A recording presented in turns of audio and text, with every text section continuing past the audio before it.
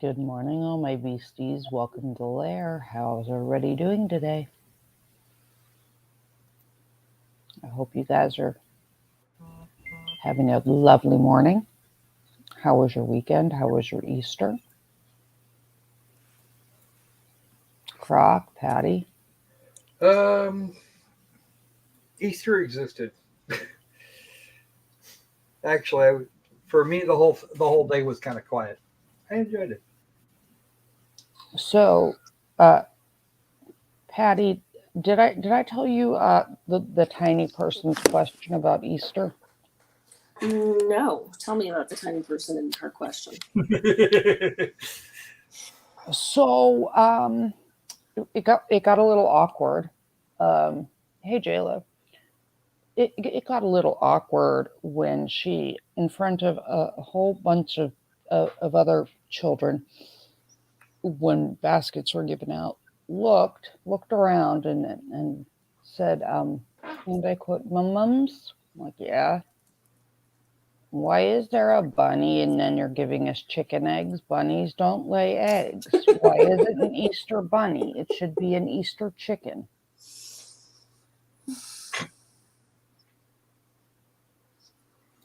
I was like, I'm just going to go stand in the corner over here. It could be an Easter duck. That could Yes, be. Anubis, that was it. It should Why be do an Easter. rabbits lay eggs?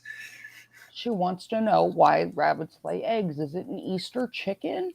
Or is it a bad bunny that went and stole the baby chickens from a mommy? Like, she went down this rabbit hole of Easter chicken. And like, there's a village in a village in origin story. Wow. Villain origin story in her little world. Hello, Darth. Because are those kidnapped eggs? Or what? Because did the bunny steal the eggs? Yeah. I gave up real quick. Mm-hmm. Arto has something for you. Yes, Arto, I know this. You know, hey, Darth. But the bigger problem is she doesn't think about this and will ask in front of large amounts of children and ruin illusions for people. I've met some. Iris, she did that. Someone told her that, Jewish kids don't get presents and chocolate and Santa because they're bad. And she went, no, dumbass. If you're parents, you can't be at the Minerva Mall and the Westmoreland Mall from 11 to 1 on Saturday. That doesn't work. And besides, deer don't fly unless you hit them with a car.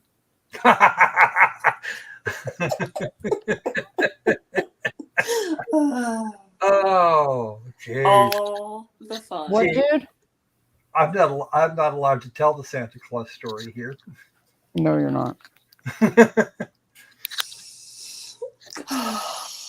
I don't know if I've told you the Santa Claus story, but I know I told Loki it. Yeah, no, that's no. Yeah, no, J-Lo, hey, laddie, Autumn Sky. Yeah, no, J-Lo, somebody commented on like her Easter egg thing and got the answer of the only mammals that lay eggs are platypuses. Echidnas. Okay. Echidnas do too. Those are the two types of monotremes we have left. Mm-hmm. I gave up. Hence standing in the corner. Yes. The one Santa was like, those are my helpers. Deer won't fly unless you hit them with a car. It's magic.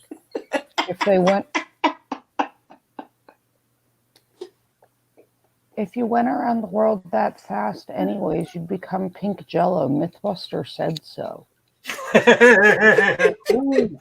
Ooh. Smack. Mm-hmm. Bring on the smackdown. Jeez. Oh. Why not to let children watch Mythbusters? Hello, Autumn. No, I'll just be over here in a corner drunk with a fifth of whiskey at this point.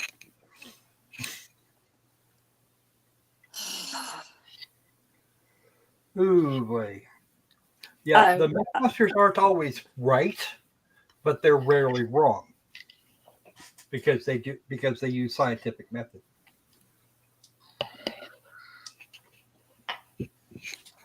I can't fault her on bunnies don't lay eggs. No, Oh. nope. JLo, it's a combination of too smart and just a smart ass.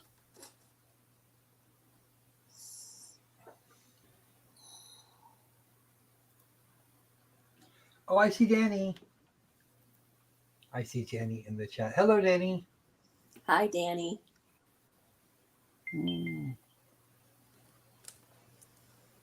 Where's Danny? I don't see Danny. Oh, good morning, Danny.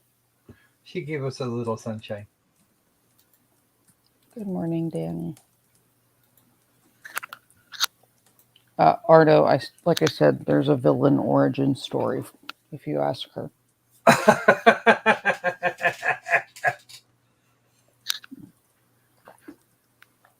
Yeah. Oh, wow. So why not? And the story from Debbie. Mm-hmm.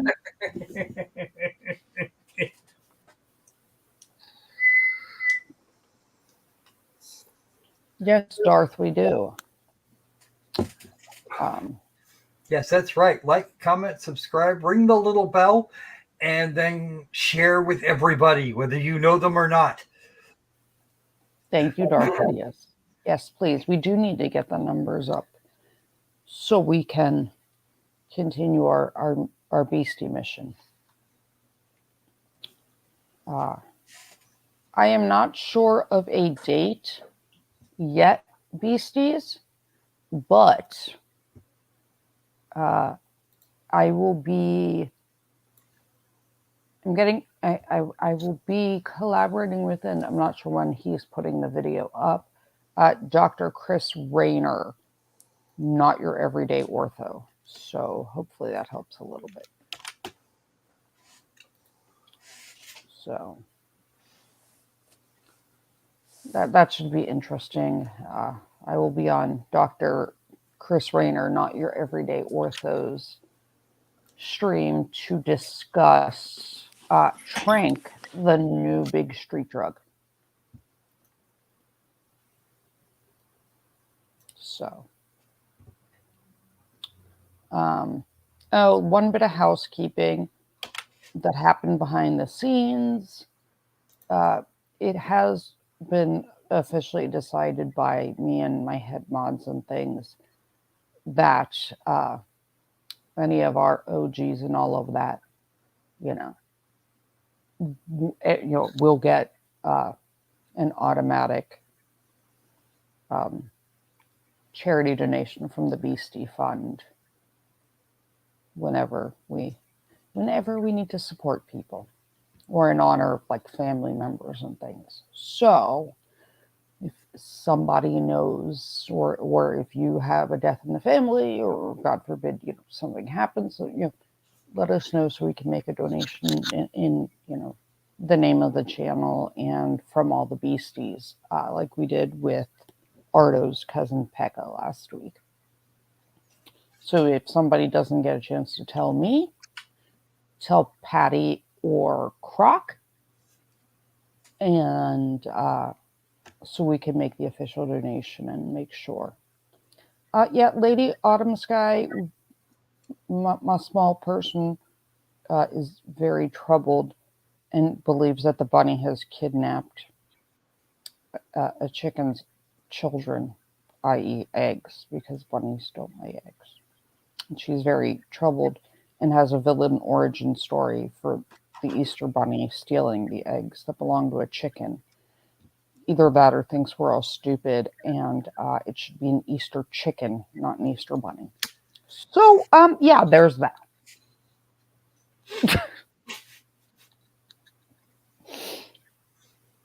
It'll be a whole other year before this comes up again. By the way. Lady Autumn Sky, I do know that. I have several friends that follow pagan tradition, but kindergartners don't logic. Well, this one logics too well in a bizarre way. I can't So, fault her logic. Hey, Becky. Good morning. I suppose. Nick, uh, Nick, I would say I'm happy to hear that because they're finally doing something. But we also don't want you to, you know, Suffer. have to be having surgery. Yeah, Lady Autumn Sky, she was upset that the Easter Bunny had chicken eggs. Well, it's because rabbit eggs are too small. No, she's informed everyone they're mammals and they don't lay eggs. They don't lay eggs. Well, Doesn't mean they don't yes, produce. but yeah, she pointed that out. They have babies just like mommies, human mums do. The Mm-hmm. only ones that lay eggs are platypuses. So it would have to be an Easter platypus or an Easter chicken. Could be an Easter echidna. I just okay. I would see. I had this conversation with the older one here, and I finally pointed out. I finally had to educate him on what a monitoring was, and the fact that there was more than one type of monitoring. He was shocked, actually. Yeah, Lady Autumn Sky, we also had the discussion of, and I quote, deer don't fly unless you hit them with a car. Hey, Mean John. Oh, hey, Mean John. So, yes, the Easter chicken.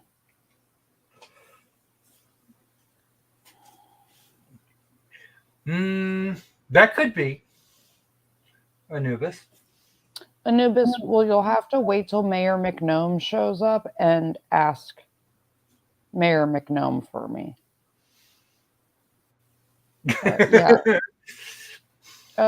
Okay, Croc, explain. I coffee. Coffee. I have to go get some more myself. All right. So, Micro Loki went down the Easter rabbit hole, figuratively speaking. The bunnies are delivering the eggs, but wait, hold on a second. Bunnies don't lay eggs. It should be an Easter chicken. Either that or the bunnies stole the eggs from the chickens. Damn. Patty. Mammals don't lay eggs. The only mammals that lay eggs are platypuses, or at least she thinks. Yes, ma'am. Look down. Easter platypus. What do you mean, look down? Oh, Easter opal eggs. Ooh, I bet those would be tasty, Nick. Not. Mm-hmm. But yeah. Yes, we decided to try and logic, which just gave mommy a headache. I would honestly, when my elder son came up with similar logic, I went, okay, and then I laughed at him, and he was very mad. I just like her deer don't fly unless you hit them with a car. Well, there is that. That's awesome. Okay, princess, let's not tell everybody in kindergarten that. Well, actually, the reindeer and hitting reindeer, you'd have to hit reindeer with a significantly larger object. She will break out the episode of MythBusters where for it to work, the person would turn to goo. Okay. Uh-huh. The child's obsessed with the show MythBusters. Which isn't weird for children, especially when they used to do holiday episodes. Yes. So, yeah. Hey, Sod. Sod, hi. Yeah. But Mhm. no. There No, are worse yeah. things, as I said, there are worse things for her to be obsessed over. Try SpongeBob. No, we like SpongeBob. The new Pokemon Scarlet Violet thing. Um, right now she's like binge watching The Simpsons. Mm. I'm a Simpsons freak, so I'm okay with it. But um, you know, it's fun. She goes down these like random rabbit holes, and I'm just like, I don't even know. Like, I just can't with you. And Mean John. Mythbusters does do that. I remember very clearly an episode in which they made a cement mixer just go a big cement truck just go away.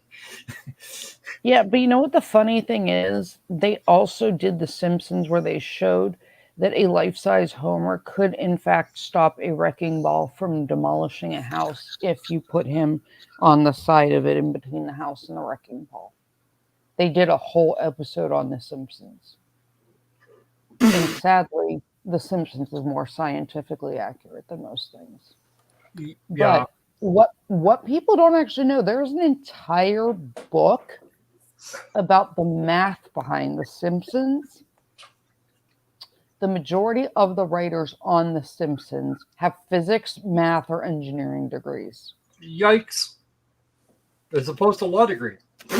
It's a really good book. I'll grab a link to it in a minute. It's actually a really interesting, really good book. All right. I will be back in a couple of minutes. Okay. I must do a thing. Okay. Yeah, Ardo, she's definitely got an engineering mind. I used Loctite after the last. I'm going to take my bed apart and it's in pieces again. She also removed the super heavy duty springs you use on like trampolines or the sofa bed mattress. Or I have a queen size sofa bed, and those like super heavy duty springs, she actually like pulled the spring out barehanded when you generally need pliers. Then just walked over and handed it to me. I'm like, can you not disassemble the house, please, because you're bored? That's the mini me. Why did you take the springs out? Because I could. Don't do that. Why?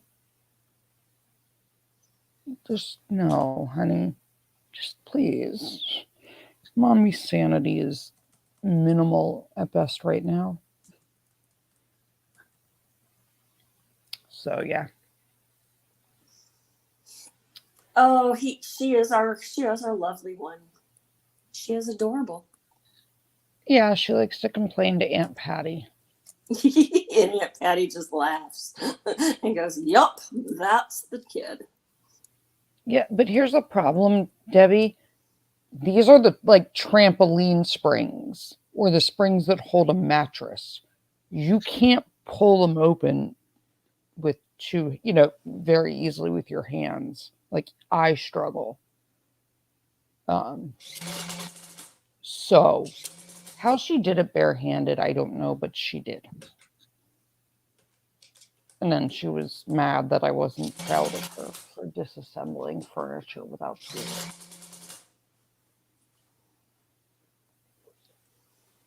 I gave up. Like I throw in the towel. Yeah, Mean John, I was the same way, and like I said, my dad's a nuclear engineer. Like it's a family full of engineers and things. But Iris, the problem you know, I have is that she, as Patty can attest, is extremely girly. So she'll steal my makeup and she does it in a dress. She runs around in a dress with her hair done, being super girly while dismantling things barehanded. You know, She's she, awesome. last week when I said I was getting her from running club, they ran 3/4 of a mile, and all I could hear the last lap was, I'm coming. My legs are too small. My legs are small. I can't go that fast. I'm coming. But sadly, she still beat a bunch of the kids. You know, she ran in a dress with shorts. She wants to wear a tutu to run the marathon. A Wonder Woman tutu. I was like, whatever makes you happy. I don't care. I gave up. But she's so stinking cute. And she reminds me of me when I was that age doing stuff I wasn't supposed to do. Mm-hmm. Like Yeah, jumping on the trampoline across the chain link fence into the swimming pool because my brother did it. Yeah, I mean, she does that stuff. She wears a dress almost every single day. Um, Literally almost every single day, and I have to have a rule that she has to wear leggings or shorts because she doesn't care that she's wearing a dress. She will still climb things or hang by her knees upside down. So we've had that rule for a long time. Yeah, she is super, super girly, but on top of being super, super girly, she's destructive in a dress. And and she knows she's cute, so she knows she'll get away with murder.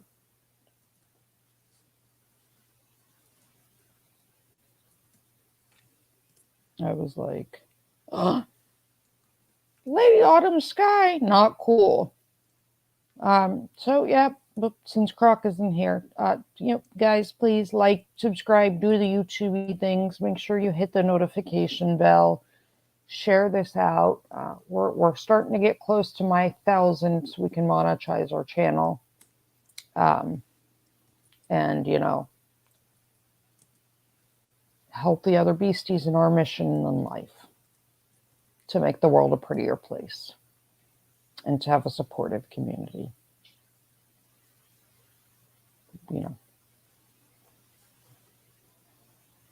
We like And that is a good thing. Yeah.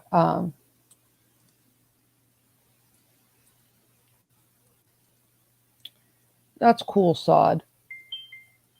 My dad used to joke that he was waiting to come home one day and find like a small nuclear generator. In the backyard kind of thing. That does not surprise me. It doesn't really surprise me either. At all. But yeah, it does not, in fact, surprise me at all. I just.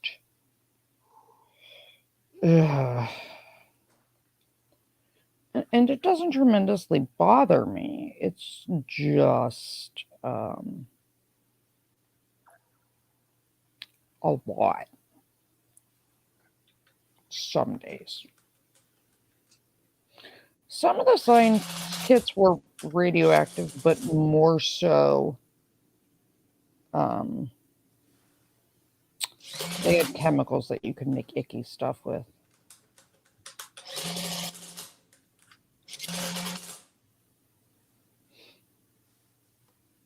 Okay. Yeah, you could make explosives and things with those. So, yeah. Why? I guess I need to turn off my notification dings. because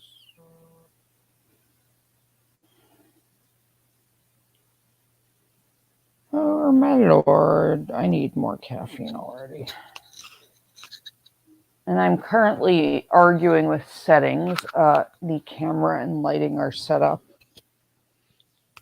so I will most likely be appearing via a different camera later today or tomorrow. Yeah, potassium iodide is fun. And contact explosive.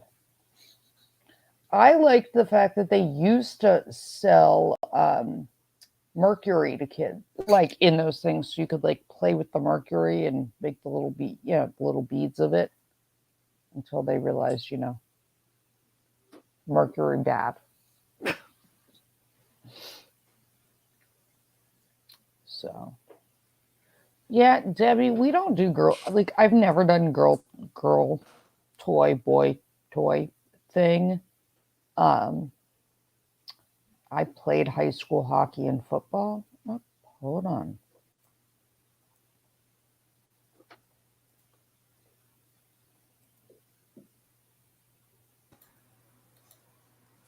Besides, what's the kid actually interested in?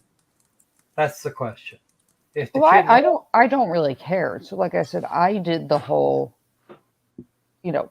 nothing is girl or boy. It's whatever you want to do. I played, boys sports, and my parents supported that because that was before there were, girls hockey teams. So I had to play on the boys team. And, my dad did a lot of the cooking. My dad's an amazing cook. Well, he was. All right, court will call 20 There we CR go. 1358, People versus Letecia Stauch. Record should reflect the jury's not present in the courtroom. Is there anything we need to take up outside the presence of the jury at this point in time? Prosecution? No, Your Honor. Defense? Okay, Guys, let's go ahead and bring how them the in. volume is. yeah, it's a little loud. Okay, hold on. But then this judge likes to eat that mic. He leans into it really well. Let's see if this works. Turn it down. Oh, you and me both, Debbie. It was actually different in a lot of ways. Yeah, I did Creed, so let's see how it is. I just dropped it.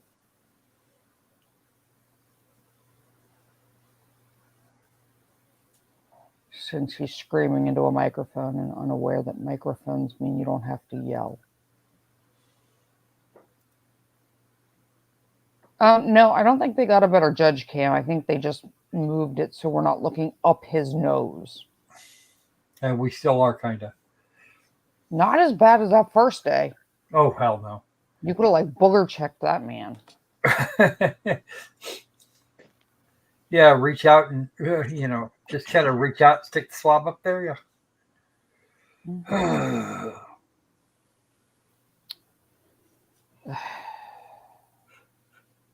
Honestly, that's probably going to get shut off before too long. Nice Creed.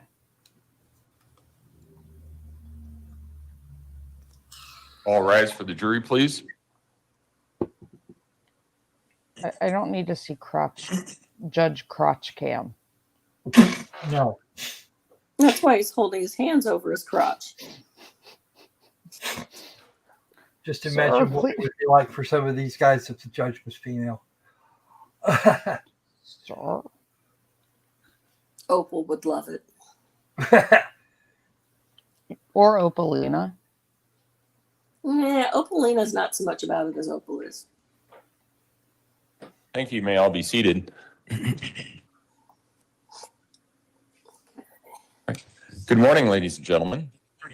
We're going to start our day again as we have every other day. Has anything occurred since we were last together that causes any of you to believe you could not continue to serve as a fair and impartial juror in this case? If so, please raise your hand. No response? All right. When we took our break on Friday, we were still in the midst of the prosecution's case in chief. That's where we will resume today. Mr. Allen, call your next witness. Thank you, Your Honor. We would call Dr. Susan Ignacio. Oh, we're going to start getting mental health testimony. Either that or ME testimony. This should be fun. Dr. Ignacio, if you would step forward and raise your right hand, please, ma'am. I'll be qualified as a witness. Let's go through that. Do you swear affirm the testimony about to give in this matter will be the truth, the whole truth, and nothing but the truth? Go ahead and have a seat in the witness stand. Please watch your step as you step into the stand. I want to know if that many people have fallen that they have to give that warning every time. It depends on how many cables are running through because cameras. It's All right, actually, Mr. Allen. Thank you, Your Honor. Doctor, will you please introduce yourself to our jury and then spell your first and last name for the record? My name is Susan Ignacio, SUSANIGNACIO. Dr. Ignacio, what is your occupation? I'm an associate medical examiner Where is that?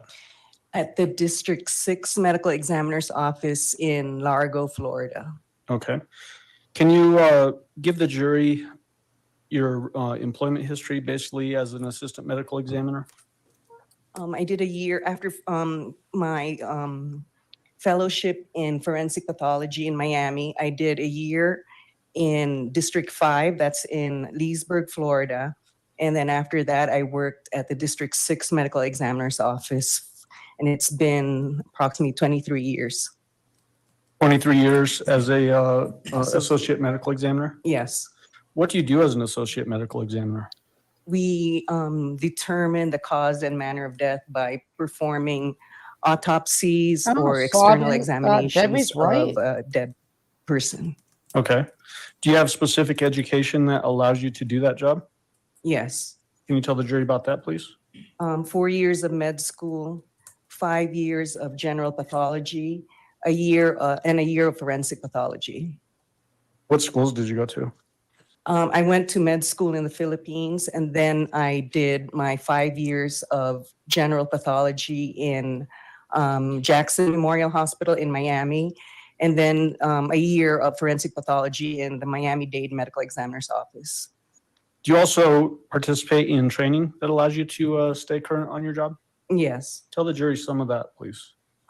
Every year we attend hey, Div. meetings, conferences by Hey, the Div, National let me know if Association you of wanna Medical pop on Examiners at and some the point. Florida Association of Medical Hi, Div. Examiners. Are you licensed? Yes. Tell the jury about that. My license? Yeah. I mean, what state are you licensed? Oh, I'm licensed in Florida. How long have you been licensed in Florida? 24 years, I think. Do you have certifications that you hold as a part of your job? Yes, we have to take a board exam after our after my general pathology residency. I had to take a board exam that's in anatomic pathology. So I'm board certified in anatomic pathology, and then I had to take a board exam after my forensic pathology. So I'm board certified in forensic pathology. Okay. How long have you held that certification? 23 years. 20 years. Okay. No, you Quite a have long to time. actually be in Yes. practice for a How many few years autopsies before you're have you eligible for performed board as an certification. associate medical examiner?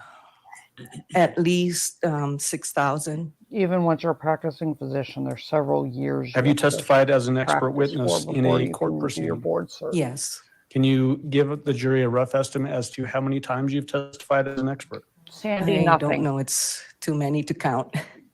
Can you give the jury an impression of where you've testified as an expert? And what I mean by where is which courts? Mostly in Florida, or all in Florida, in Miami, Pinellas and Pasco counties. Those are my counties in District 6. I testified in federal court in Tampa, which is Hillsborough County. When I used to work in District 5, there are 5 counties, so I testified in those 5 courthouses. Volusia County, which is Daytona Beach, and Miami-Dade. Okay, so am I right to understand that you've testified as an expert witness in both federal court and in state court, Yes. all in Florida? Yes. At this time, I would move to have Dr. Ignacio qualified name's as an Nacho? expert witness in forensic pathology. It's Dr. Nacho. Defense. Yeah. Witness will be so qualified. Go ahead. Thank you, Your Honor. Hey, Dr. Nacho. Dr. Ignacio, I want to have you go back to March of 2020.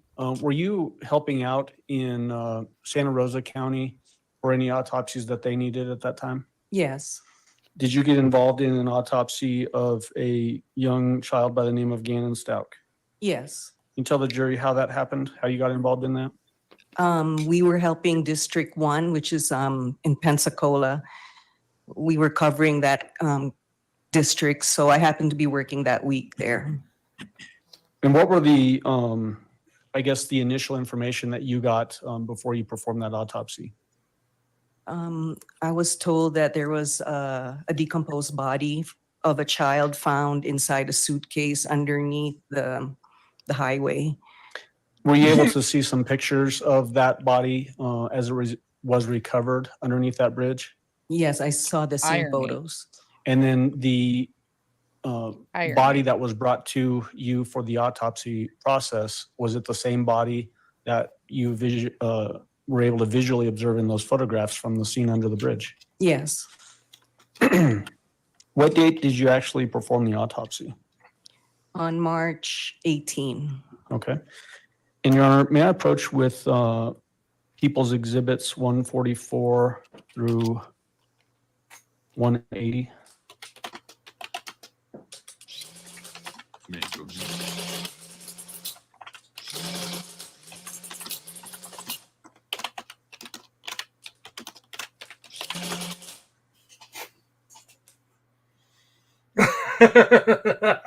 Oh, What? your comment there, right up with Your mine. Honor, can I stand here for just a moment? Yeah, Like that's this? fine. Ignacio Your literally diagrams. is I'm showing you the what's name of the first person in who marked as invented 144. Do you nachos. recognize this? Yes, Nacho What is is a 144? common that's my body diagram. Is this taken directly nickname from your for autopsy in report? Spanish. Yes, Is it a fair and communities for all accurate the representation Ignacios. of the overall body diagram that you generated for this autopsy? yes, And then 145 and 146, do you recognize these items? yes. 145, what does it appear to be? This is the top one. Yeah, that's the diagram of the head. Did you prepare this when you prepared your autopsy report in this case? Yes, And then 146, do you recognize this? yes. What is 146? It's the diagram of the top of the head, the skull, and under the chin. Is it, did you prepare this the same time as you performed or prepared the autopsy report for this case? Yes, Are these exhibits 144, 145, and 146 fair and accurate representations of the diagrams you prepared? yes. Or at this time, I'd move for admission of 144, 145, and 146. Defense? No objection, Judge. You will have to submit copies of those for uploading after the case is done, because obviously you can't do those. So, but other than that, 144, 145, and 146 are admitted. Go ahead. And then, Dr., while I'm going to set these diagrams up, if you could look through the rest, 147 through 180, I believe it is. Will you flip through those and tell me when you're done looking at those? You think they would have like done this ahead of time, knowing? They probably did. Don't ask your question you don't already know the answer to. No. But she has to submit copies of certain things for them to upload.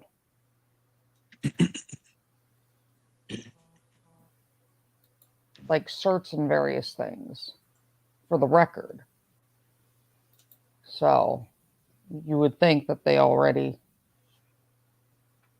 would have, made sure that everything was uploaded. Yeah, well, apparently not. They should have had it all uploaded. That was actually their job. Not hers, theirs.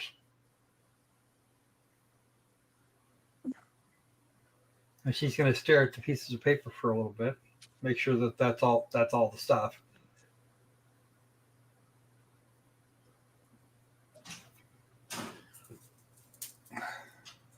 I'm just saying, I don't know, Anubis. They may have just forgot to tell her they need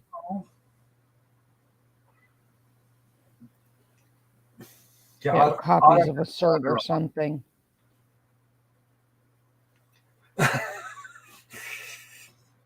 The sad part of it is, Debbie, the guy kind of looked like David Duchovny. Kinda. You could see the resemblance if you looked hard enough. You can see the resemblance between Biden and the dude from Silence of the Lambs if you look hard enough. I don't know what kind of excuse that is. Well, no, we're talking about my ex-wife's GYN, when for her one and only pregnancy. Yeah, that was Dr. Fox Mulder.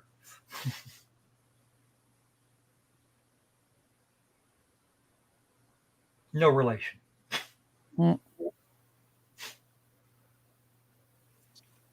Okay, Have you had a chance to look through all of those, Doctor? yes.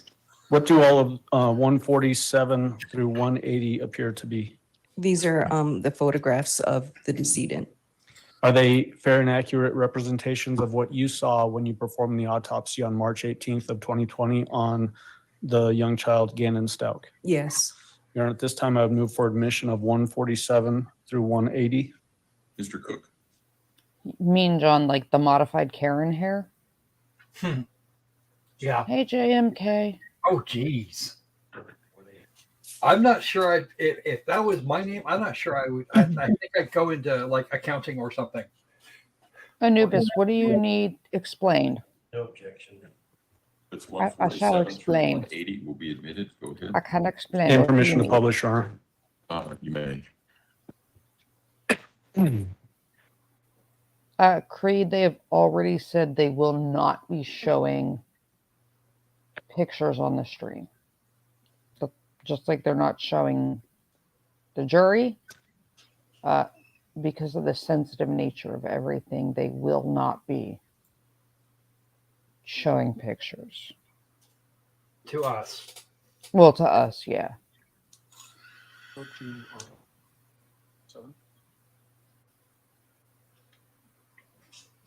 So Dr. Ignacio, I've got 147 on the board behind you. And then to help the jury understand what we're looking at here, if you need to reference any of the body diagrams, please just let us know which body diagram that we need to have up on the easel. And then we'll use that to coincide with what we have in the photographs up on the screen. Is that okay? Okay. So in People's 147, is that a picture from the We're scene not going to be able to see it underneath the clearly. bridge? Yeah, we can. We the can see it. Boy that was We can see eventually it. identified as Gannon Stauch? Yes.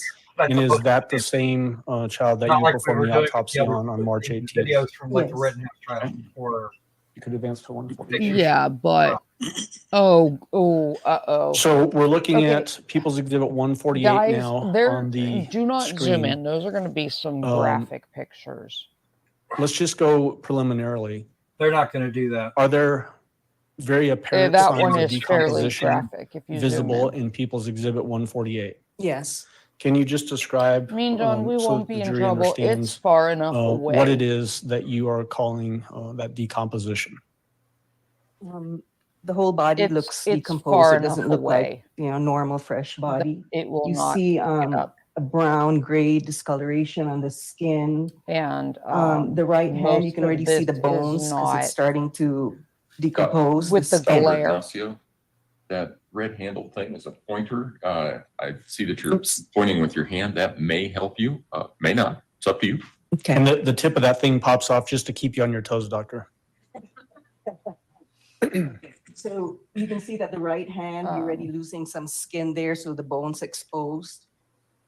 You're already Yeah, seeing it's YouTube bone isn't going to here, pick up 'cause the skin's already it decomposed with and their thing. disappeared, brown discoloration. Anubis. I all over. can, but I'm not. And then there's black linear I'm not going lines to in the take abdomen it and chest down area, unless the pictures and also get on the, worse. I guess would be the left hip there. I am monitoring it. Are those pretty also signs of closely. decomposition, or what does that appear to be? Yes, I So think if it looks like, I see things could be from the clothing. that are much Okay. worse than this, So clothing can have an effect on the I body as will- it's decomposing as well? Yes. Okay.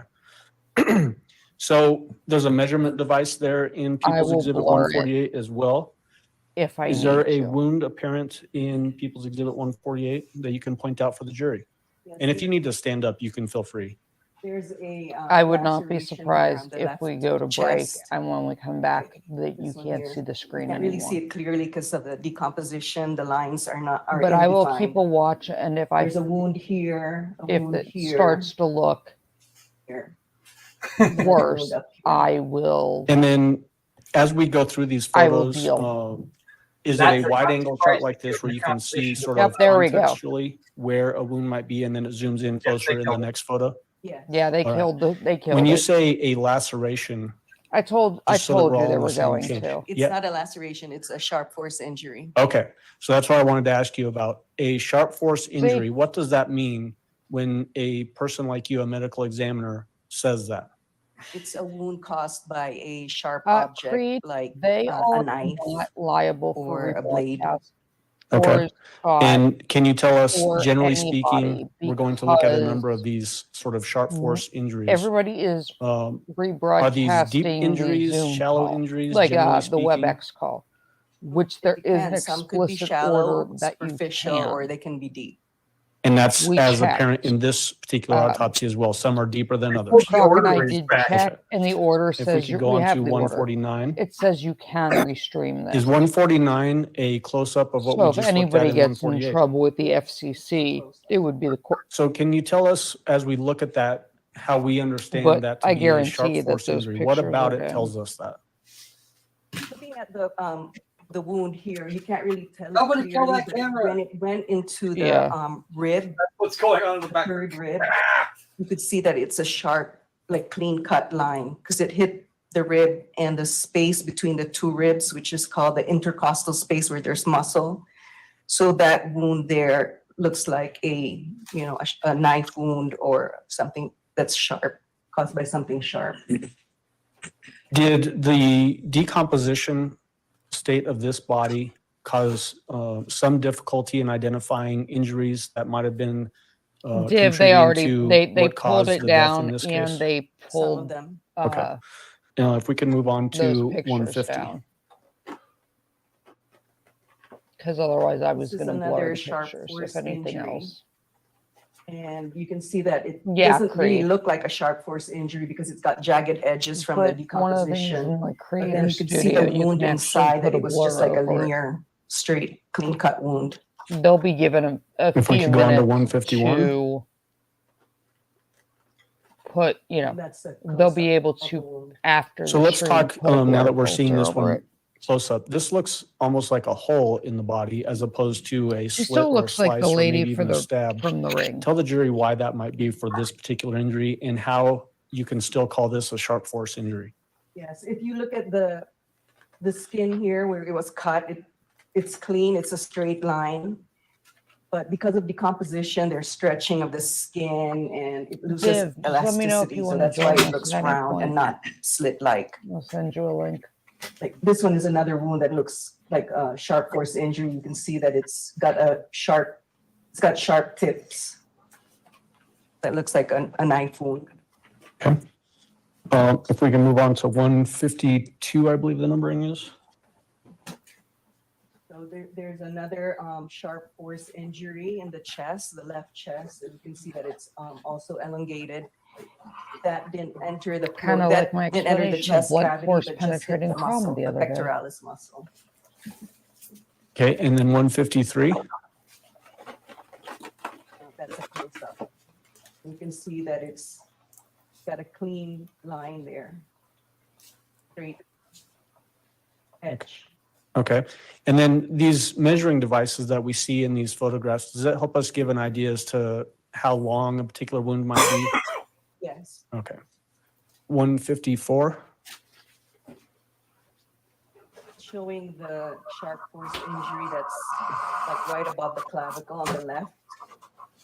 One thing I want to have you point out in this particular photo, Dr. Ignacio, is there's a blurred area on this Well, particular photo. Sandy, Has that she been has altered? been. The other day, she had her Yes. fingers in her Does that ears. just, if it had been unblurred, would show She literally the sat there victim's with her face? fingers in her Yes. ears like a And is toddler this the just other day. to be more sensitive to the victim and potentially the jurors as we're watching this or looking at these?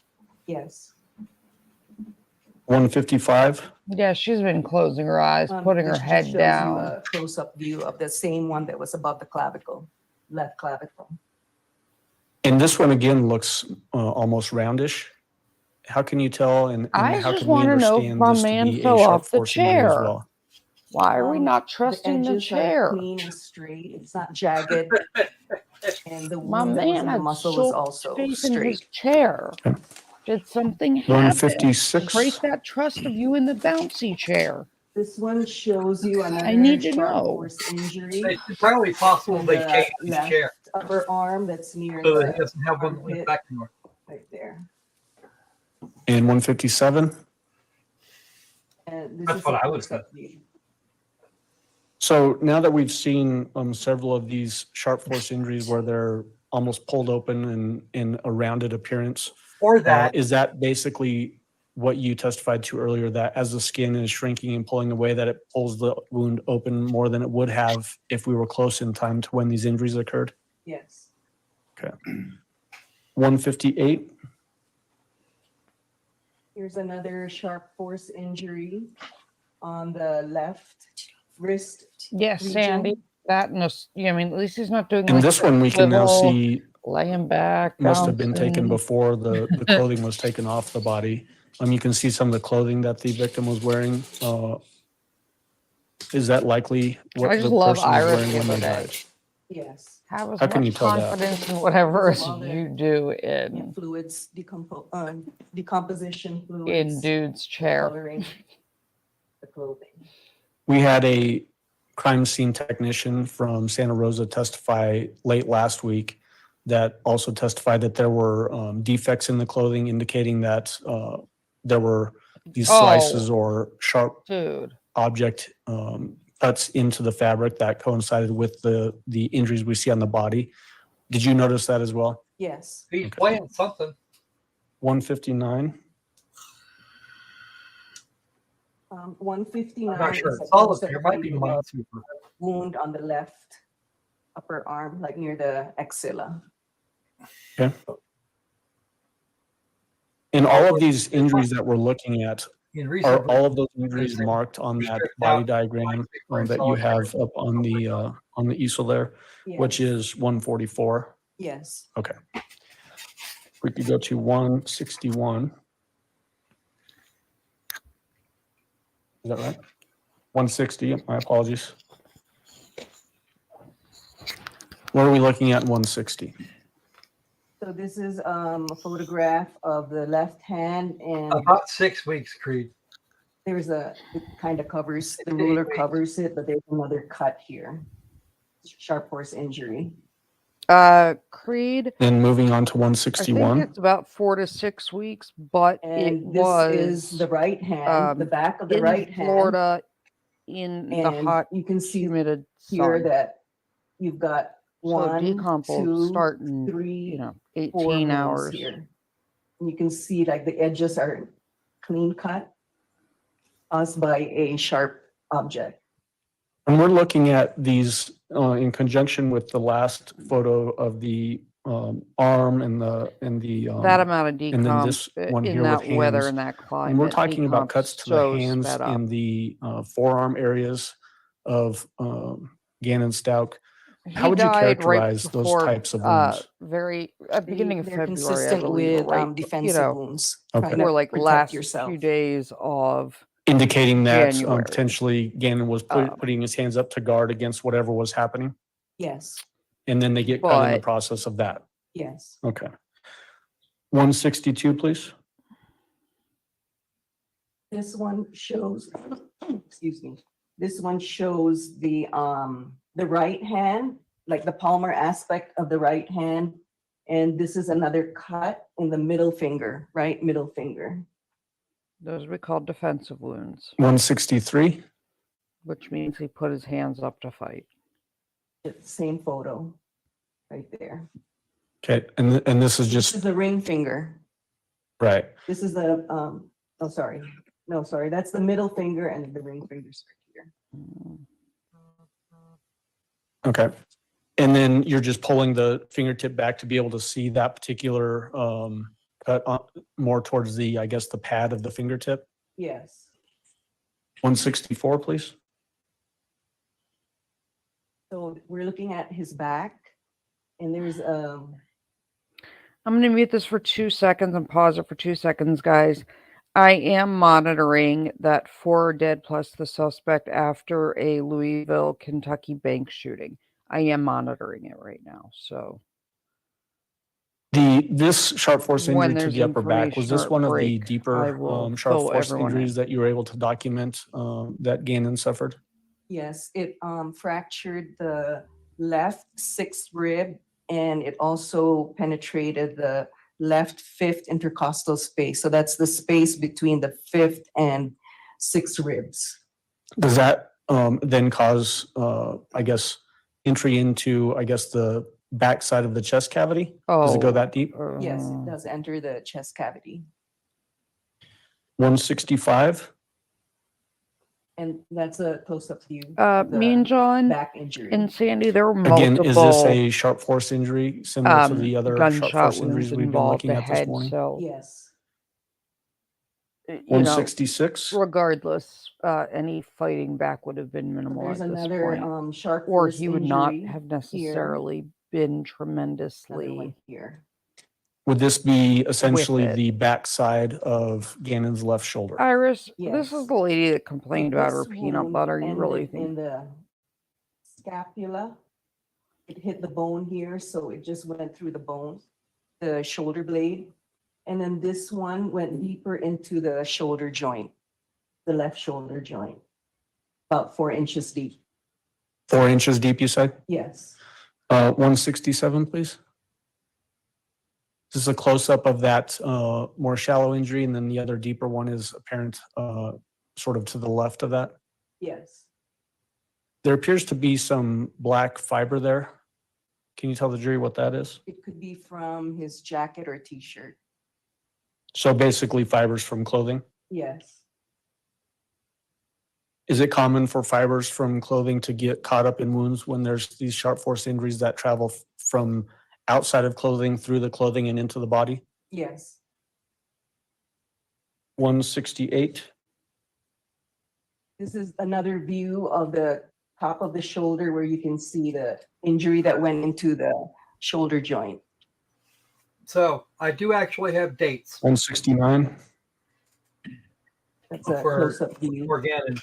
And you know that it's a sharp force injury because it's got clean edges here. January 2020. So when you're pointing at those, what you call clean edges, to me, After it doesn't being- necessarily look after that way, being but I'm not Minecrafted, in your and his shoes with body your was expertise. discovered until March 7th. Those edges that you're pointing at, is So that a where little the over skin 6 would have weeks. met before being sliced open? Yes, this is fat, subcutaneous tissue underneath the skin.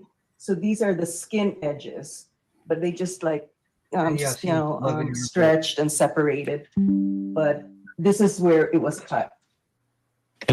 And is this that deeper injury that you mentioned just a moment ago Yes, to the, basically the top, maybe backish part of his left shoulder? it entered the shoulder joint. Okay. 170. This one is a blurred photo of another sharp force injury on the left forearm. The inside of the left forearm. Yes, And then this one also has a blurred area sort of in the groin area. Do you see that? yes, Is that blurred out just for sensitivity's sake? yes. 171. And that's a close-up view. So you can see it's got another sharp edge and you've just got tissue that's coming out from the wound, but that's the cut edge right here. And this is on You are the, correct, what Deb. I would describe as inside of the left wrist. Is that right? Yes, Or forearm area? yes. 172.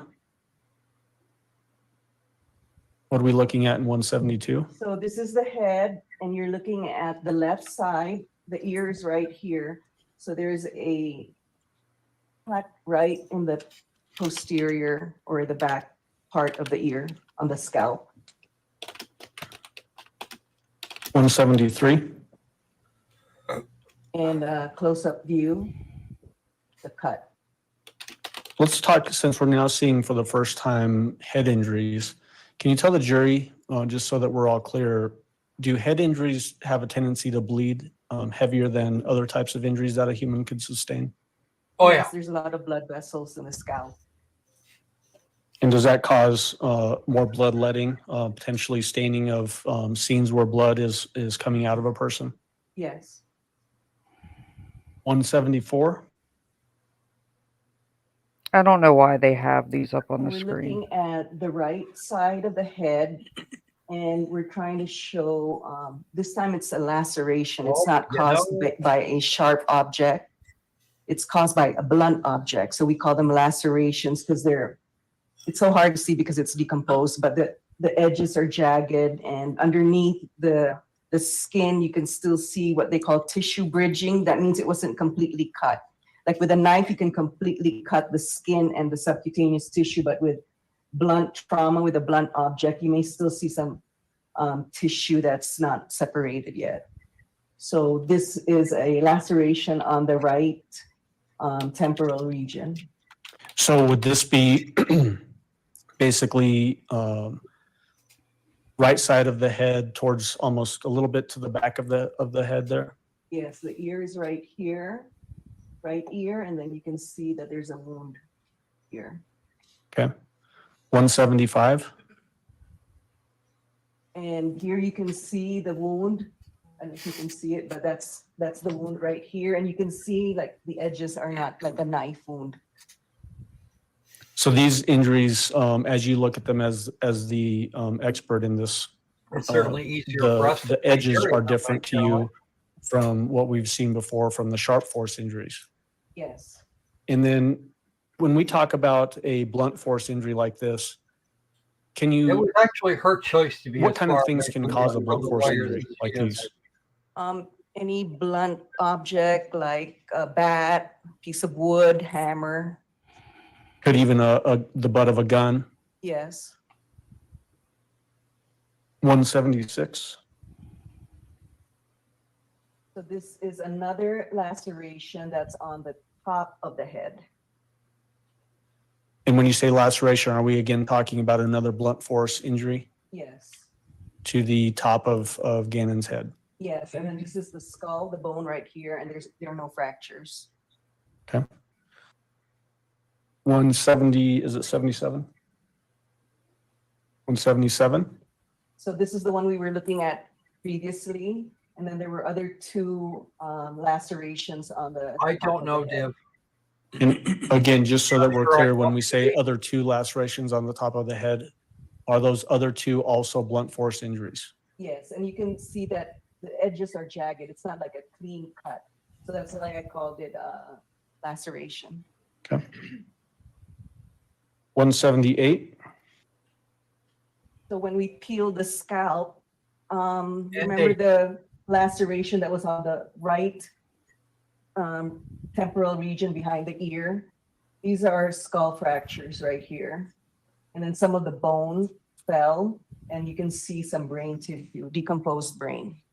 So this is a fracture, fracture, fracture, fracture. When we talk about this area of the skull, you use the word temporal. Does that to layperson mean temple area basically extending to the back area? Yes, Is that bone thinner than other parts of the skull on the head? yes, the temporal bone is, but it also involves the other bones. And so what I'm driving at is, would it take a lot of force to cause these types of fractures through a blunt force strike? Yes, And just so we're clear, since we've moved past the sharp force injuries and now we've looked at all of the blunt force injuries in these photographs, how many sharp force injuries did Gannon suffer that you were able to document in your autopsy? I counted 18. And then as it relates to the number of blunt force injuries that Gannon suffered, how many did those occur? 4 lacerations. 4 lacerations that coincide with blunt force injury. Yes. If we could move on to 179.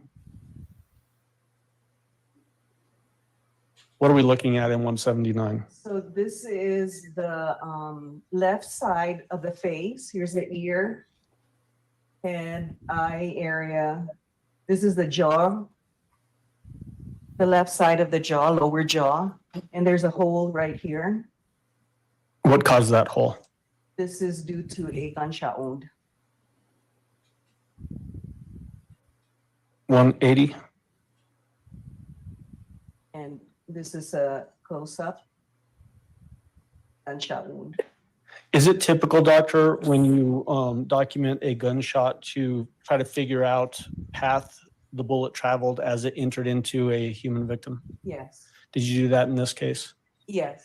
Can you describe, either using the diagrams or just through words, however you want to do it, can you describe the path that this particular bullet took through Gannon as it entered his body? I think we should use. Okay, I'll come over and help. Oh, it's not easy. Which one do you want? 46, 145, Div, we haven't heard from mental health professionals, 145? but based on behavior, she doesn't meet the criteria for DID. So we'll see. Make it easier on our jury. We also got the shortest easel we could find. So I'm going to hold this up actually. She is Doctor, not, if that's as okay. of now, she has That's okay. Well, not they won't be able been to see it. They're Okay. back there. effectively So the entrance gunshot wound was in the diagnosed as of now. left side of the jaw, lower jaw, the mandible. This entered Yes, the the father oral is cavity. important. It Hello, hit the Thomas. cervical, this second and third cervical vertebrae. So it went to the back. It crossed the midline, and I recovered the projectile. It didn't enter the skull, the cranial cavity. So I recovered it on the right side where the muscles are of the neck. So there was a projectile that went from left to right and then front to back. And then, so when you recovered the projectile, was it still in the, basically the muscle tissue in the back of the head? Yes. She does not meet the criteria for dissociative identity disorder because she has no amnestic periods.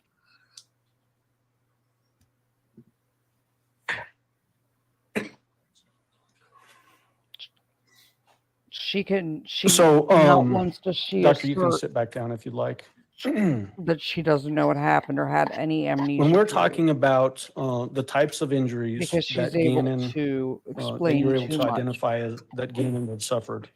18 sharp force injuries, 4 blunt force lacerations, and then 1 gunshot through the chin. Does that indicate to you that there's some progression that these injuries had to occur in? Yes. Tell the jury what we mean by that and what it is that you're using to rely on and make that conclusion. No, but she still doesn't have Regarding the any sharp force injuries coming claims first. Well, of do you know which amnesia. one came first? I don't really know, but I'm thinking that it's the sharp force injuries because he could still defend himself. And then I don't know which one came first, the gunshot wound or the blunt trauma to the head, which caused fractures of his skull and bleeding in his brain. So the best that you can tell is that sharp force injuries occurred before gunshot. Is that right? Yes. But it's unclear whether blunt force or gunshot, which one of those occurred first. Yes. Does that indicate some period of time to achieve all of those injuries for whoever was attacking him? Yes.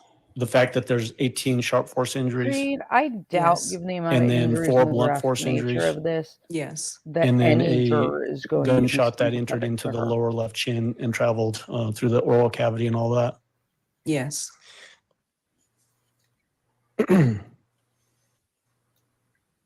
What were you able to rule as the cause and manner of death for Gannon Stauch? My cause of death was gunshot wound and blunt head trauma of the head. Were there contributing factors to the cause of death?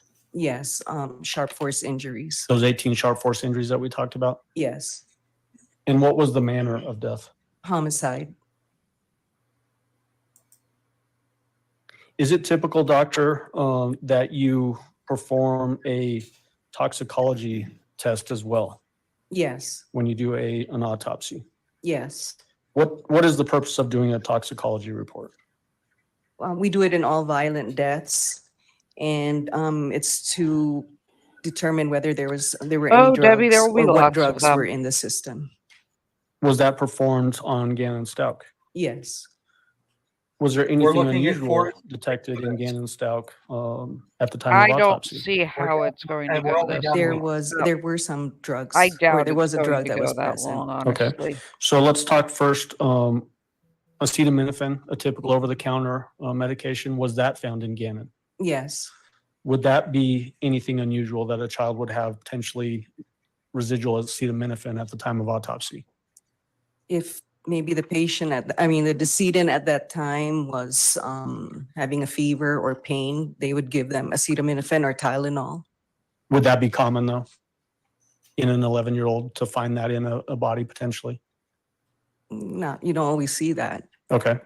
What other things did you find in Gannon's bodily tissues? He also had hydrocodone in the liver tissue. So she gave All him right, an so let's talk opiate. about hydrocodone. What is hydrocodone? He may have been Hydrocodone unconscious is from that. a narcotic analgesic. It's a drug used for pain, and that is also found in cough medications because it's supposed to suppress your cough. Cough syrup with Is codeine. hydrocodone a controlled substance? Yes, you need a Highly prescription for that. controlled. So I can't just go to Sandy, Walgreens she without a may have, prescription and because buy she said he hydrocodone. had opiates in his Yes. system. He did not have a prescription for opiates. Is it indicated as highly addictive? Yes, you can be dependent on it. What are the effects of hydrocodone on a human? Depending on the dosage, you can initially become drowsy, lightheaded, dizziness. And if you take a higher dose, it could lead to respiratory depression, or you'll have problems Anubis, breathing, it could be you'll have Percocet, it could be lethargy, Tylenol with codeine, it coma, could be and like eventually there's death. plenty of Was it unusual in your those. opinion to find hydrocodone in a child of 11 years old, like we did here in Gannon's death? Yes, I found it unusual. Is that because of all of those issues you just described? Yes, and if it was for a cough, you would give something that didn't have the, Well, narcotic analgesic in it. J-Lo, don't Typically, people would forget. not. And I mean, Yes, remember, that people wouldn't be the saw first line two of people choice. Okay. leave.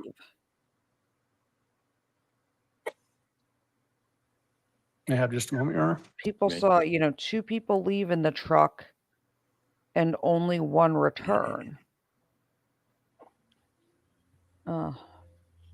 Hold on 1 second, guys. Go ahead, doctor. Thank you.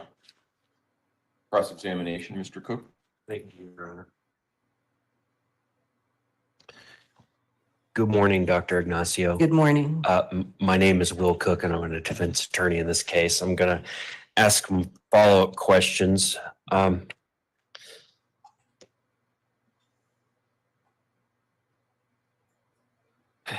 Were you able to tell the blunt head trauma injuries, the three on the top of the head you were discussing? Can you tell the jury if those were post-mortem or pre-mortem? They were pre-mortem. Pre-mortem. And by that, you mean before death?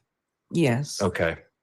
At one point during your investigation, were you kind of unsure whether the blunt force trauma had happened before or after Gannon had died? No. Okay.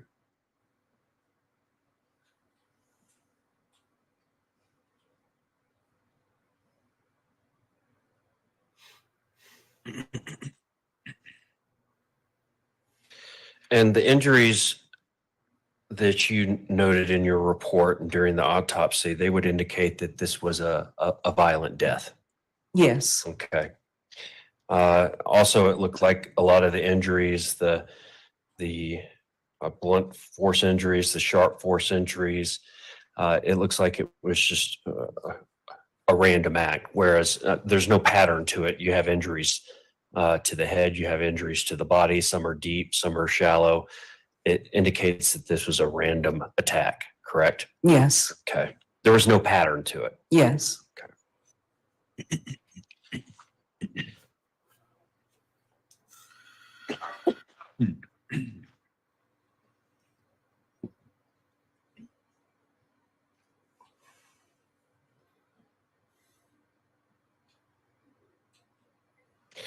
Would the blood force injuries, were they fatal by themselves?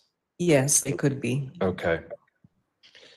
And you say the gunshot was fatal in and of itself as well? Yes, Okay. Did the bullet from the gunshot, I can't remember what you said, did it enter into the cranial vault? it did not. It did not. Okay. And the mechanism for death with the gunshot, it was that it severed the spinal cord or some vertebrae? Yes. Okay. And what would have been the mechanism for death with the blood force injuries? Would that have been bleeding or hemorrhaging in the brain? What would that have been? Yes, there was hemorrhage in the brain. Okay.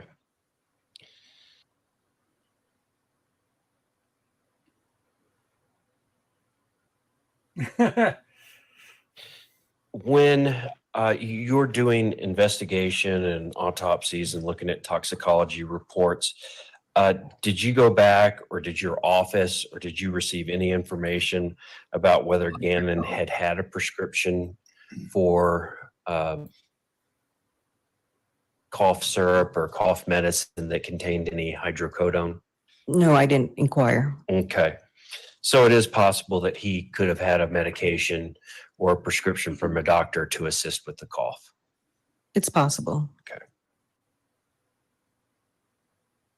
And if he had had a prescription for a opiate-based cough syrup or cough medicine, then it would follow that it would show up in his blood or his toxicology results. Yes. Okay.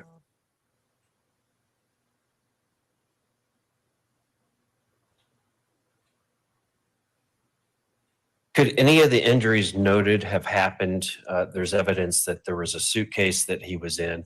He was, the suitcase was thrown off an overpass of a highway near Pensacola. Is there any way that some of the injuries could have been caused by the impact of the suitcase hitting the ground? Like which injuries? The blunt force trauma injuries. No, they were on the top of the The head. top of the head. No. Okay.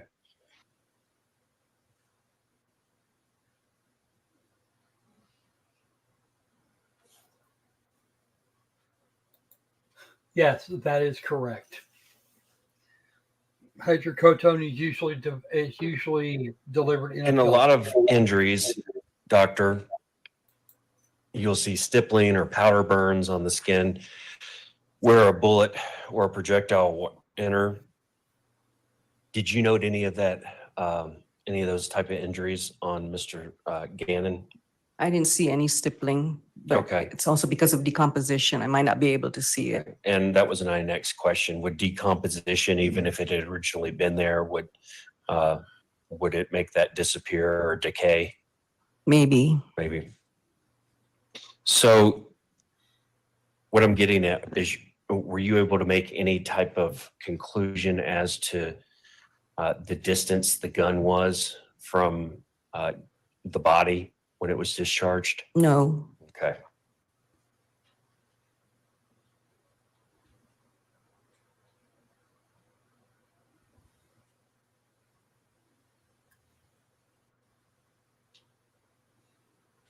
Were any of the sharp force injuries, were any of them in and of themselves fatal?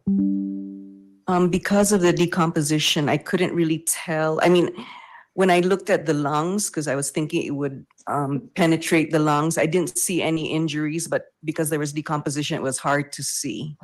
So I couldn't really tell with the injuries that went into the chest cavity. So I guess all you can say is it's possible. Is it possible that some or one or more of these sharp force injuries were fatal? Yes, it could be fatal if left unattended. Okay.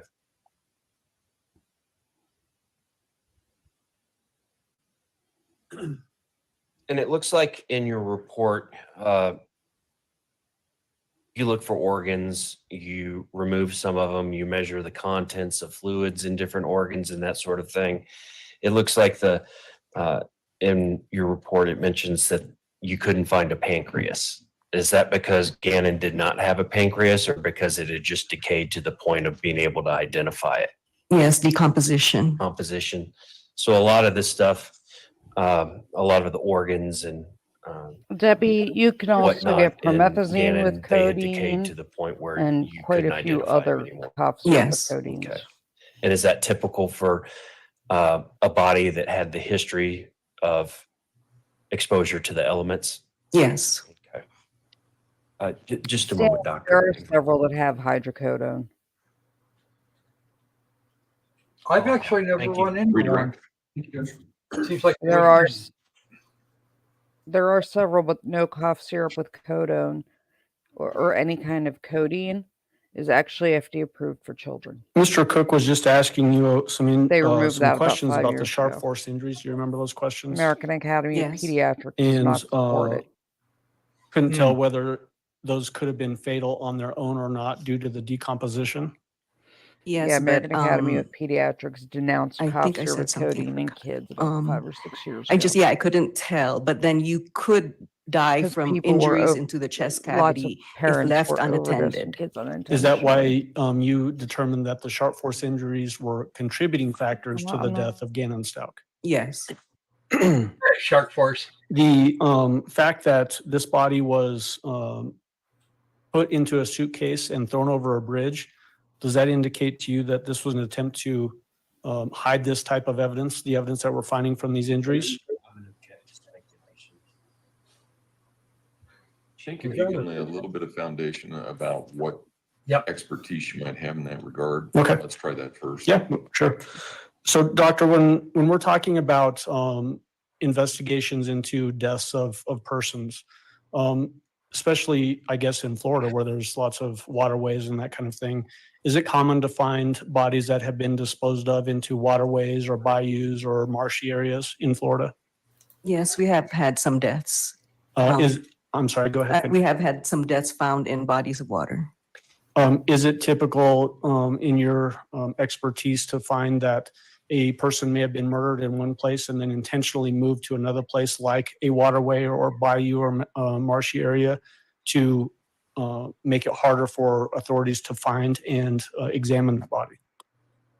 Yes. Okay. Was that apparent in this case? That a Yes. body had been moved some distance in mileage and then pitched over a bridge into a potentially marshy and watery area? Yes. And so does the fact that that occurred here indicate to you, in your expert opinion, that there was also the attempt to hide this body from authorities so it wouldn't be detected and examined to determine how this person died? Yes. Is that an intentional act? Yes. I would object. Overruled. You were asked by Mr. Cook about stippling. So let's talk and so the jury understands what stippling is. Is stippling essentially powder burns on the surface of skin that would be caused by somebody shooting a gun at somebody in close proximity to that skin?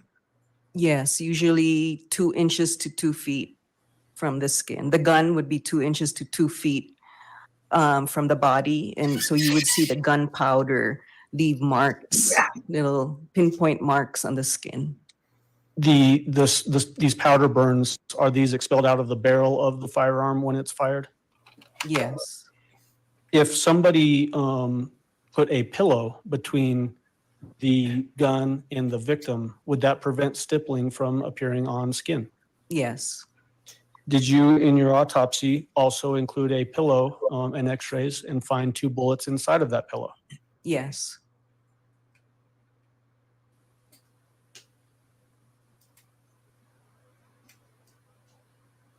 Mr. Cook started out by asking you about if these sharp force injuries and the blunt force injuries, if these appeared to be random acts. And I want to be clear, do you mean that these were just randomly happened to Gannon without somebody intentionally causing these injuries? Can you repeat? No, Well, were dipshit. these random injuries or did somebody intentionally cause these injuries to Gannon? Oh, it was intentional. Okay, so when we say the word random, when Mr. Cook was asking you that, you don't mean that these were randomly happening with no rhyme or reason as to who or might be causing these injuries? Yes, because he said there was no pattern. So I said there's no pattern. Okay, and that's what I wanted to drive towards. These were intentional acts, as you just testified to. They did, though, target specific areas of Gannon's body, correct? It's not like these were injuries to his lower legs or toes or feet, correct? Yes, And so were these targeted towards upper body area, head area, chest area? yes, Does that indicate a person had an intentional desire to cause potentially fatal injuries to Gannon yes, because of where they're targeting? yes. Is it more fatal to cause somebody an injury to their lower leg or to their head? More to the head. Okay. And Gannon had lots of injuries to his head, is that right? Yes, And all of these injuries, are these all the injuries that you talked about? 18 sharp force injuries, 4 blunt force injuries, and a gunshot wound to the chin that ultimately killed Gannon. Are all these pre-mortem injuries, meaning they happened while Gannon was still alive? yes. Thank you. That's all I have. Do any of the jurors have any questions for Dr. Ignacio? Looks like we have a few. Council, retrieve those and approach, please.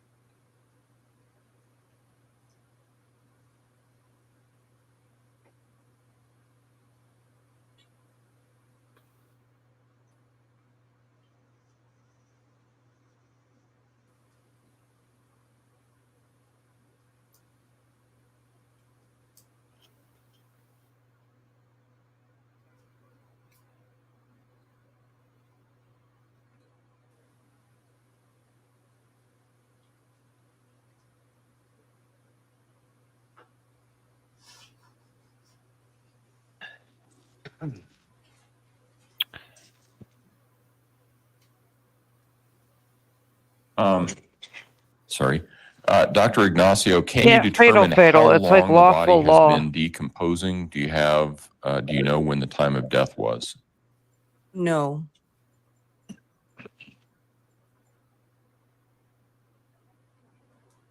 And Dr. Ignacio, during the autopsy, was there evidence of any burns on the arms, burn marks, or bubbling of the skin? I couldn't see that because of the decomposition. And how long does Tylenol and hydrocodone stay detectable in the body?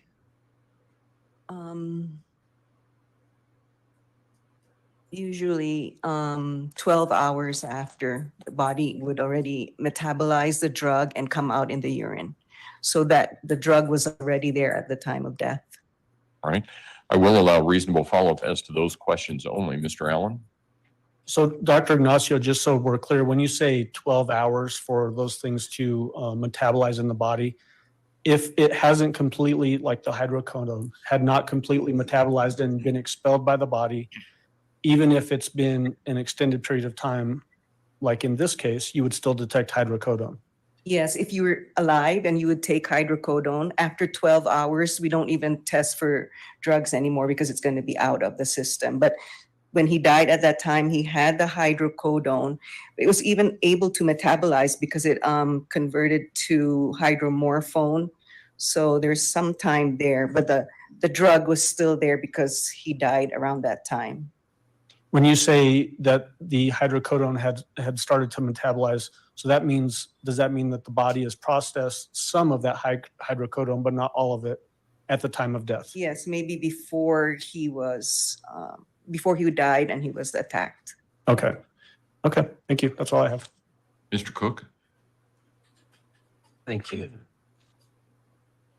Doctor, when you were talking about the burning or bubbling of the skin, so there could have been burn marks or burn injuries on the arms, but due to decomposition, you would not be able to detect those any longer, correct? Yes. Okay. As long as they weren't deep. And when you get a sample to test for drugs, as in the case with Gannon here, where are you getting the sample from? Or is there still urine that can be captured from the bladder? I know they do that a lot of times in these toxicology tests. Or just tell the jury where you got these samples from. Since he didn't have any more blood, it was all fluids, body fluids. We couldn't test that, so we take liver. So these levels are from the liver tissue. Okay. And a lot of times in these types of investigations, you have a blood level and a urine level. And I've heard testimony before that a urine levels, they're not as accurate about time of ingestion and everything, and it's mostly byproducts. Would the samples that you got from the liver, would that be considered a blood level or a urine level test? It's a liver tissue level. Liver tissue level, okay.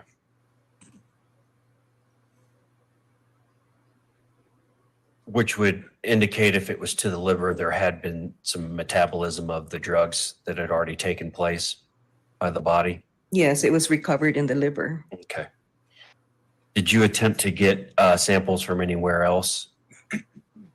Can't recall. I think If you have your report, would that refresh your recollection? we took liver tissue and spleen tissue, but they tested the liver. Okay. And what is the significance, I'm sorry, of taking samples from the liver versus the spleen? Caroline, If you can't take from blood or urine, but not really. we take from the liver. Okay. So you can see there will be drugs in the liver too, and there might be levels for that. But with this case, because of the decomposition, it's hard to determine the values. Okay. And I guess I asked a bad question and I apologize. When you're taking a sample from the spleen, why take it from the spleen as well as the liver?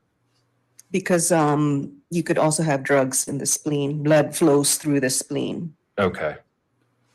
And would you expect to have the same results with a liver sample versus a spleen sample, or could there be differences? It could be different. All right. Thank you, doctor. All right. Thank you, Doctor. You may step down.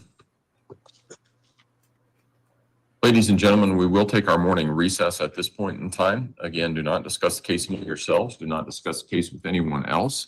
And if we can have everyone back in the jury room at, say, 10:25, we should be able to start on time at that point.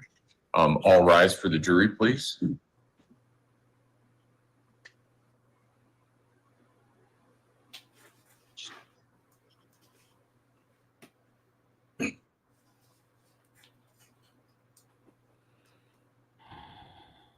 Hey, Raz.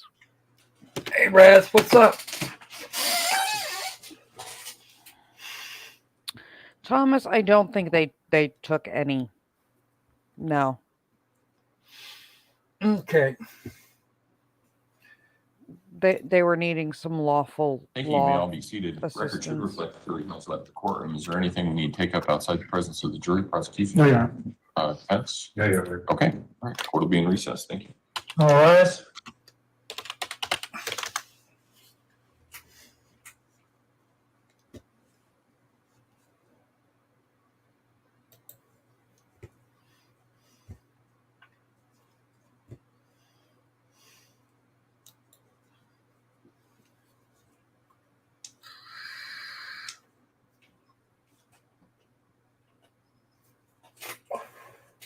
So we got anything fun to go over now? Things are still developing. I'm trying to get some of the details before we kind of dive into what is going on. Okay, so shall we do the other thing then? You can. Okay.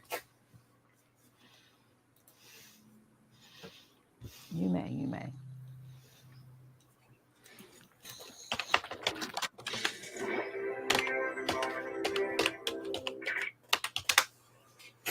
Everybody click the link that I put in Loki's chat for reasons I don't get. Because you like to be me. Yeah. You know it's your goal in life to be me.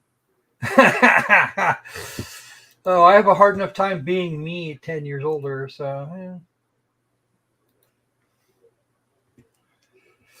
Oh, well, that and you get a highlight on your name, so your name gets a highlight so everybody sees it. I'm just saying.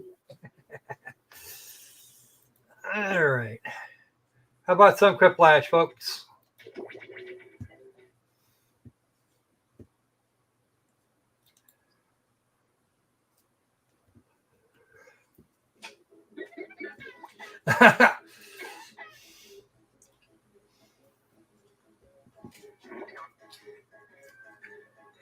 All right, folks.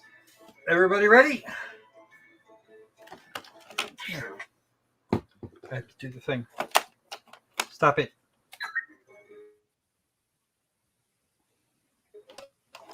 You be nice. Yes, you did. There was some serious entertainment for that. Put in this room code to play. VDAF.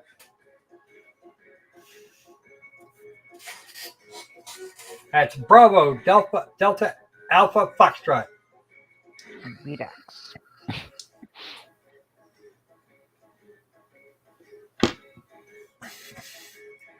But after somebody spent some time complaining that she never wins.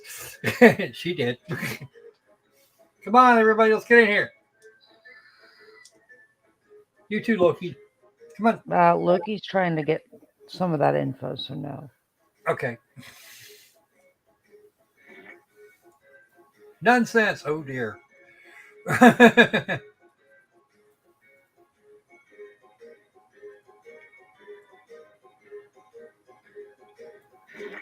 Denny. Yay, Denny. Let's see if we can't get one or two more here real quick.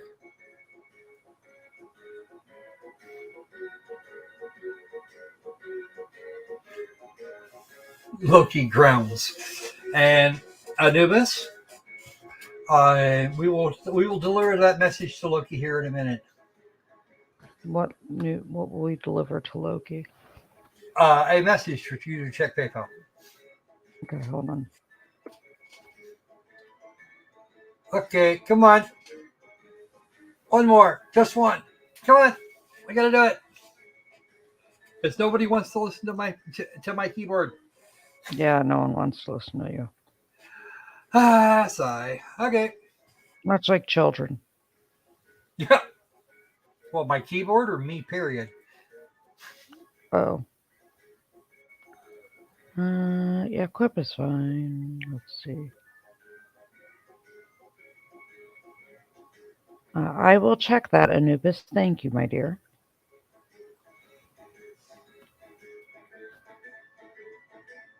Thank you, my dear Anubis.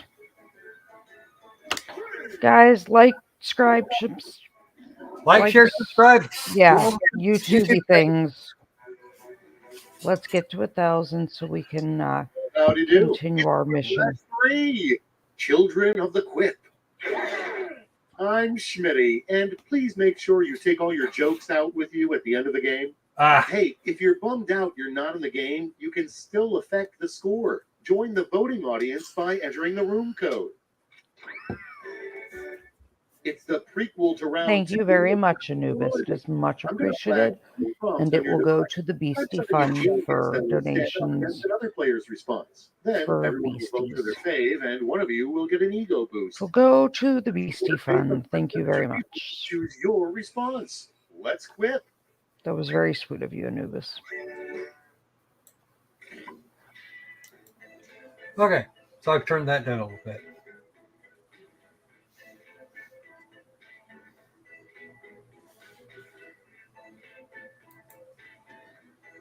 Yeah, Debbie was like the silent hitman the other night. Oh, yeah. There was death, dismemberment, destruction.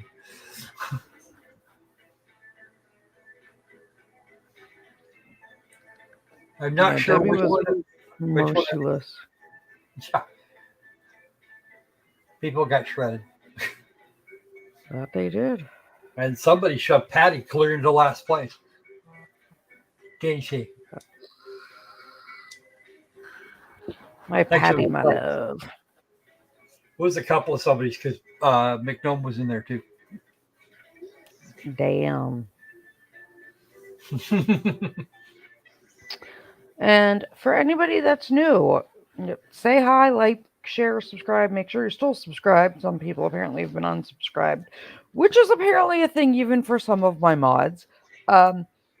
Which, great. You unsubscribed to mod. I have questions. Wrap it up or use a But sink. make Yeah. sure, share it out. And for those of you who are wondering when I talk about the Beastie Fund, it is channel policy on this channel that any time one of our regular beasties has a death in the family or something going on, or even something good in the family, like a new child, niece, grandchild, whatever, that we use the Beastie Fund to make a donation in their name to the favorite charity of the person. A Or the warning should come with alcohol. families, or the family's preferred. Yeah.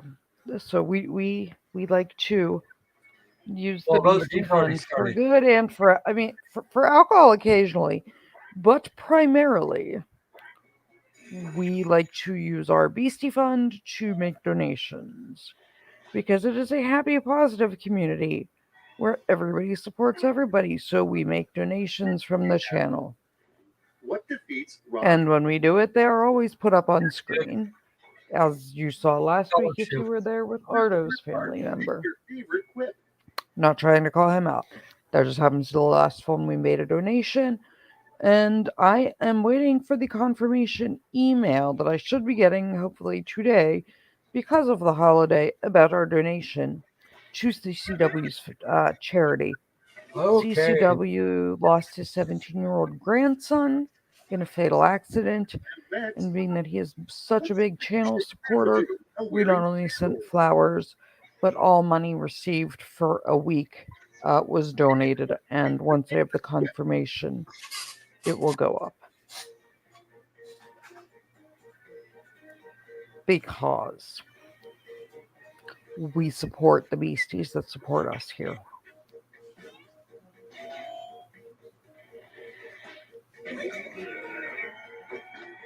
That's right. We'll gnaw your ankle off. next on the docket, you know your doctor is You need WD-40 Squirrel. I have WD-40. I've used it.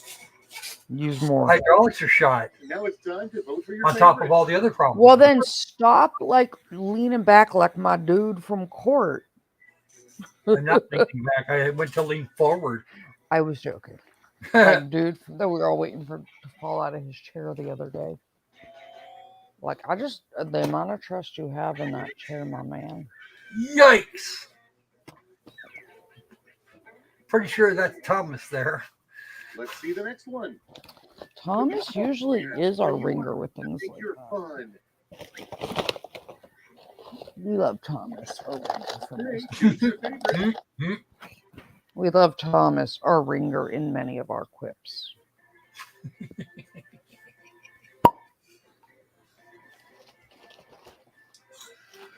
Thomas, Debbie. Well, just so you know, if Amanda is playing and it's Wheel of Perpetual, whatever. Round one is behind us, and the Real Giant wheel of game. enormous proportions. Yes, there is. Whatever. Yeah, if Amanda's playing, you're hosed. She won 2 games in a row. Good, because it's time. Amanda is brutal, Doubled, I say. which is great. I love watching Amanda. She can smoke just about anybody with that game. Or very, very sweet. Quiplash, though. Amanda. What? She doesn't do as well as Quiplash. There's 2 people in the audience, don't she? That's because you were late. Good mean gumbo.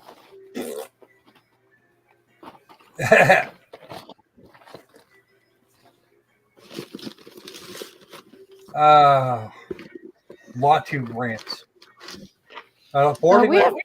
We have some of those coming probably in the next 24 hours. Oh.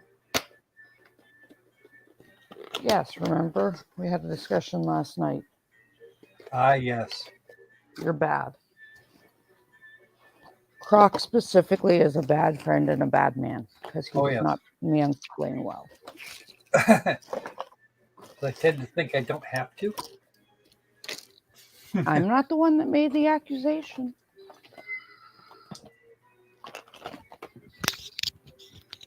I'm not the one. Yeah, I told Patty about that one this morning. She laughed. Let us set sail with the most haunted item at an estate sale. Oh, jeez. Oh, no. Good thing I'm not playing this round. Choosing time. We don't know who me is, but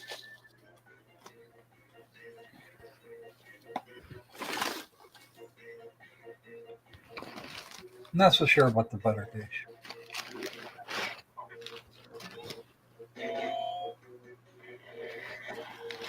Ooh. Yikes. And next is driver's safety tip. It's unwise to operate a motor vehicle and blank at the same time. Lawful law. Oh. Right, vote for the one you like best. Crocker squirrels do understand physics. They don't like flying.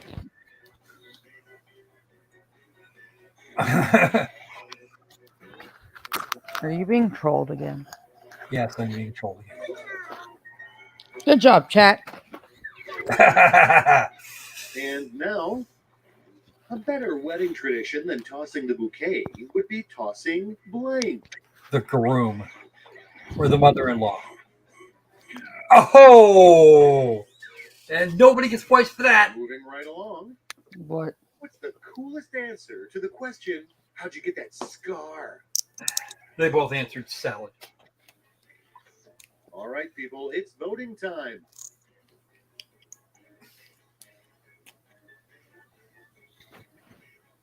This squirrel doesn't dance. He sucks at it. Someone actually tried teaching him one time, and it just did not end well. Poor girl lost her. Rhythmically challenged. That'll be Nick. Okay, what's next? Squirrel, are you rhythmically challenged? Scarlett Johansson at the end of Lost. Are you rhythmically challenged? All right, choose your favorite.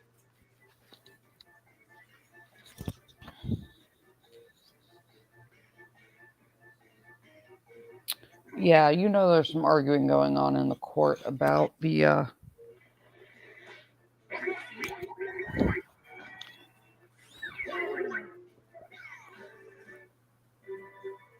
That was a round 2 for the ages. Let's see how you did. Arguing in the court about what? Step right up to Riplash. The end you've been quipping towards. On your device, you'll see a prompt that requires 3 separate responses. Make me proud. Oh, no. Yes, Becky, we know. I paused earlier against moi. and said as soon as I have a few of the details, I will fill in. I did pause the stream when the news broke.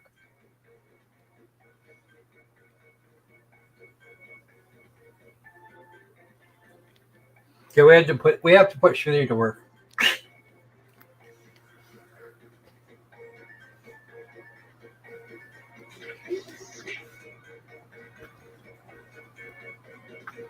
No, it's okay, Becky. There are going to be parts of this trial that nobody's going to want to look at or hear because Yeah, and that's why we're going to do some sanitized roundups.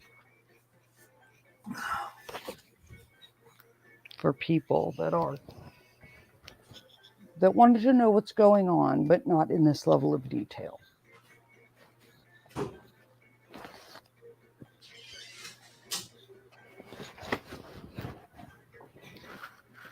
Yeah, this is week 2.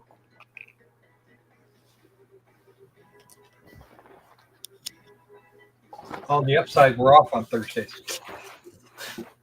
Yep. Because the court has some kind of standing thing. Okay, it's time. Vallow statements are 3 supposed to be ways live to jazz today. up your boring old water.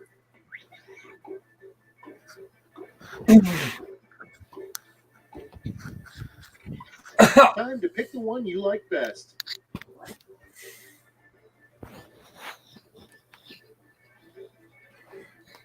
Well, it shouldn't. It won't let you into the main game once it started.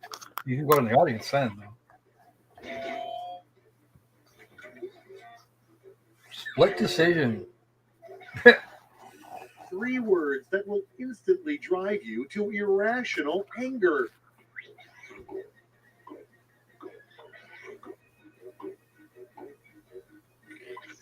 And now, pick your favorite.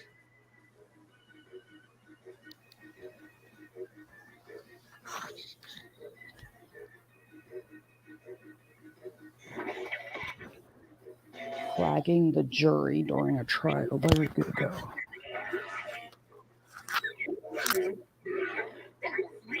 Well, we're almost done, so. 3 keywords that would most certainly pull up this player on the first page results. I love when you're staring at something and like can't find it. So you're looking right at it. Favorite. Well, somebody is stuck on the whole drunk law tuber thing.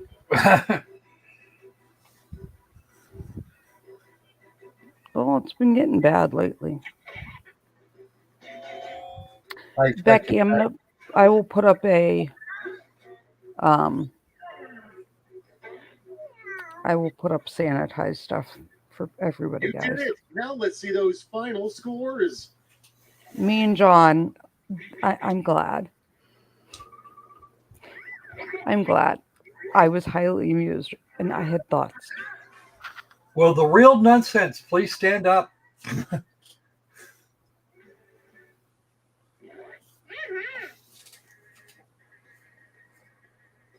All right. Of course, she'd be back anytime now.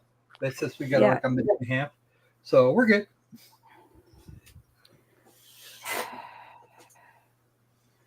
And Really? Becky, I'm going to. Nice.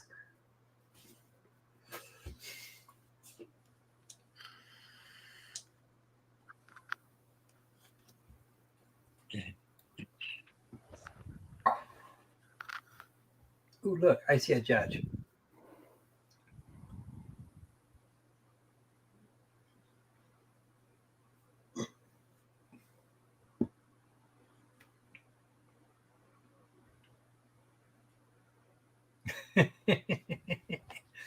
Is there actually a musical by that name? I had not heard. I did not know. Ooh. But then there's a lot I don't know about pop culture, so I lost track of it about age 14.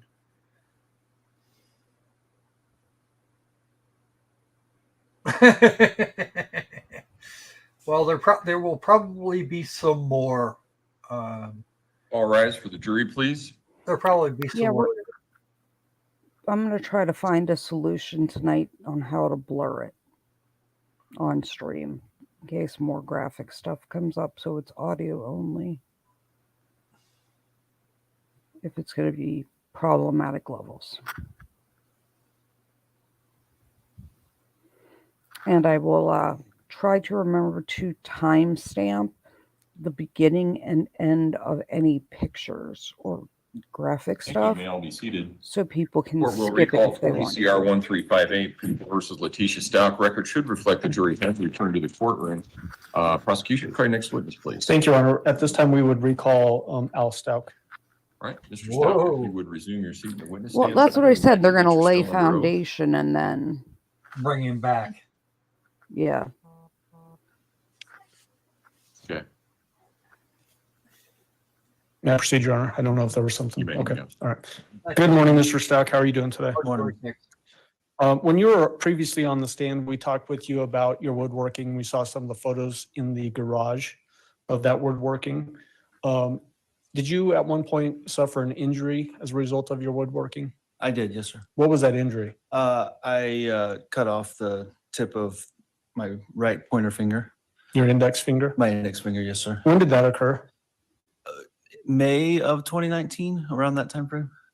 Did you get any prescription medications to deal with pain from that injury? I did. What kind of prescriptions did you get? I believe I would have, well, I had a ibuprofen prescription and then some sort of pain medicine, I think hydrocodone, some sort. Was that hydrocodone, was that a prescription that you got from your doctor? Yes, sir, directly related to the finger injury. Where did you typically keep that hydrocodone in the house? That one I typically, and the ibuprofen I kept next to my bed in my little nightstand type area. Did you consume all of the hydrocodone when you had that prescription? I did not. I believe I only took 1 or 2 of the pills. I don't take a lot of prescription medicine anyways, and the ibuprofen was enough for me to manage the pain. Did you ever, did you or anybody else in the family prior to when Gannon went missing, would you ever give these hydrocodone pills to any of the kids in the family? No, they were hidden in the drawer in that nightstand area. So only myself and possibly the defendant knew where they were. Would you have ever given those to Gannon? No, sir. That's all I have for you. Thank I'm you. just hoping that she did drug him because then he wouldn't have known Do what was jurors have going any on. questions regarding that part of Mr. Stauch's testimony? All right, thank you, sir. You may step down. Okay. All right, prosecution, call your next witness, please. We're just checking in the hallway to see if she's out here yet, Judge. Okay.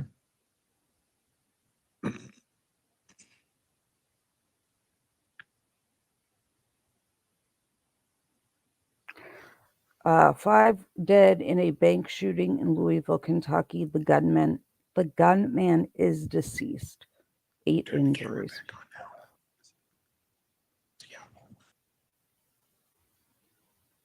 At this time, we would call Special Agent Andrew Cohen. And it was not a random target. All right. Agent Cohen, if you would step forward and raise your right hand. You swear affirm the testimony about to give in this matter will be the truth, the whole truth, and nothing but the truth. I do. Go ahead and have a We'll seat let in the you witness stand. know Please watch your step more. as you step into the stand.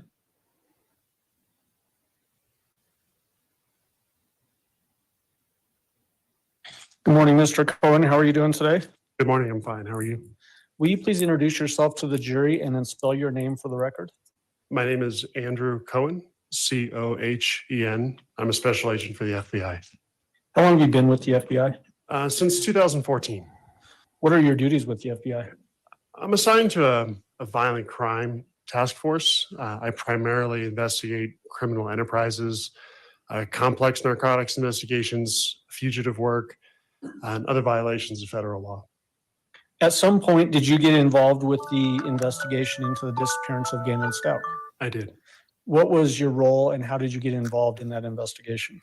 I was requested to assist the El Paso County Sheriff's Office shortly after Gannon was reported missing. My role at the FBI was the lead case agent for the FBI. So information that we obtained from search warrants or interviews or other data would be compiled and would eventually all come through me. The fact that the investigation spanned from Colorado through to Florida and then South Carolina, did having the FBI on board assist with that investigation and just the spread of the investigation? It certainly did. The FBI has a lot of resources nationwide, and it's sometimes a little less complex for the FBI to arrange resources in other states than, say, it would be for the El Paso County Sheriff's Office locally. When you said that you were the lead agent, what does that mean for the FBI to have a lead agent on a case? I was assigned the responsibilities of that case, of maintaining the case file and of making the investigative decisions at the FBI. Are you also serving as an advisory witness in this case? Yes, I am. Is that why you're sitting sort of behind us during testimony here? That's correct. Is it probable that you'll testify more than one time? I think that's up to you. Yes, it is. Let's just ask So, rhetorical questions. Agent Cohen, in your work as an FBI agent, is it typical for you questions for to the get win. involved in wiretaps? I've been involved in several wiretap investigations throughout my career. What does it mean to have a wiretap?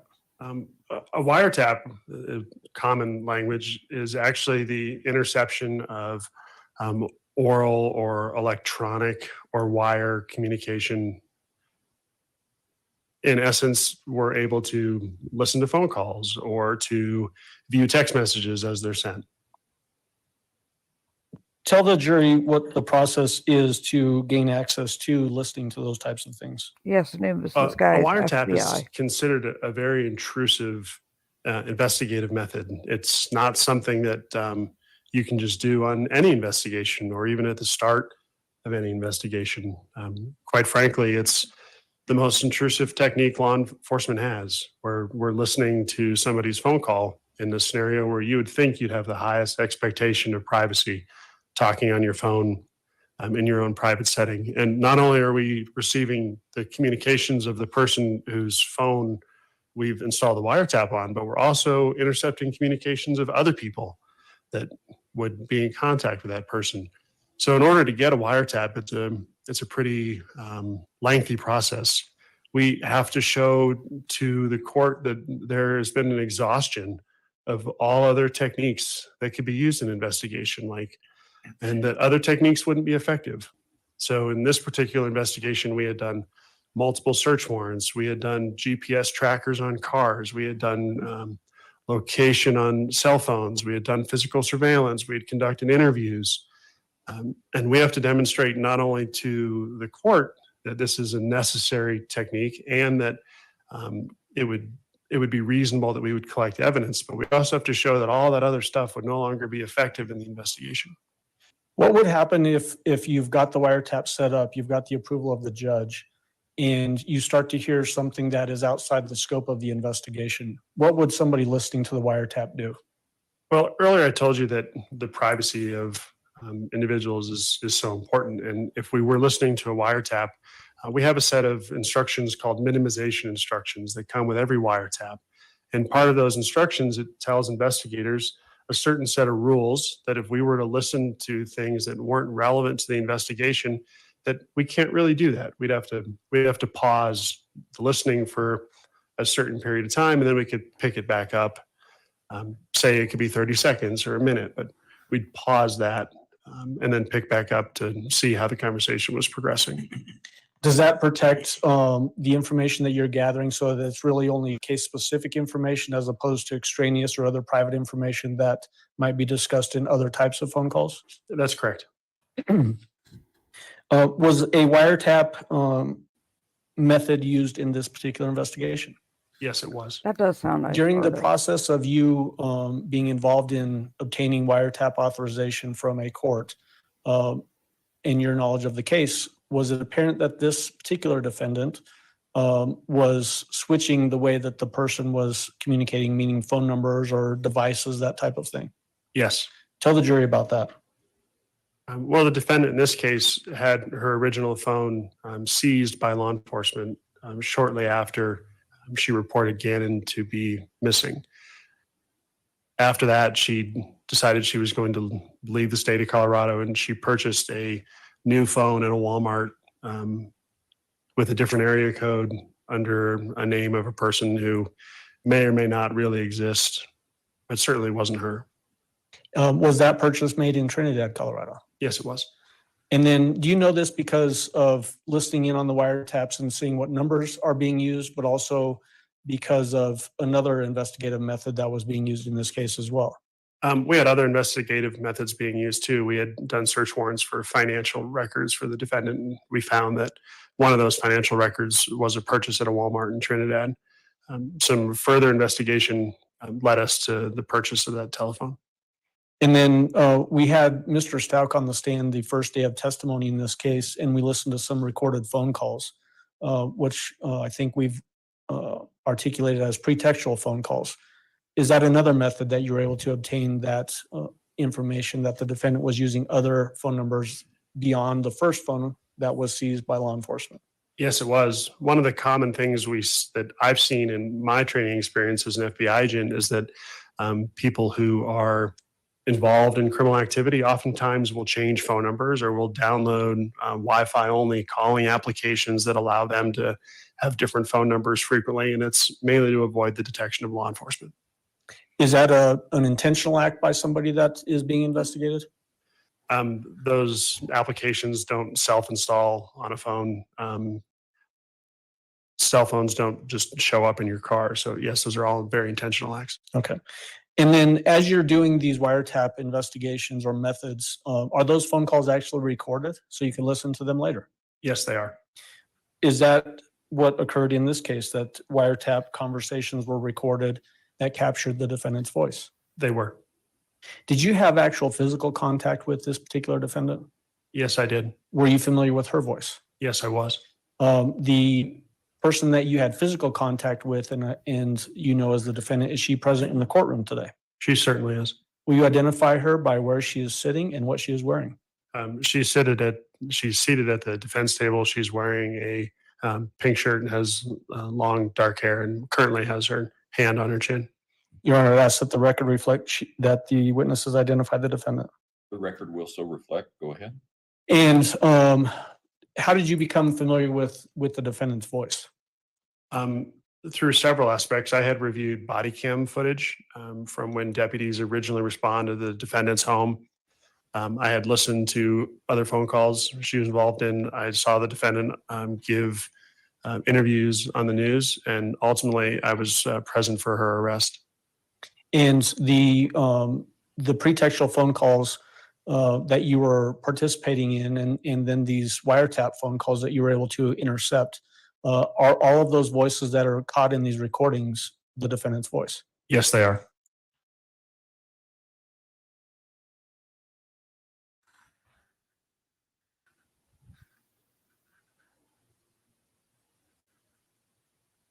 I may approach with 688, 689, 690, and 691. You may.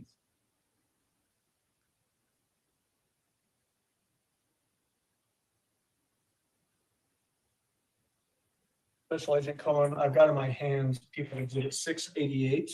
It's a disc. Do you recognize it? I do. How do you recognize it? I reviewed this disc and I initialed the disc. What does the disc contain?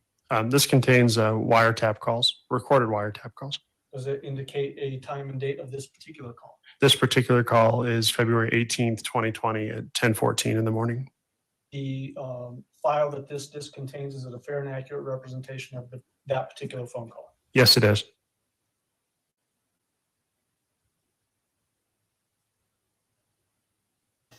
We're going to have to listen to more phone 689, calls. do you recognize this disc? I do. Yep. How do you recognize it? I've also initialed this disc. And what does this disc contain? This contains a recorded phone call from the wiretap on February 18th, 2020 at 10:19 in the morning. Is this file on this disc, is it a fair and accurate representation of that particular phone call? Yes, it is.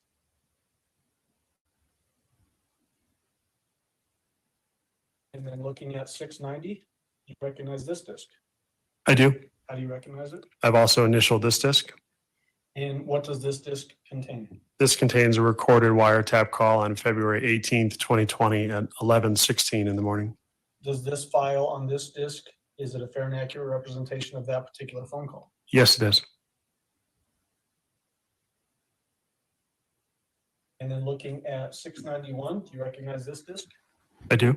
How do you recognize it? I've also initialed this You can disc. recognize What the does this physical disc disc, but contain? you have to A authenticate recorded what's on wiretap it. call on February 18th, 2020 Just because he at signed the disc 2:47 in the doesn't afternoon. Does it mean actually say 1447? It does. And that's 2:47 p.m. Correct. Is this file on this disc, is it a fair and accurate representation of that particular call? Yes, it is. All right, at this time I'd move for admission of 688, 689, 690, and 691. Mr. Tellini? Your Honor, subject to the section I added in the prior hearing. Council approach, please. Well, this is going to get muted. Yep. There's going to be more phone calls. They wouldn't Oh, be God. admitting those unless they were going to be played. Oh, God. Hopefully it is not a shit show like the last ones. All right, subject to the Yeah, objection. Ardo, I know too. But this is the, just for the exhibits audio 688, recording from the court. 89, 90, and 91 Not are admitted. Go ahead. camera In footage or permission to anything. publish, starting with Literally 688. just Judge. releasing You may. audio.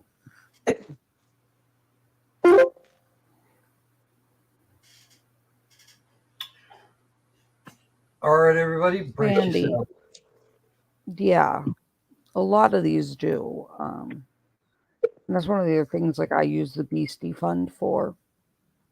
You know, How can I if we help? request something Yes, or a I document, didn't get any I have to pay for confirmation them about generally, my test I paid for. depending on where it And is. so just for reference sake, before we get too deep into the phone call, sounds like there's two voices.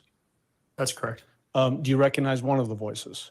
I do. Is it the female voice? Yes, And whose voice is that? that's the defendant's voice. Okay. Debbie, ahead. I'm Thank you, not Andrew. sure. They had to blur faces in the Okay, video. can I have your name, So please? I can maybe check if that we've is got the all order I here. think.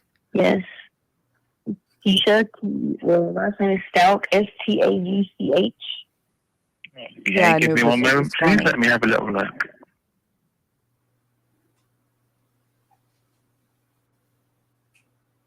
Okay, yeah, perfect. I can see that we've received that, and we have actually sent the test. Have you not received that as yet? Have what now? We have already sent the results to your email account. I don't have them. Mm-mm. Okay.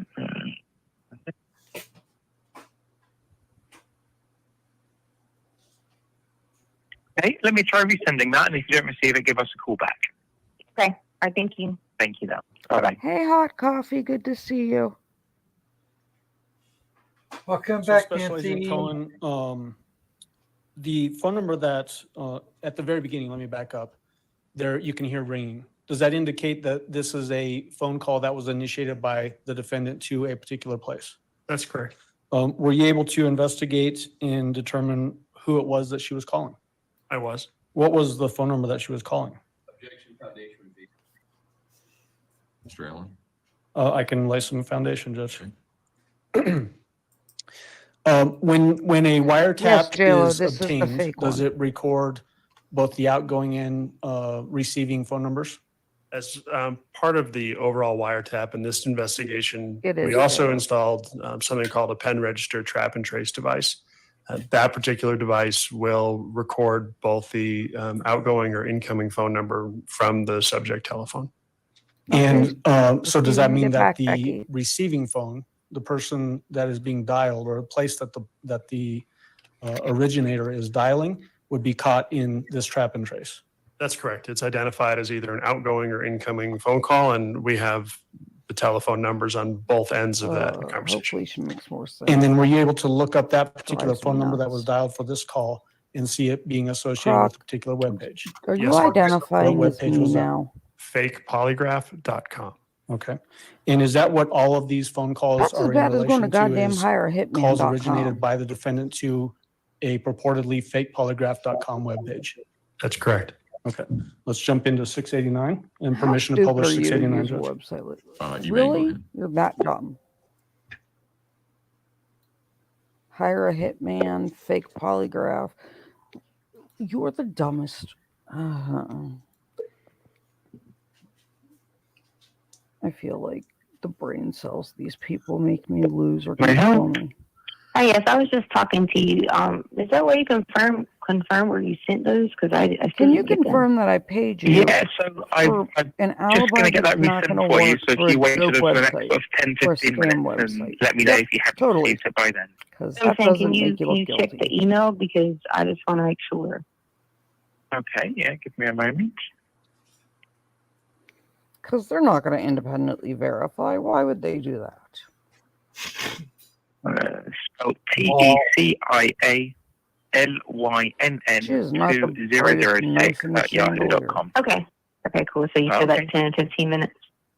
Correct. Okay, thank you. Have a good day. Because she's actually In talking. that a little particular phone call, did it sound like there was an God. email address that was confirmed to the defendant? Yes, it is What was that actually his email name, address? Sandy. It was Tisha Lynn. HireAHitman.com. 2000 Many people have taken it. I can't remember the seriously. exact address, but it was And an address for that we knew some to be reason associated thought to you the could defendant. just order Okay, a hitman and police that's weren't that's involved. what sounds like an And English fakepolygraph.com English speaking person yeah, relayed, and it then is a the defendant website, acknowledged that as and you being can pay for the correct one. email Yep, address. totally. That's correct. Okay, and then You 690 have to try to be this stupid. permission to publish. Like you got to put You may go ahead. actual effort into this to be this dumb. I mean, we have the peanut butter thing, so we know she that dumb, but still. She needs to be like. She Hello, needs how to can I work on help? be less dumb. Hi, I'm calling again. I still didn't get that email. Okay, can I ask your name, please? Mayor, Mayor Wrench, hi. Hello, Mayor Bench. Yay. Oh, right, yes, perfect. I can see Our here. mayor has arrived. 10, 15 minutes. Can you say it again? I still don't have it. Yeah, no, unfortunately, it's actually been blocked by management, this order, due to the content of the questions, so we're not going to be able to send this report. Okay. But we did send it to the police, you idiot. Do I get my money back? Unfortunately, not on this case, no. Obviously, due to our terms and conditions, it does clearly state that any sort of illegal activities or anything like that, obviously the management do reserve the right not to send the report. Obviously, we Well, do we are incur gonna tell processing police fees, about that's it. why a refund would So be have due. fun. So what do you do now? Just delete it and go on about license and money? Yes, we would do indeed. I got you. Okay, Thank you. now. Bye-bye.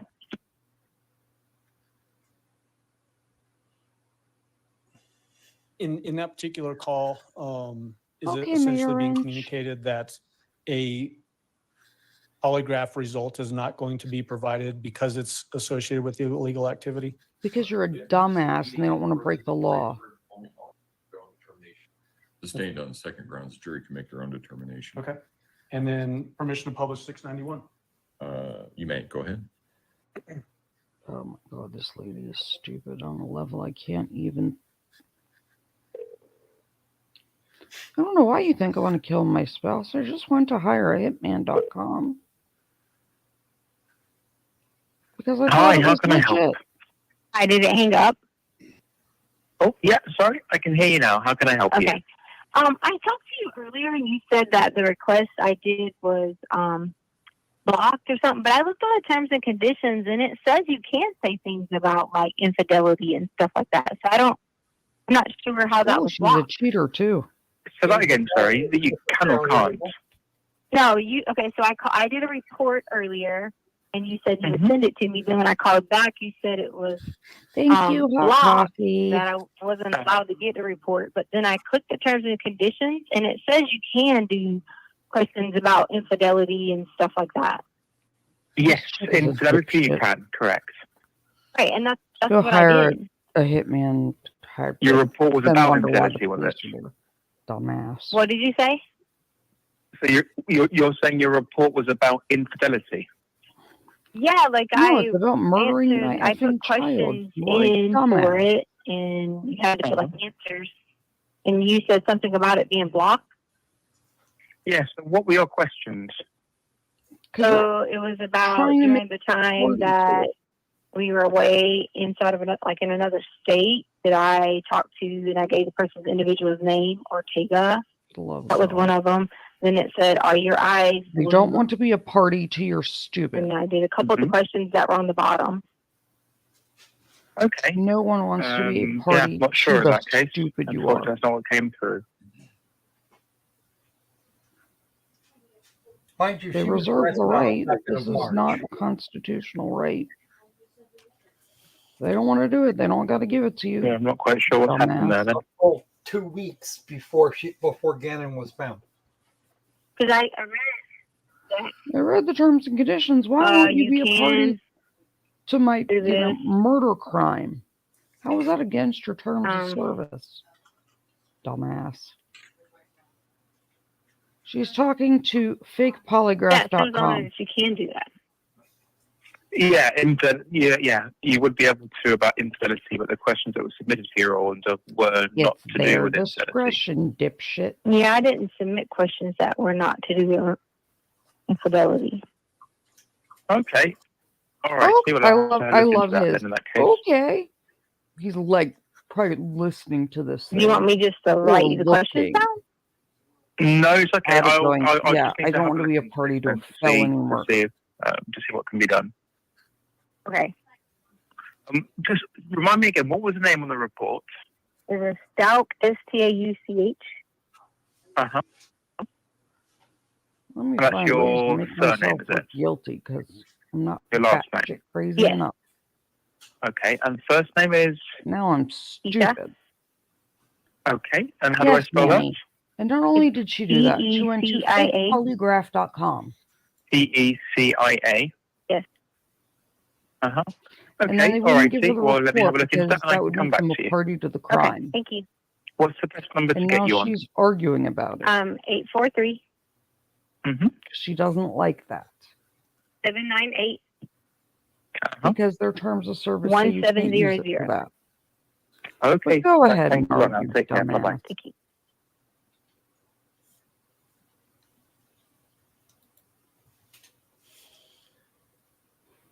It's literally as bad as the people that go to hirehitman.com. She gave the correct name. Were you aware also at this same time that that's when these pretext calls were being recorded involving Al Stauch and the defendant? hirehitman.com. Yes, I was. Were there phone totally calls above board during and that legit. time with those pretext calls in Fake which the polygraph. No, defendant totally was on talking board and about getting a legit. polygraph examination? Totally not a fake Yes, one. she was. What was she trying to convince Oh my God. the listener, I guess Al Stauch, of during those conversations? Objection, speculation, as Objection, my I think you client's can a rephrase dumbass. and refer back to the conversation, but I think it's up to the jury to make a determination about what the defendant's state of mind was during the conversation. I understand, Judge. What was she saying to Al as it This relates to the company polygraph? doesn't want to be part of a. She was doesn't saying want that to she be had a party passed a to a polygraph murder. test and she was continuing to purport her innocence and that she had nothing to do with Gannon's disappearance. Passed a polygraph as it relates to what? They Whether don't she want had to be a anything to do party with to a Gannon's crime, disappearance. dumbass. Okay. Okay, that's all I have. Thank you. Cross-examination, Mr. Polygraph test Klein. wouldn't help you. Debbie, because it's on. Do the any of the jurors have any report. questions for Agent Cohen? So the report wouldn't have her name on it. Thank if you, she sir. You was may a step fake down. one. Thank you. Prosecution, call your next witness, please. But she's smarter than everybody. Don't forget. We would call Christina Cervantes. Last name again? Cervantes? Cervantes. Yep, it's spelled Cervantez, I believe.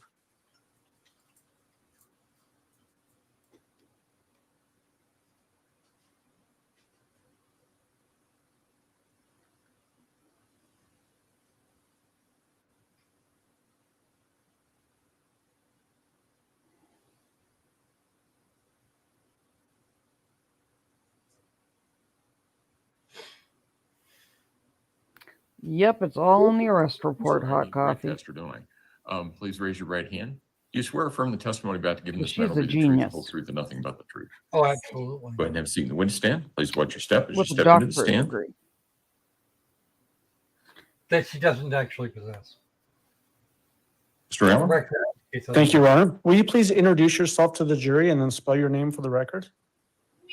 My name is Christina Cervantes, Christistina. Last name Cer, V as in Victor, AN as in Nora, T as in Tom, E as in Edward, Z as in Zebra. Do you need a glass of water? Yes, please. There's a water pitcher there. And be careful when you unscrew the lid because it comes out fast when you do that. You have to turn it just a quarter turn roughly, I think. Yeah, hot coffee. They're not admissible in court because it's junk science, and they're not admissible in court. It happens to all of us. Don't worry about it. What is your current occupation? My current occupation is crime lab specialist with the Texas Department of Public Safety in Texas. Did you used to work for the sheriff's office here in El Paso County? Correct. What was your occupation with this sheriff's office? Evidence technician. What were your duties associated with being an evidence technician? My duties were to intake evidence as it was collected from the scenes, from the officers as well. We also responded to calls when we had evidence to collect from those scenes. We also received phone calls from the public in reference to getting their property back.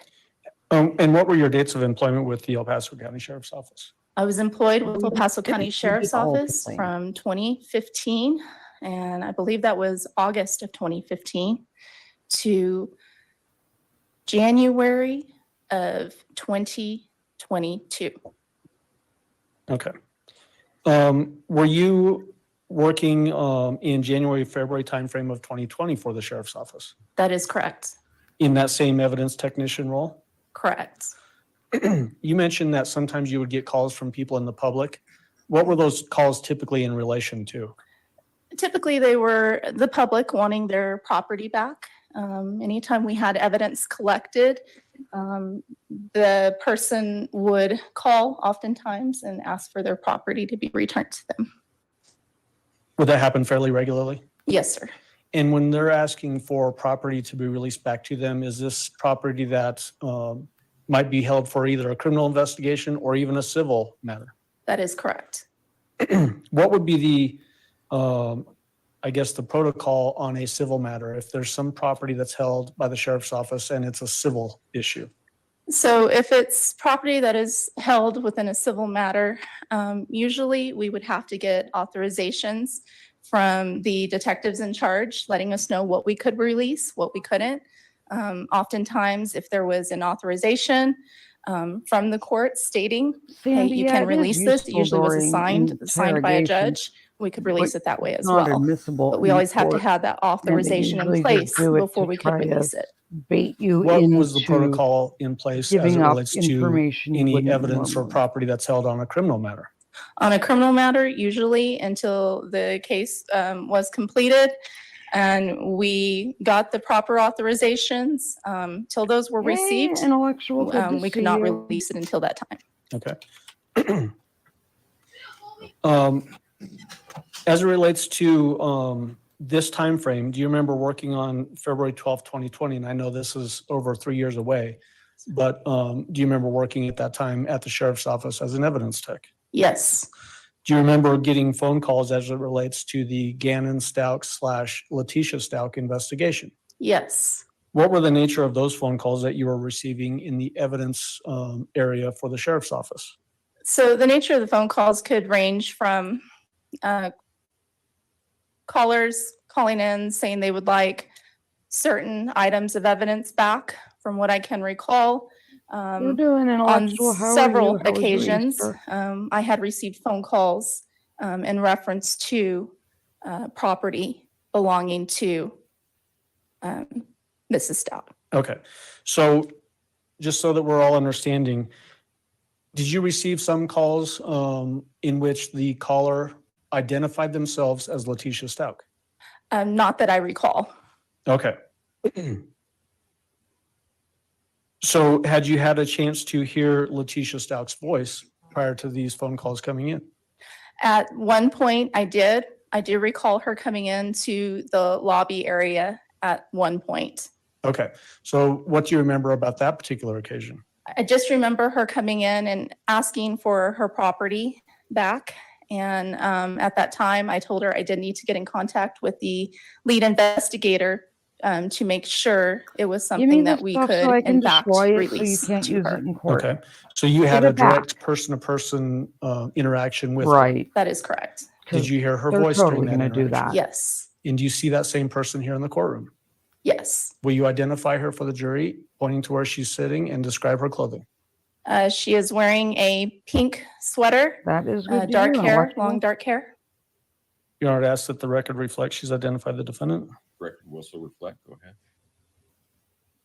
And then did you get phone calls after that interaction with that same voice from the defendant? Yes, In a particular phone call, did you get a phone call from that defendant where she purported to be somebody different? from what I can recall, yes. Do you remember who it was that she was purporting to be at that time? At that time, when I first got that call, the voice, this lady stupid. it sounded like her, but claiming to be her daughter. Okay. And when we were using the word her there, you mean her, the defendant? Correct. The voice sounded like the defendant, but was claiming to be her daughter? Correct. Okay. Your Honor, may I approach with People's Exhibit 280? You may.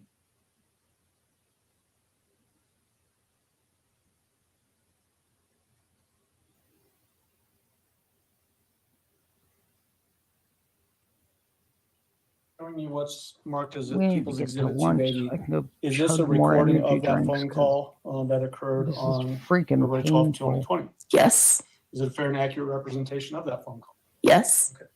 Move for admission of People's Exhibit 280. Commissioner Board Item? On the exhibit? Yes. The Yes. amount of stupid. So somebody called and they identified themselves as Harley Hunt. Correct. Have you ever spoken in person to Ms. Hunt?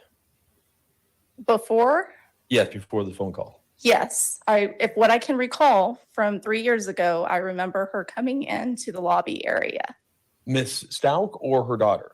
Mrs. Stauch. Okay. Had you ever spoken to her daughter in person? No, So you don't have a foundation as what her daughter's voice sounded like no, and how much her daughter's voice may sound like hers? no, sir. I'd object to the foundation. Overruled. I think it goes to weight, not admissibility.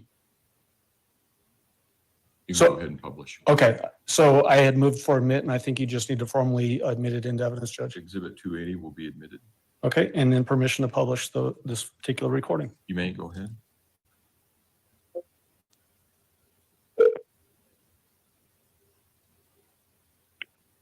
Office evidence, this is Chris.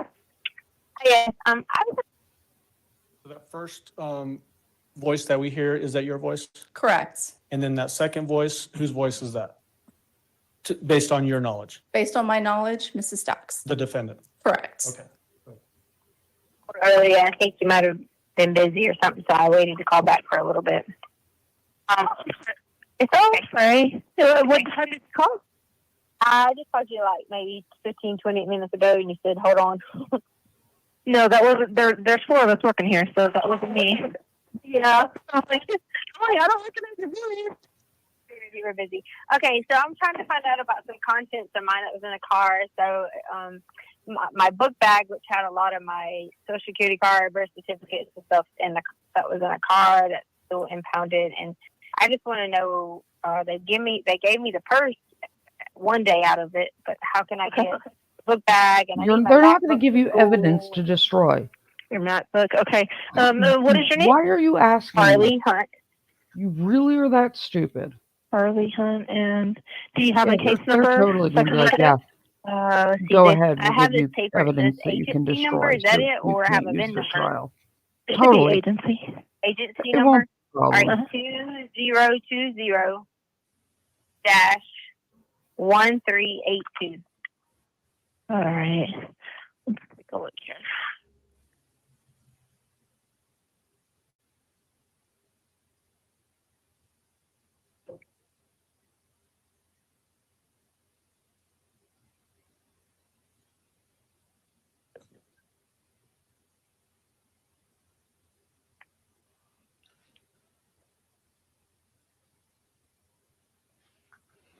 Excuse me. Excuse me. Thank you. Thank you.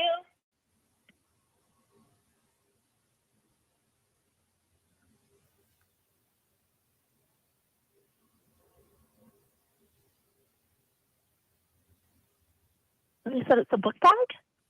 There's a black and white book bag that was in the back seat of the white Jetta. And it has like my passport, my social, my birth certificate, All the things I my need dog to be a paperwork, country. my MacBook. see. Let's see. Everything I need to flee before they arrest me, so they can't extradite. Yeah, there was like there was a one blue That's what I bag and need. a MacBook in it. And then there was a black and white blue bag, and there was like my diamond rings are in it. And then there was Because this doesn't pink say folder I'm that gonna had flee. like my birth certificate and all that in it. Okay. Let's see here. Like, I understand they might still be holding the car, but like I can't like even like work or anything without having my passport because I'm a flight attendant and. Oh, you're a flight attendant now. I thought you had a doctorate in And you said your education. name is Carly Hunt, is that correct? Harley Hunt. Harley Hunt. Okay, Harley. Well, I can tell you right now, everything on this case is evidence. So because it's evidence, I cannot release it back to you without written authorization from basically Pretty much intellectual. a higher authority. They have And a not lot of given the us times any they written will not give it authorizations back, to release. even So, extradited, unfortunately, depending on what the what you may charges want are. to do is They'll contact keep the them detective because on this of case. Have you record been in keeping contact for with appeal, anybody? Yeah. depending on what's being All right. charged. Well, let me go ahead and get the lead detective's number for you, and you can call them in reference to this. Okay. Okay. All right. Hold on just 1 second. That might actually be Harley. I don't think it is. Harley wouldn't have a diamond ring. No? She's a minor.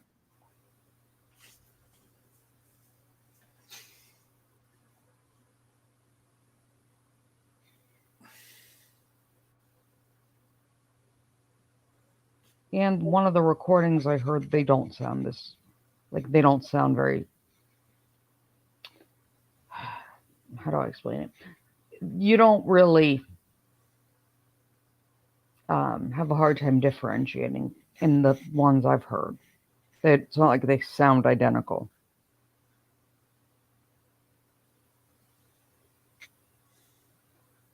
So it's not Harley just needing a backpack.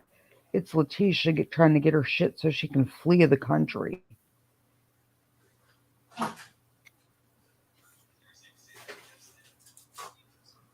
Yes, Debbie, but even if you had diamond rings and earrings, you wouldn't have them in the same place as your passport.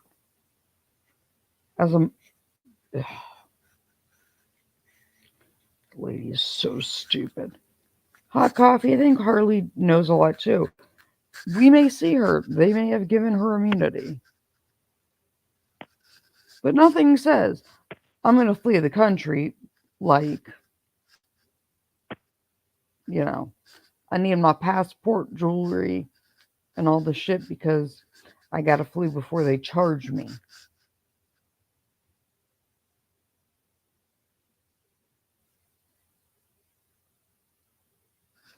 This woman is doing the best job ever of making herself look guilty. Like stupid levels of guilty. I don't want to believe that someone can be this stupid. I think she's hoping that the jury will think the same thing and go, okay, not guilty. I doubt that, because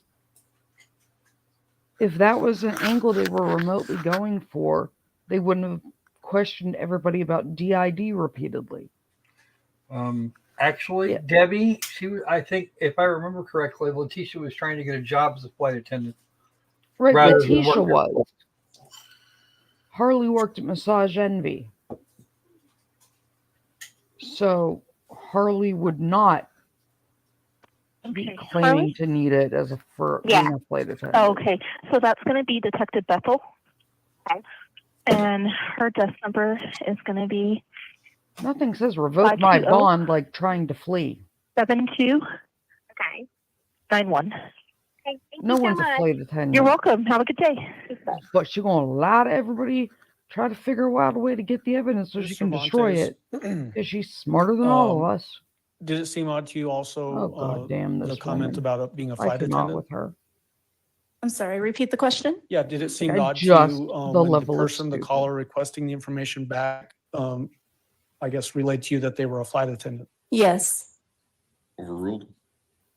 What was odd about that? Just the fact that her daughter being young, the age, I thought found it odd to be that age and a flight attendant. That's because you have to be at least 18. Cross-examination. And Some potentially. airlines Clear require statement of questions from 21. Ms. Cervantes. No, all right. Thank you, ma'am. You may step down. Thank you. Prosecution, call your next witness, please. Called And Debbie Detective thinks Michael Ballard. that this lady is a lying liar who lies. Or that lies. Like I said, go to hireahitman.com, because now the people that have gone to hireahitman.com have tried to hire one and have taken acts in furtherance that make them, blatantly guilty. Detective, if you would trying step to forward and hire a raise your right hitman. hand, please, sir. They look like a freaking rocket scientist next to her. You swear affirm the testimony about to give in this They're trial will be the damn truth, Nobel the whole truth, and laureates nothing but the compared to truth. this idiot. Go ahead and have a seat in the witness stand. Please watch your step as you step into the stand.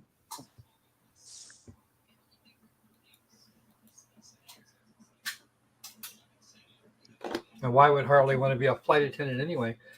She's Good currently morning, making- Detective. Will you please introduce yourself to our jury and then spell your name for the record? Good morning. My name is Michael Bauman, Bauman, Detective, who are you employed by? the El Paso County Sheriff's Office. What do you Carolina do said for the Sheriff's rocket, Office? like, I'm a NASA. digital forensics detective. What are your duties associated with that position? Basically, my job is to find and preserve data that may be evidentiary of nature on electronic devices.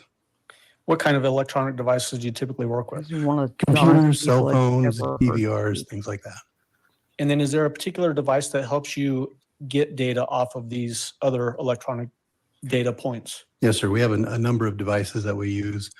For instance, with computers, we use a software and hardware combination called Celebrite. We also use something called Gray Key, which is for extracting data from phones. For computers, we use Axiom and kind of beefed up computer workstations. Tell the jury what Celebrite is. You mentioned it. Celebrate is basically a combination of hardware and software. It is it's a little device Yeah, that plugs Danny, into the it's USB on your insane. computer. Last summer And when then I you was can flying plug every phones into week, that and so they were forth. like all out And fist extract data fights from the on phones. flights I And then was on. Celebrite has a second function, which it actually goes through that data and turns it into something that's readable and sortable and so forth. Do you have particular training that allows you to use that particular, is it a device or what is it? Yep, It's a device, it's a well combination of said. hardware and software. Do you have training that allows you to use Wait, that? Yes, sir. This woman might be What dumber, does that dumber training than Daryl consist Brooks. of? Well, I have We're 3 different idiots that go to hire a certifications with hitman. Celebrite. We're And like, basically 3 levels. just The stand highest outside with level a is megaphone and Celebrite yell, "I'm Advanced guilty." Smartphone Analysis. It's just basically I mean, I guess each we one should was have expected this the after we got first 2 wet-cropped together were a week long, 17 and the different stories in CASA, one the phone call. smartphone analysis one, was also a week long. That specifically dealt with using that tool. Basically, it's a hands-on program that you go and county spends a lot of money, and I sit there and Thoughts, learn how to Brock? use the machine, basically, and get an idea of what it's doing. So. Tell the jury about what the process would be like if I handed you a phone to use with this device. What process would you go through? I'm not sure about the EE, to Caroline. obtain the I data think she from that might phone? just be that So, stupid. effectively, if we know, I for want to know if instance, she we was know the like eating passcode, we'll paint use that as chips an or example. something as a kid. We'll take that phone. We will You have you to set the phone try to up by make yourself look guilty, like this enabling guilty. developer options and things We're like that. literally one of the If it's dumbest Android, if it's people iPhone, it's different. If I've it's ever iPhone, you heard just speak. tell it to stay awake, basically. Based on your Then you phone plug the calls. phone into the Celebrite Oh my UFED God. device, which is the little thing I talked about that you How plug into your computer. do you breathe And without then you constant go through and the steps on the explicit screen that instructions? How the hell do allows you the even phone, breathe and without you're someone telling you interacting what with the to phone do? and the computer You are that to set up stupid. permissions so that you can download data off the phone. So basically selecting what data you want This to is extract top from tier that phone? stupid. Well, I mean, yes, what you're really doing is setting up the computer and the phone This is so the that stupid they can talk to Olympics. each other. Generally, we do I don't want to go top shelf too stupidity. deep in the Gotta nerd love it. world for you, but we use This lady, application the world programming record interface, stupid at the rate this is Celebrite, going. which is kind of like a translator. It Like, allows I just, Celebrite to speak I to don't know how you can be this computer, stupid. right? Like, So, how? you know, How iOS can is you be talking this stupid? to Windows at that point, so that it can say, okay, Fuck's this sake, is the won data win a that you gold can pull off of medal? the phone. Like, And so that's what what are we that's doing? kind of how that works. And so then it pulls the data off the phone. We then use the physical analyzer software to parse through that I data would suggest a drinking and game every time she find the changes her files that are alibi in or there. lies. We'd be What dead kind in the of next things do you 25 typically minutes. extract from a person's cell phone? It depends on the phone, but oftentimes we extract, pictures, text messages, instant messages, internet search histories, Someone call the Guinness Book of World Records. activity data, locations, all those types of things. What do you do with that information when you extract it? You put it on a disk? Yes, sir. We'll take that information, run it through Physical Analyzer, and then we'll take and create what we call a Celebrite report. And that Celebrite report is basically a standalone piece of software that puts all that data into something that you can categorize and search and let me look at these time frames, or let me search for these keywords in the extraction, the data we were able to pull. Is it typical that you obtain these phones that you use this device on comes from some other detective that's involved in an investigation? Yes, sir, generally. I thought I Will was. that detective generally give you some guidance as to what they might want off of that phone if you can obtain it? Sometimes, frankly, again, I don't want to go too deep in the weeds but Celebrite's able to parse about 400 out of 4 million applications. Now that was a couple of years old, those numbers. So I generally try to pull as much as I can, and then I allow the detective to take and based on the scope of their warrant or their waiver, they go through that data and find out what's pertinent to their case, since I don't know the case like they do. Okay, so you're kind of leading into the next area that I wanted to go into. Once you put this stuff into a Celebrite report, as you described, put it onto a disk, does that then make it accessible to other detectives in the investigation to use for whatever investigative purpose they may or may not have?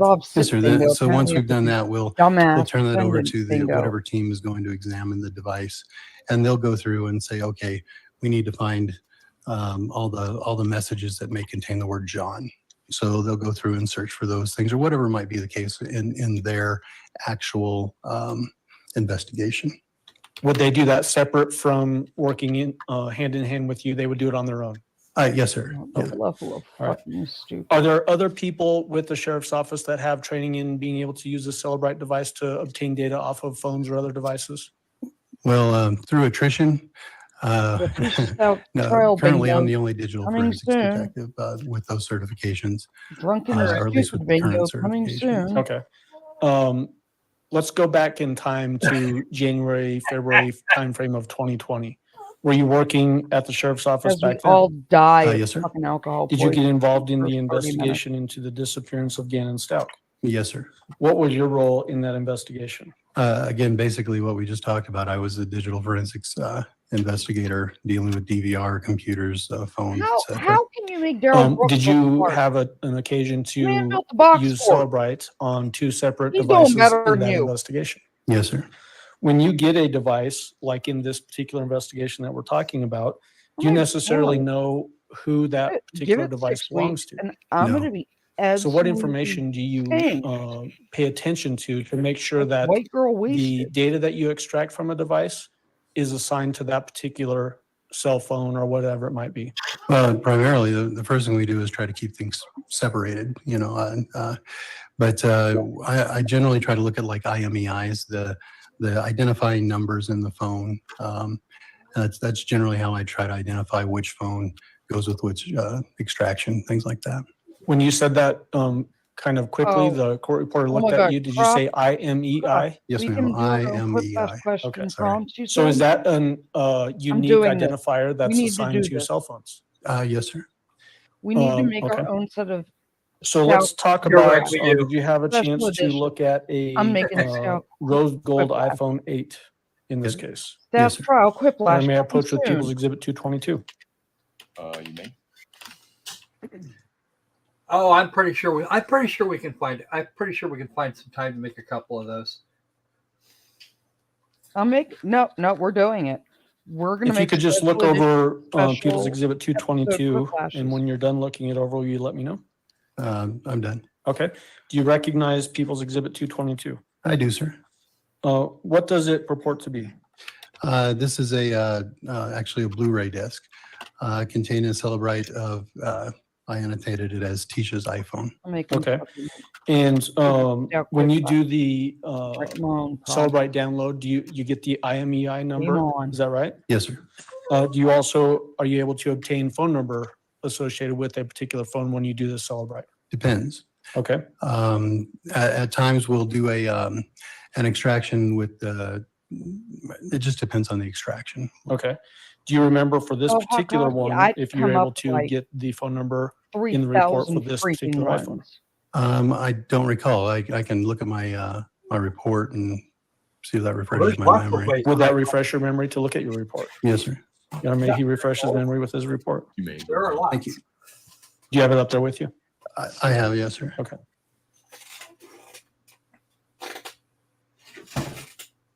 And so that the record's clear, you're asking for the phone number that's identified with this Celebrite extraction, right? That's right. Yeah. Excuse me just a second here while I You pull are out my my Papal glasses.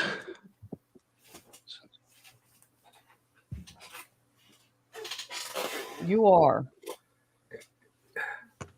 Special edition party games.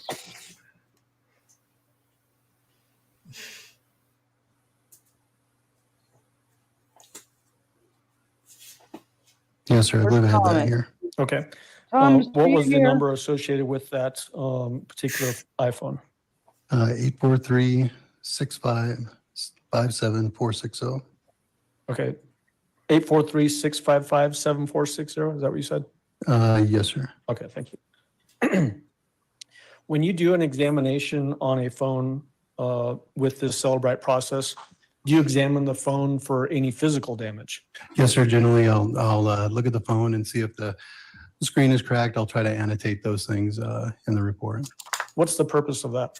Well, there's multiple purposes. One is that we want to make sure that the device functions, so we're able to actually manipulate it to do the download. The other thing is we also want to make sure that we're showing the state of the phone when we receive it, so that down the road we can show that the phone's still in that same condition, that we didn't damage the phone or something. Go check myself in on a psych hold. Did this particular phone have any physical damage or defects? A lawyer If I who look at my represents report. Would himself that refresh your memory? Yes, sir. May you refresh his memory with his report, Your Honor? You may go ahead. Thank you. I don't know, hot coffee. I making noted it in the look like report that I it's a good idea observed no for major Daryl Brooks. defects on the device. She's dumber than Daryl Brooks. And then did you in fact perform a Celebrite extraction of that particular phone? Yes, sir. Is that extraction on People's Exhibit 222 that's in the envelope in front of you? Yes, sir. I move for admission of People's Exhibit 222. Defense? Subject to objection raised in prior hearing. Right. The objection's overruled. The exhibit 222. 2 will be admitted. Go ahead. Thank you, Your Honor. May I approach with 224? You may go ahead.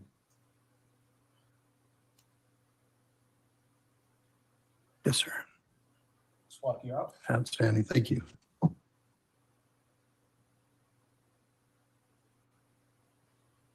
Have you had a chance to look over People's Exhibit 224? Yes, sir. What does it purport to be?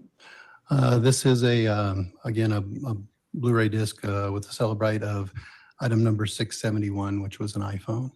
Yeah, this doesn't. And when you examined this particular iPhone, did you have any contextual information about who this iPhone belonged to, where it came from, anything like that? I don't recall. Actually, I may have heard that this was Tisha's other phone. I don't recall. Okay. Was this by chance a phone that was seized in South Carolina from the defendant? Yeah, that was my understanding, yeah. Okay. Do you remember, were you able to get the same kind of identifying information, IMEI, like you mentioned earlier, on this phone? Yes, sir. Do you know if you were able to get a phone number associated with this particular phone? I believe we were, yes. Okay. Do you remember off the top of your head what that phone number might have been? I would have to refer to the report. Would that refresh your memory if it's in there? It would. Hey, Okay. Croc, what did May I he say we refresh had his memory, asked Your Honor. Mayor Thank you. McNome about? Remember?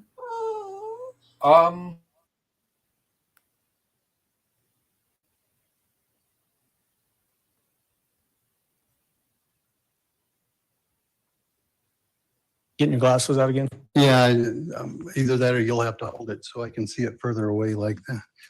Sorry. Your arms aren't quite long enough anymore? No, sir, they've gotten shorter, I think. Let's see. Okay. The phone number associated with this phone is 843-798-1700, 1700. Okay. Did you do a physical examination of this phone as well to look for any damage or defects? I believe so. You believe so, or you did, or didn't? Yeah, I did. That was a Okay. matter, yeah. Okay. I don't remember what the results were, we'll say that. So, Okay. Would it refresh your memory to look at your would. report? May he refresh his memory. Thank you, appreciate it.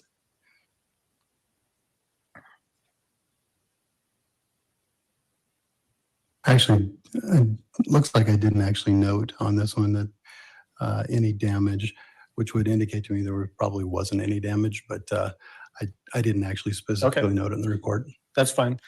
Just so that we're very clear though, did you say was or was not any damage? I'm assuming there wasn't. I think I would have noted it if there was. However, Okay. I didn't specifically note it. Okay. And then did you actually go ahead and perform the Celebrite extraction on that particular device as well? Yes, sir. Similar to the last device that we just talked about, did you place that on the disk and that's what's in People's Exhibit 224? Yes, sir. All right, move for admission of People's 224. That's same objection. Overruled. Exhibit 224 will be admitted. Okay.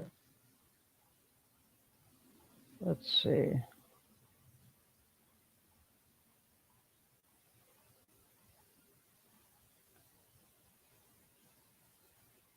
For these particular two devices, did you do anything beyond extracting and putting them on disk and admitting into evidence? There were a team of us that that kind of looked through things. I don't recall that there was anything specifically that I did that somebody else didn't do as well that wouldn't have been annotated by them. Okay, perfect. Just want to make sure. That's all the questions I have, Your Honor. Cross-examination, Mr. Polini. Detective, how are you? I'm good, sir. How are you? I'm not too bad. Sorry. So just so I understand, if somebody gives you a phone, then you hook it up to the Cellbrite, and the Cellbrite basically takes everything off of it it can, and that's put in a disk for the detective then to go through. Effectively, there's kind of an intermediate step where we use that other software. There's the UFED software, which actually pulls the information, and then the physical analyzer software is a second piece of software that actually goes through that information and turns it into something that people can read.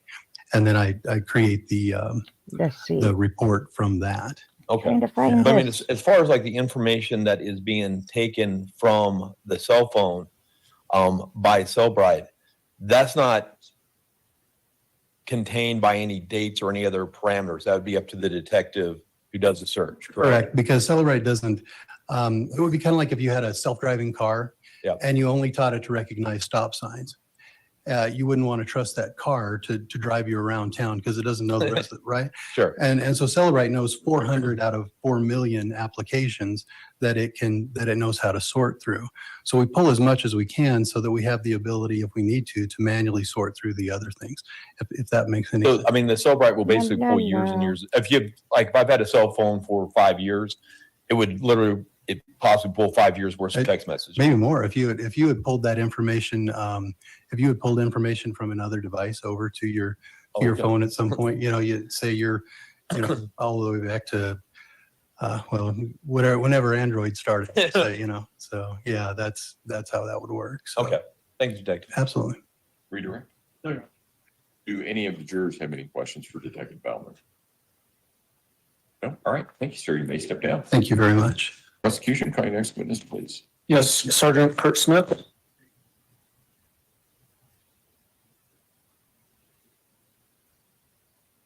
Okay, Kimberly.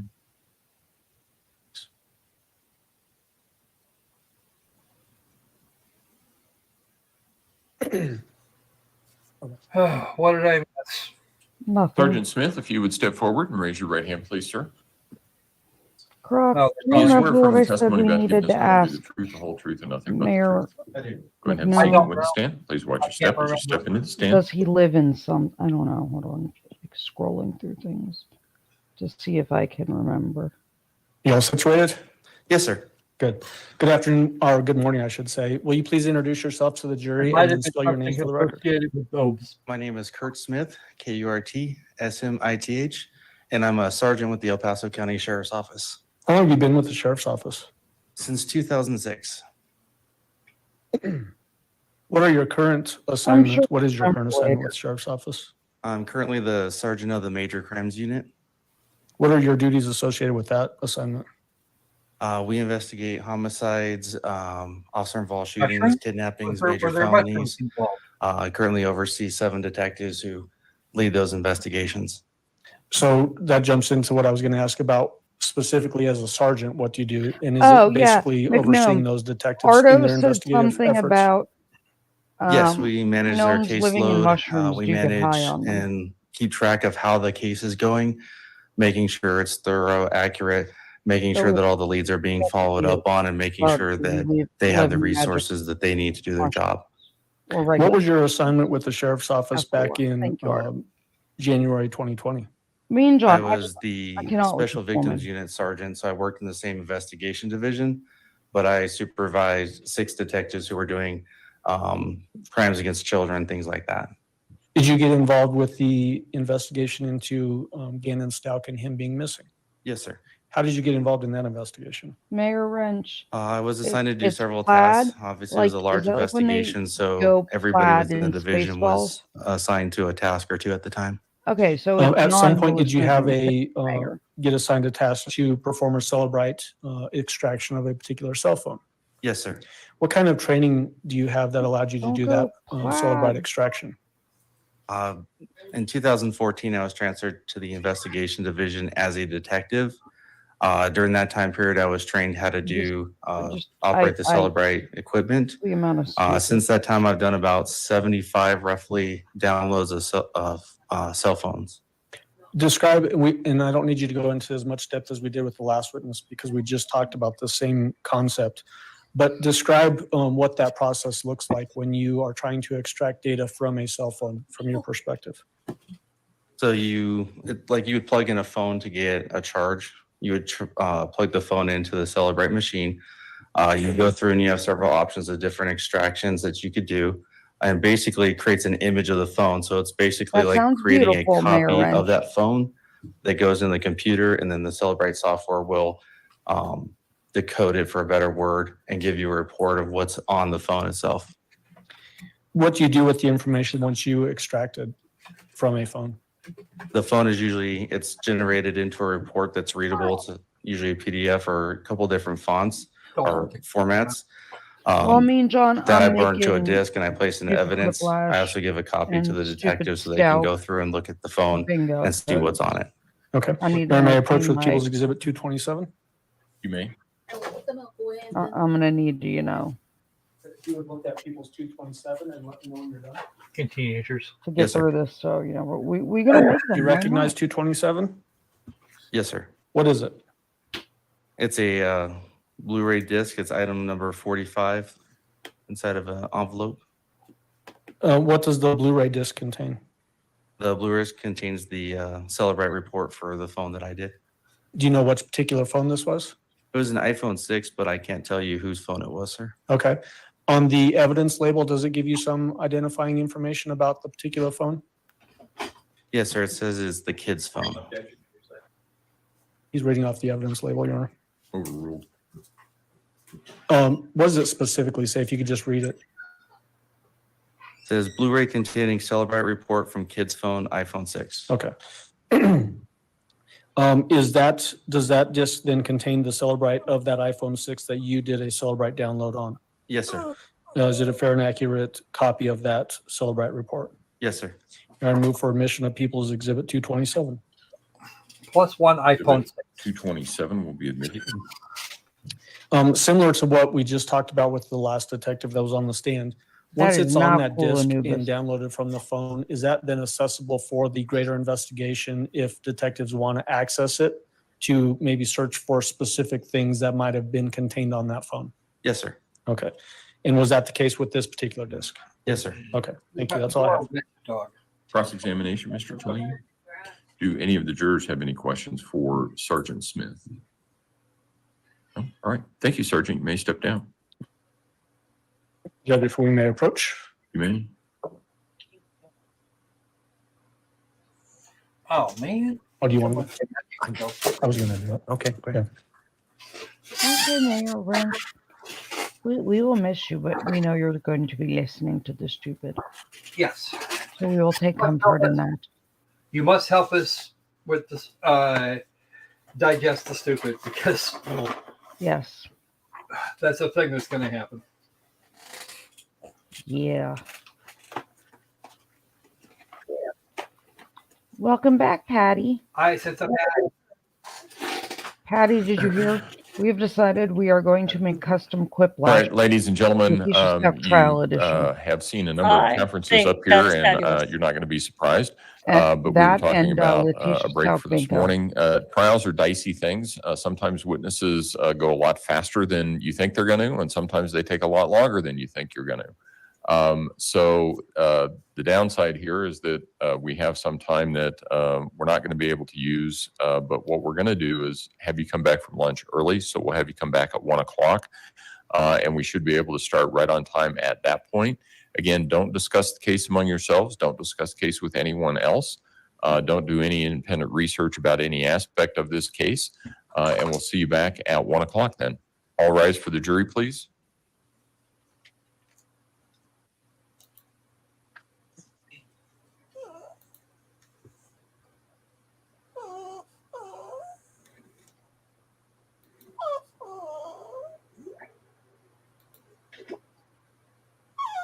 What game are you playing?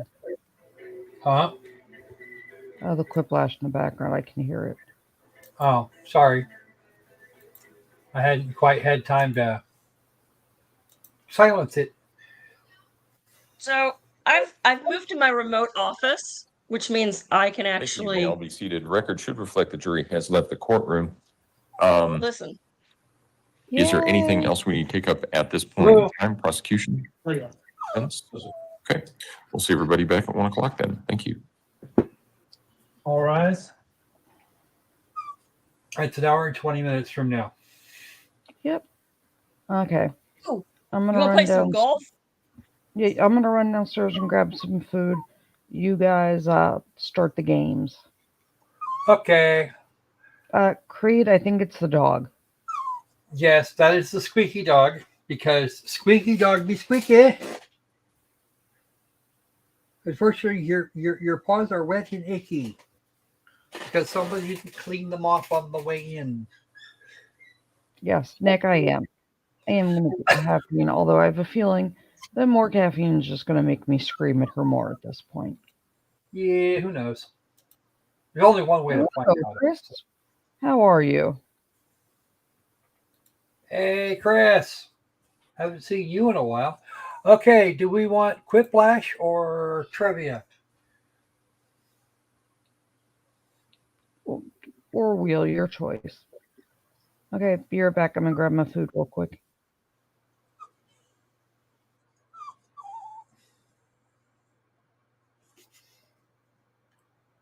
Let's do that.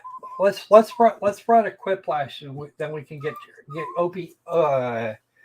We'll get Loki in here for the trivia, because that'll be fun.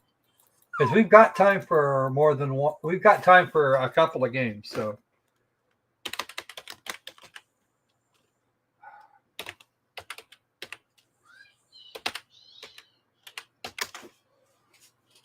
there's stop, remove.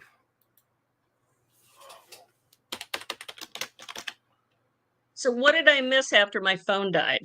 More of the same? All the stupid. The fact that she went to fakepolygraph.com and ordered one. And then when they refused to give it to her because it would make them a party to the crime, She pulled a Karen and demanded to speak to the manager. Yep. Well, of course she did. Because that's what those do. Okay, I'm gonna grab my food now. All right. Whiskey Papa Victor Yankee. And the room code is WPVY. Thin Nim Way. Okay. And There's hot coffee. And a Debbie. There's a Debbie. Come on, guys. I still got to finish up some stuff before I can join in. Anubis, I know you want in, buddy. There's Danny. Hi, Danny. I haven't seen Sandy in a little while, though.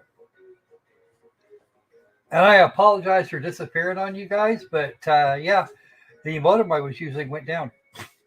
Sandy, hi. Hi, Sandy. What am I actually connected? Okay, I've connected back to my original mode.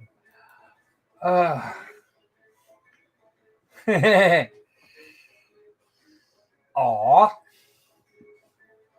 We love you too. Can I get one more?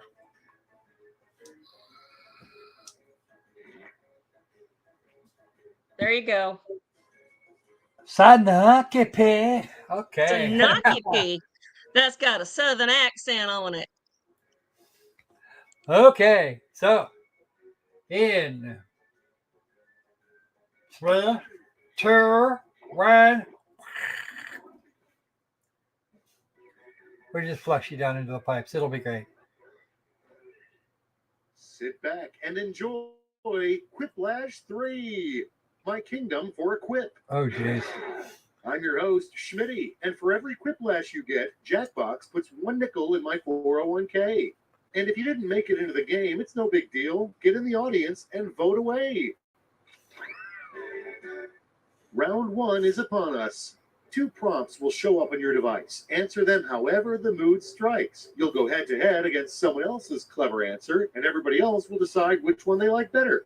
Oh yes, points. You score points based on the percentage of voters who like your answers. Clear enough? Sure hope so. Right, Let's good go. like.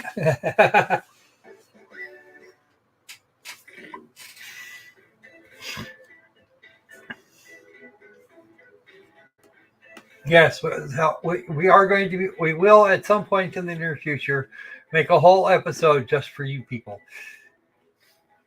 Maybe 2 or 3 or 4. We'll like get the mods together and sit around and figure it out.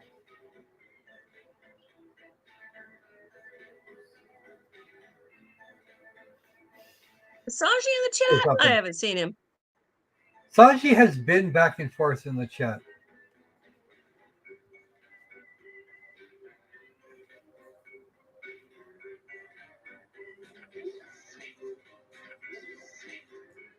Ugh.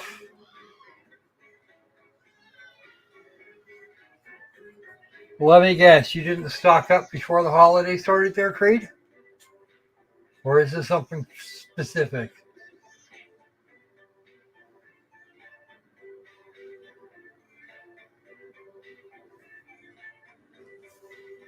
All right, 20 seconds, people. Come on, Sandy, you can do it. Don't be afraid to use a safety quip. You can do it, Sandy. Yay! Okay, I'm not responsible for what happens next. Oh, of course not. Up to bat, we have never get in a street fight with someone nicknamed blank. Ryu. Master Dragon of Opal. Oh, jeez. Yeah, it's okay. It's okay, Sandy. We know. But I know you Sandy, can do it. you're okay to type slow. Opal Dragon's actually cooking again. Is he? Imagine that. Corn pop. Okay. Ugh. Was that a Thomas or was that a Nick that I just beat? I don't. Probably a Nick, because Thomas is actually at work too. Here's the fun part. Pick your favorite quip. Oh, Those are just mean. Like oh, truly man. mean. Nick, you're awesome. Okay, they did that. They did that. I actually had to math this morning, Croco. I got a headache. Oh no. Next one up. Oh, the handcuffs in the bedroom? They're not for sex. They're for blank. All right, vote for the one you like best. Croco swirls? Ooh. I've never met one of those. So one of my friends from high school, his sister's going through cancer, and he went to some crazy little place where you could get your picture taken in a jail. And I, of course, commented that he looked great on it behind bars, not in, and the emphasis was on the S, and that perhaps we should try and see him in handcuffs. But you know, you have to be careful on Facebook because you know they're going to get you for anything. Uh-huh. His sister loved it. She sent me a message. She's like, "That's the best thing ever. I love it when you pick on him." Oh, jeez. Awesome. I know which one I'd go for. Yup. Mean John, who gets my stuff? What do you mean who gets your stuff? Flash. That's Nick, something that was that's something good. to put in a get well soon card. Let's see the next one. Along with Tall, Grande, and Venti, Starbucks should add a new coffee size, blank. Okay, everybody, pick your favorite quip. Yeah.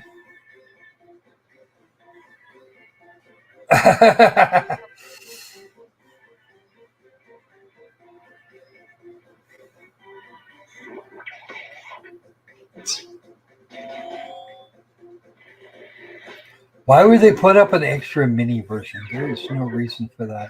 And next Well, that way you can get an espresso in a thing. Unlike Loki, who just orders 10 shots of espresso at one time. Okay, choose your favorite. Oh dear. Yeah, no, I've got it up. That one's awesome. I agree.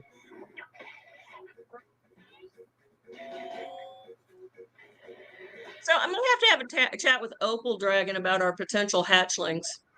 Yeah, I know. The last You know why? take financial advice from. Because it's gonna be hard because all they're gonna do is laugh all the time. Time to pick the one you like best. An accountant named Swindle.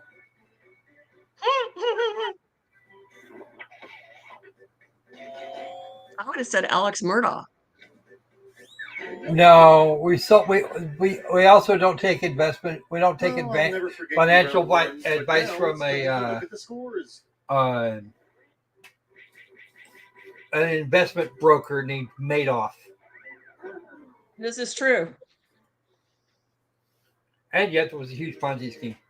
Get yourselves ready because round 2 takes no prisoners. Double the points, double the anxiety.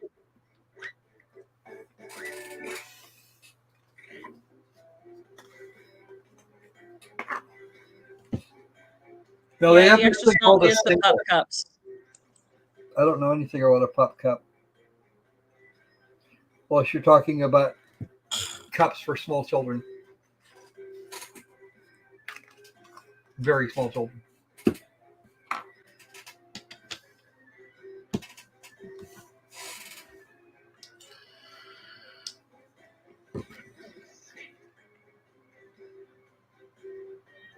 I wish I had space on my freezer for ice cubes.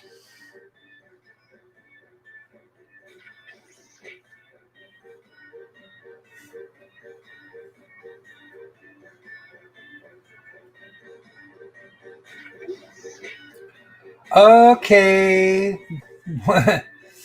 Oh, Mayor McNome has to run off and go to work. Bye, Mayor.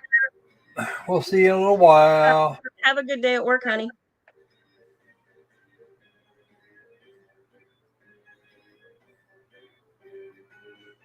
I had raw ice cubes, but they combined with the caramel colored artificially sweetened water that was brought to me this morning. You have to.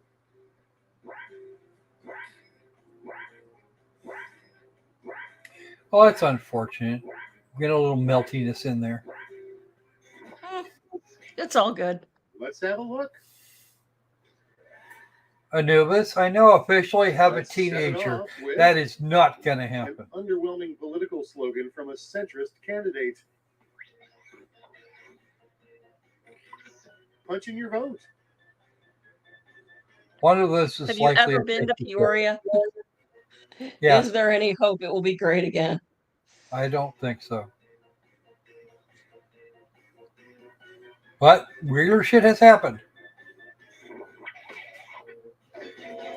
I was right about the safety quip. Next on the docket, what review fits both a summer blockbuster movie and your last date? And now, pick your favorite.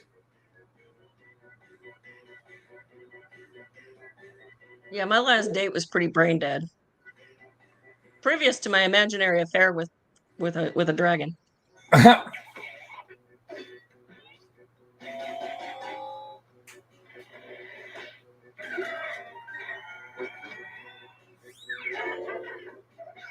Hot coffee further won. ado, Nancy won Are twice. you a Back to back. hummingbird or what?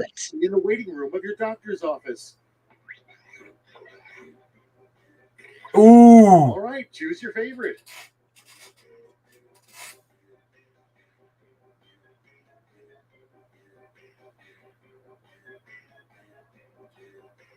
Wow. Shots fired.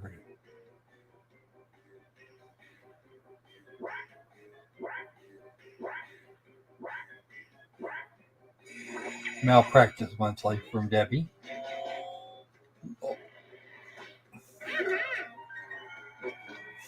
I was expecting more than that. Moving right along. Ugh. Name of a new TikTok dance the kids are wild about. Decisions. Choose your favorite. Mm-hmm. Kevorkian Quarterly. There you go, Tom.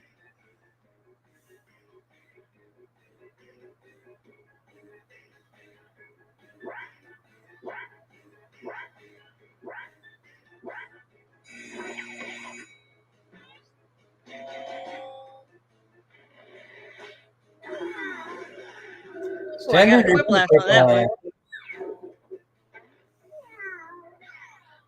And here we have a common inscription on a pirate's headstone.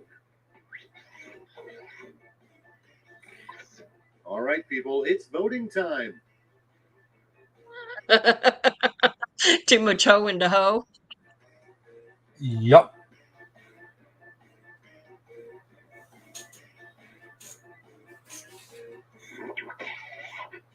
It's now you'll never find me treasure.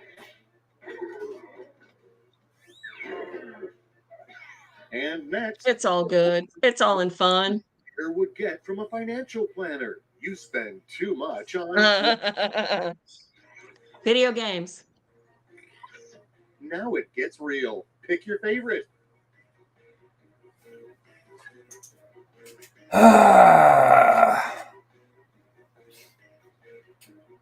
Yes. Me and John, you're a sick bastard.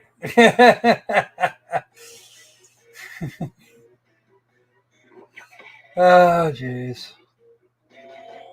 Excellent Smithers.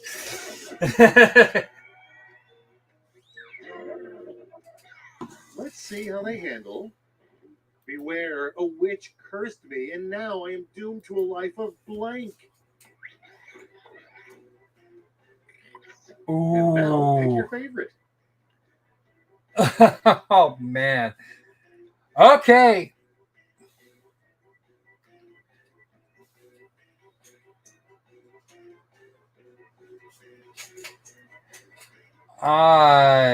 One of those I would take.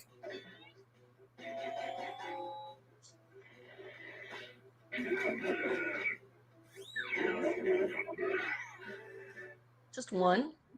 Now that you've laid waste to round 2, let's survey the damage.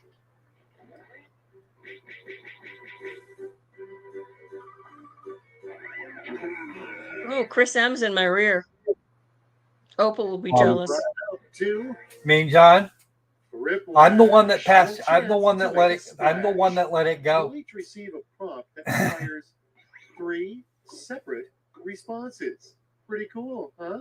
I see we have an odd number, so you'll be squaring off against me. Uh-oh. Technology, right? Fin him way.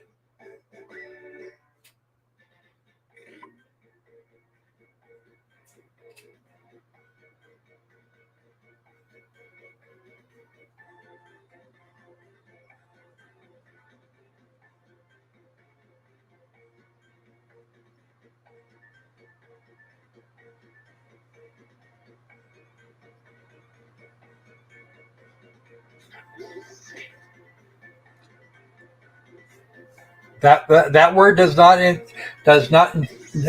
actually entail violence. So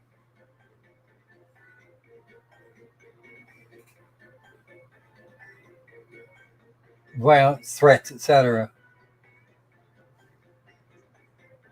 That might unamuse a couple of people, but by itself, it's not. It's a word.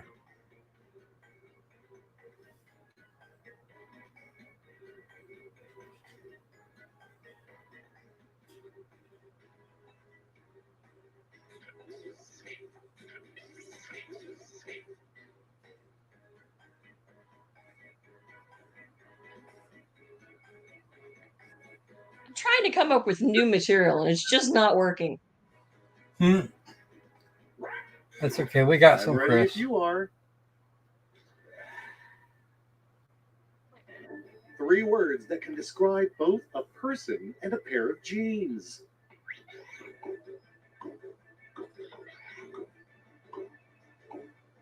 Oh. Decisions. Choose your favorite.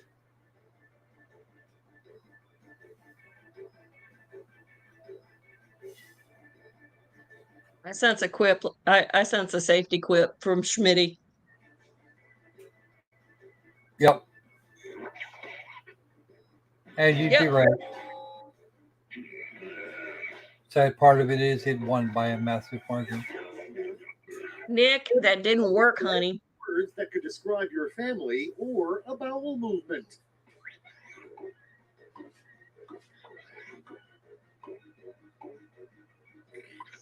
Time to pick the one you like best.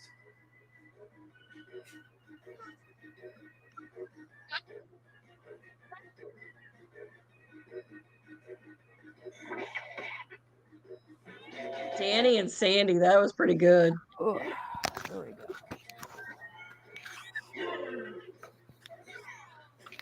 3 qualities that make a man marriage material. He has a tail.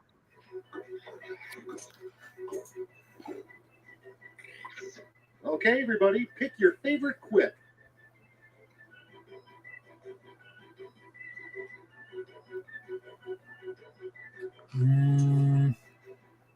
Oh boy.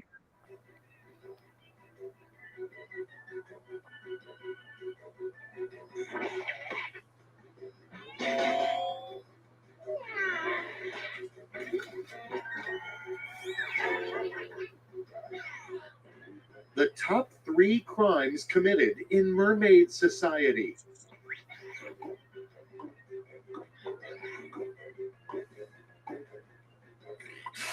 Okay, choose your favorite.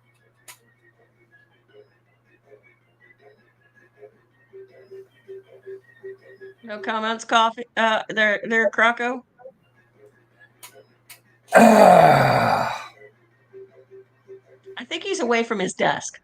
No, I'm still here. I just can't. You just can't.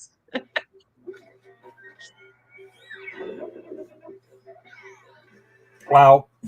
I just pounded 2 energy drinks. This could either go amazingly or amazingly bad. I won just for you, Loki. Thank you. Yes, it took names. Yeah. I think my last one was one of my better ones. Yep. Although the one that's showing on the screen right now, I really like. Wait, Debbie, make what? Wait, Debbie, make what makes sense?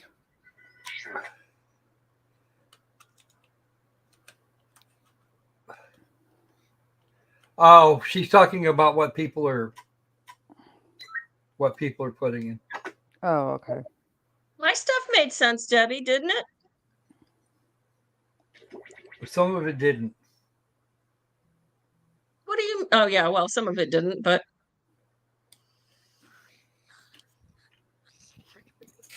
yeah, John just doesn't like the game because he isn't guaranteed to win because he's not funny. Whereas I usually do pretty well. Usually. Okay, guys, I got to do something, so I've got to step out on this game. Your room code is ZIGJ. And that would be Zulu, India, Golf, Juliet.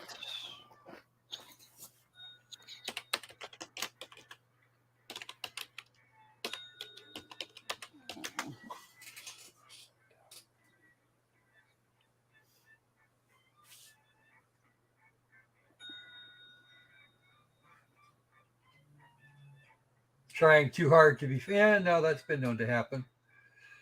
Come on, Loki. You too. Trying to eat and put me fine. Come on, Loki, you got to help me out. I I'm jumped getting in there. for you. Give me a second.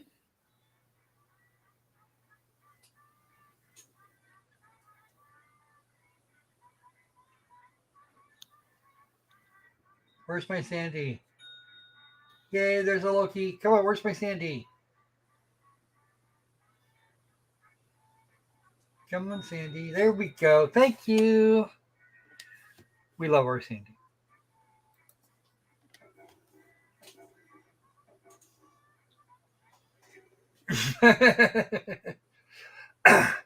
Yes, please. What does he have to edit? Well, I let a comment. I let a comment from Thomas go. It was dragon porn, and he then went. He went behind me and wiped it out. Oh, okay. I said it. I was thinking that it would have been fine. No, Nick. I drank the caffeine. It hasn't kicked in yet. When it does, I'm sure you'll all know. Yes. Because the ranting that was happening will be worse. Way, way worse. Good. Been told you don't like tutorials, so now I'm extra mad. Did you hear my tantrum, Patty? Yes. No. This is the first I had a antibiotic. tantrum. Penicillin. No, I kept having visitors show up in my office, so I had to keep taking my headphones and putting you guys on mute and taking the headphones off to be able to communicate. Because, I like it when I'm actually there. And I had to math today. It was horrible. Yeah, I could hear your calculatory thing because I had to silence it at one point. Sorry, everybody should get this one right because I speak up. Yeah. Yeah, that was the 10 key calculator. I was trying to figure out math. And Anubis still missed it. Which leaves only you. It's time. Wow. I forgot. I have to shut up. Yes, you do. And not speak the answer.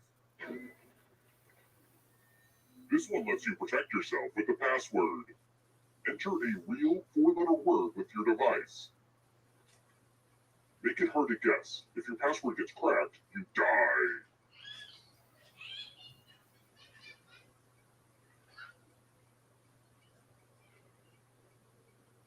Hurry up.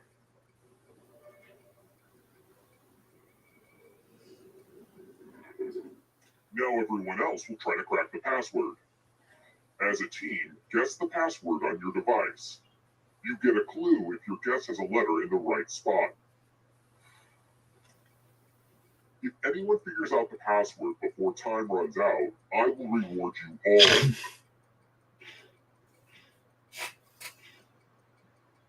Don't be greedy about what letters you figured out. What is it? I hope the rest of your passwords are Okay. Sandy got him. Go, Sandy. And with a load more time to go. You and that vape. You need a quieter vape. During elevator rides.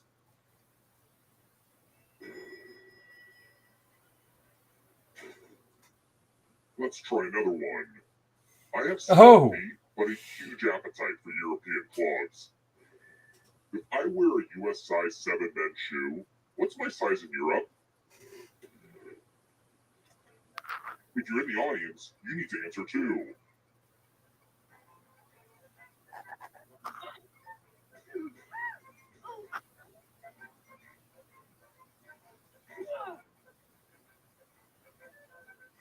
I forget the conversion for this.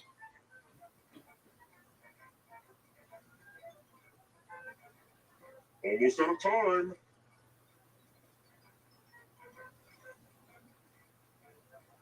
Who picked this? The rest of you. Well, see, that depends because, like, the UK uses numbered sizing. Not all the countries use like 40, 42. Welcome back to the killing room. Let's use one of my cousin Aloysius's old stage props. Pick a space inside the box to hide. Somebody's going. This is going to. They're going to have to. Somebody's going to die. Probably me. Yeah, we'll see. But I think we've only actually got 2. It's time for the volunteers. We only have 2 volunteers. Take this cool sword. On your device, choose a row or a column to run your sword through. Mind freak. Ouchie. Nope. Loki was spared. Debbie and Nick got hammered.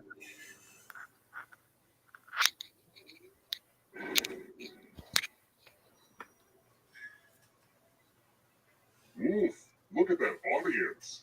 Not doing great. Do better.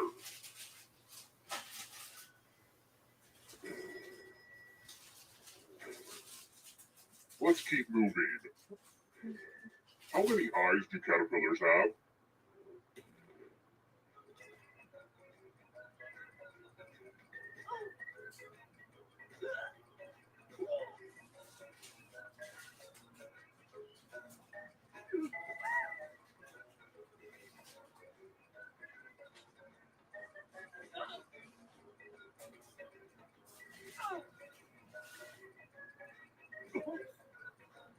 Time's almost up. Who picked this? Not me. Time for consequences. Uh-oh. Yes, we're on the lunch break, Ann. You can come join in next round. Let's see if you put the dumb. Hi, Ann. Yes, we are. Pick the same elevator and you all live. But if there's a split decision, I will kill everyone on the heavier side. Go ahead and talk to each other. I'm sure no one will lie and get you. Mm-hmm. Let's see where you all landed. Oh, great. You all learned an important lesson about working together. Hooray!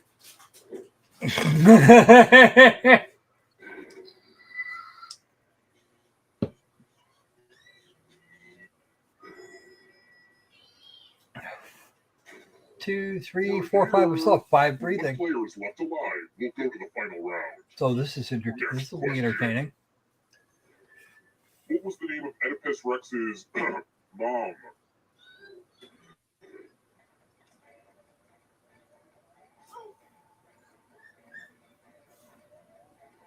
I'm not saying anything.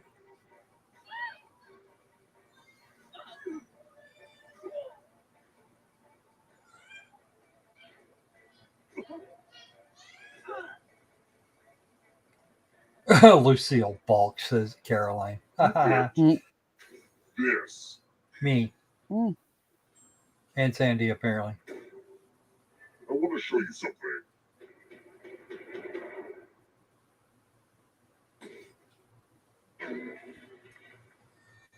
I hope you're good with instructions. Follow as many rules as you can before time runs out. The player who follows the fewest rules correctly dies. Go!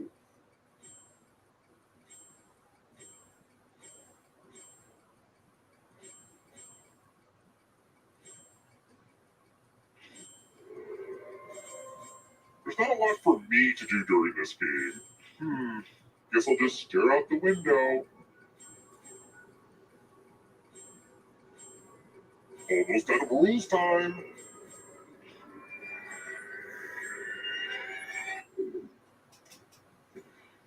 It's a tie. I guess you get to live. Yeah, right. You're like totally dead.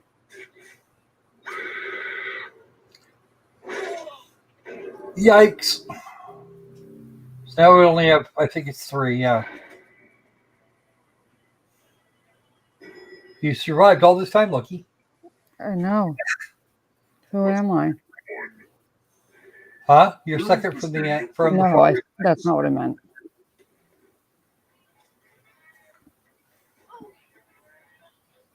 I said, who am I? Like I'm usually dead by now.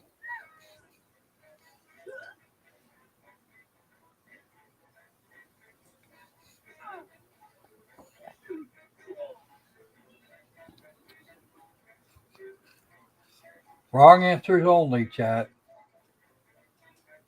Time's running out. Come on, Nancy, you can do it. Who picked this?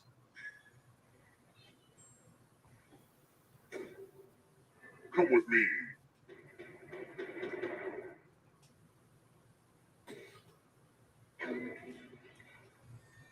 It's the Pets game. You're going to drop down this board and try to avoid the death zones. You know what? We need some death zones. Hey, you. Pick the landing spots that kill.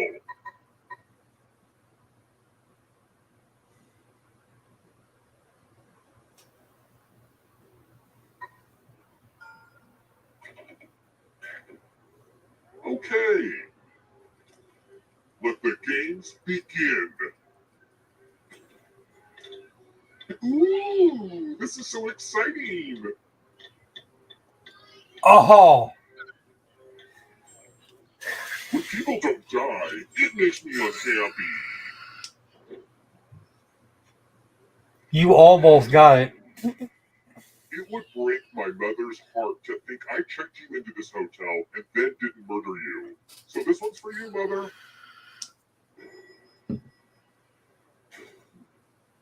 Let's keep moving. What's that thing called where you would voluntarily jolt yourself awake right as you're falling asleep? I hate that thing.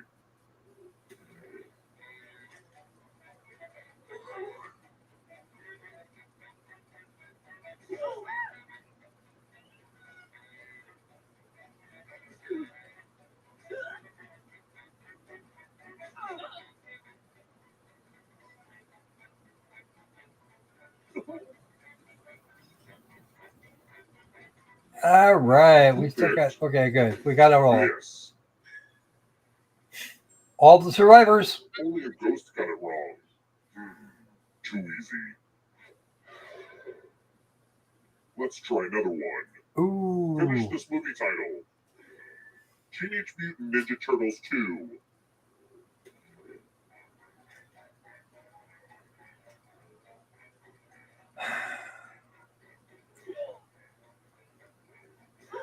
The 80s and 90s were a good time.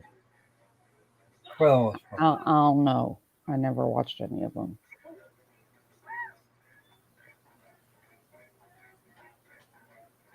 Who picked this? Me.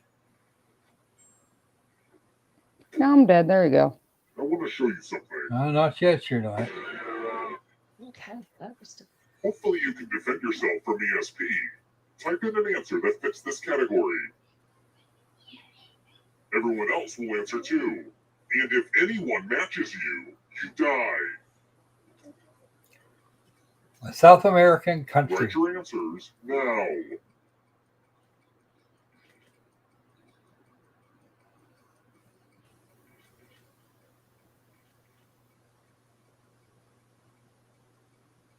Sandy, I do. They don't watch it. Technically, those are British. Caroline.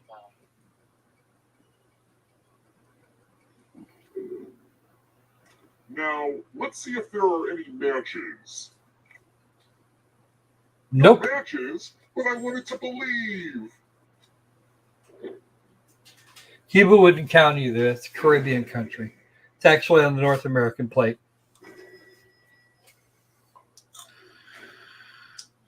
Let's keep moving. Which of these historical figures was never granted the distinction of being named Times Man of the Year?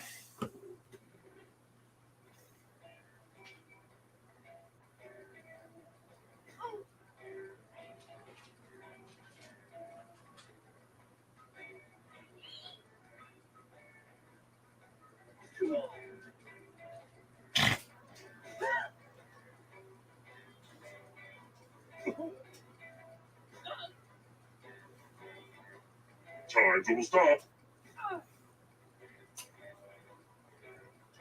Who picked this?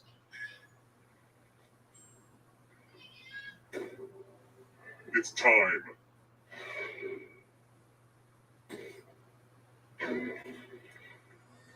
Time to get out the dice.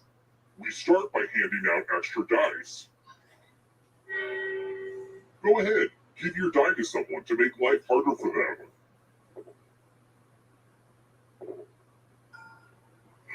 Look at that dice collection. Now roll. The player with the highest total dies. My money's up. Now you're dead, Loki. Now I'm dead. There we go. All is right in the game world.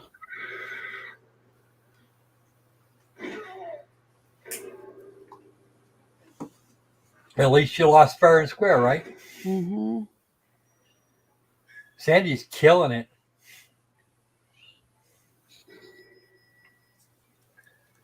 All right. I really don't feel like putting makeup on. For whom does Chef Ina Garten often cook on her show? Loki's heart has two faces, Bingo.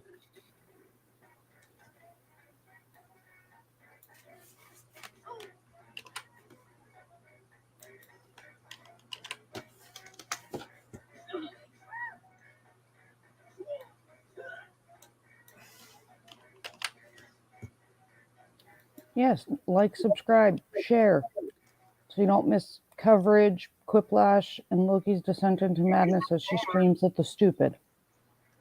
Who picked this?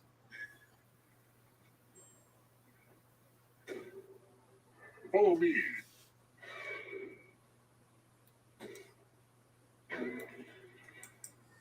Donation time. Give money to each other. The person with the most cash at the end will die. If she cooks for her husband. If they end up with $800 or more, I will kill you instead. Begin.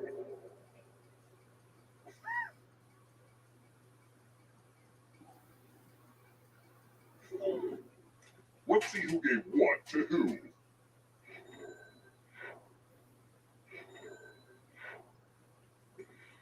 Struck down by the almighty dollar.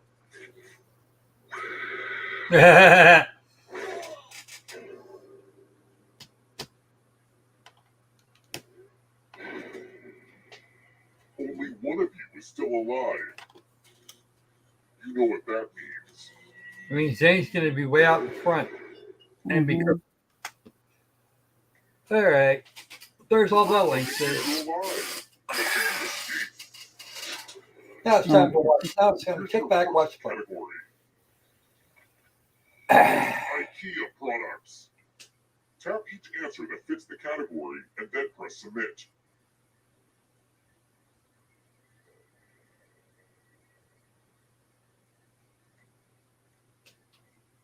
Let's see the right answers. Oh, it was all of the above. Detective on a Law and Order show.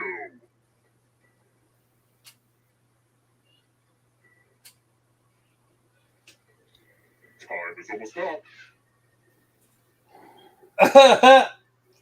Wow, Carolyn.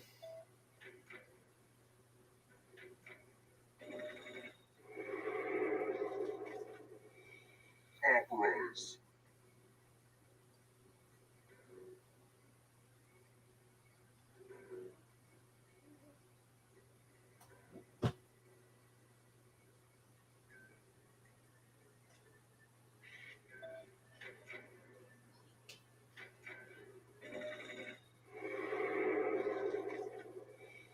Galaxies.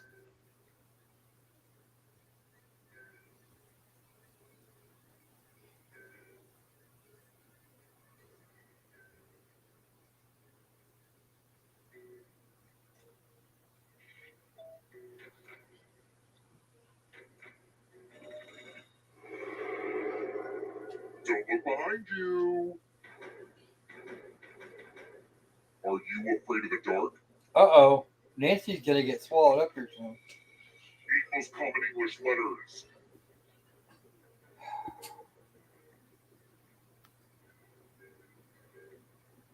Time is almost up.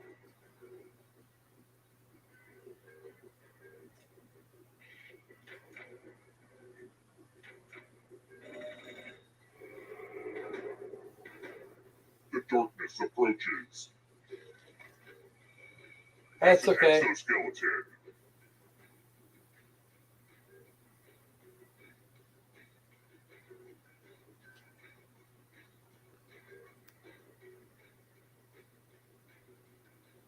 Thank you, comparative vertebrate anatomy class.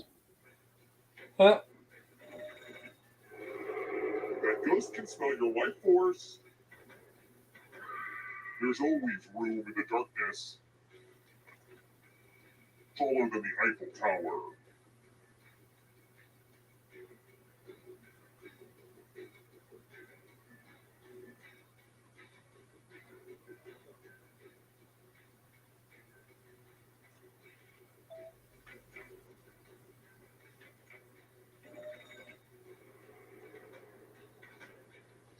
Not so fast. If you want to break through that barrier, you'll need a perfect answer to this question. And that includes the third answer choice now, too.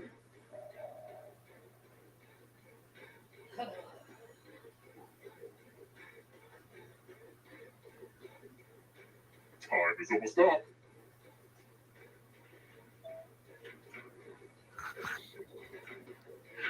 You have to get all the right answers to escape. Uh-oh. Who was that? Was this Sandy? I'm not sure. Oh, we'll know momentarily. Debbie! Debbie! Debbie. Despite the fact that I think she went down question 2. I am dead. So dead. Okay. So what do we want next? We can do another one of these, or I can break out something else. What do you want? Come on, folks. Oh no, I'm gonna be sitting here complaining that I have to put makeup on, so I'm not in this round.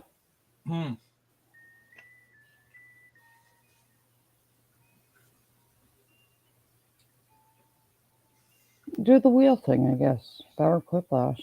I don't know. Debbie likes this one. Well, you seem to prefer trivia games overall, so. Yeah, but I'm not playing this round. I'm being whiny because I have to put makeup on.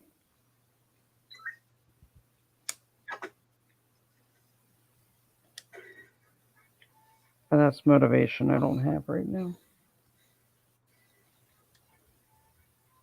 The room code is SGLT.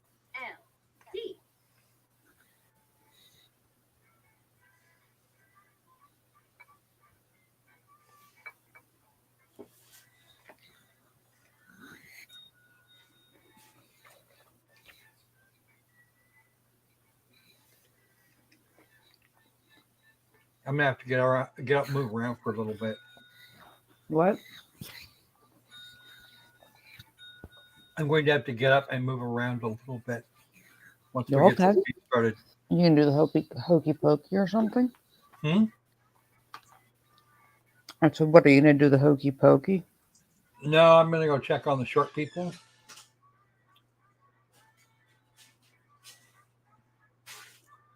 Because they've been way too quiet for way too long. Except that one.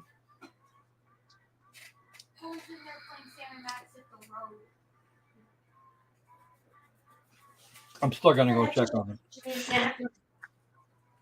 Come on, let's get a couple more.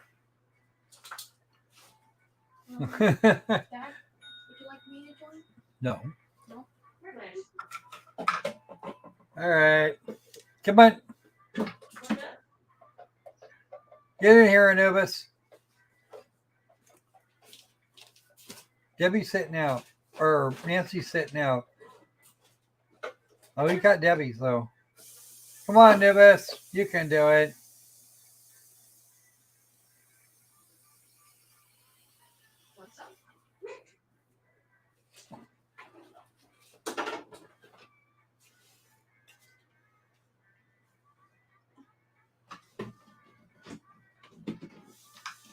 Oh, that's no fun either. Where's the mayor? I know. He went to work. Should I join? I don't think I should. Hey, Anubis. There we go. That's enough. Yeah, no, I'm not going to join. 2, 1.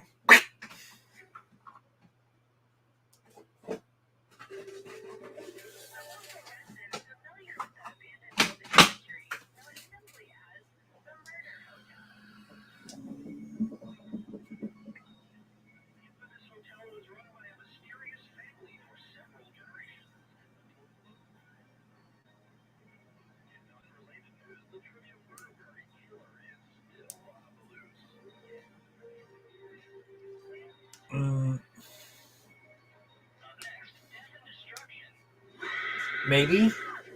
I don't know, Mean John. Maybe.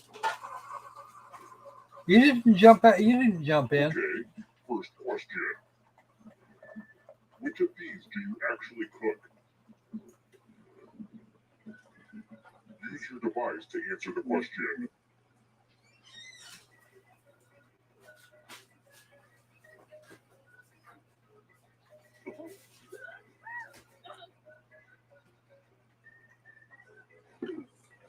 And the correct answer is, who got the question right?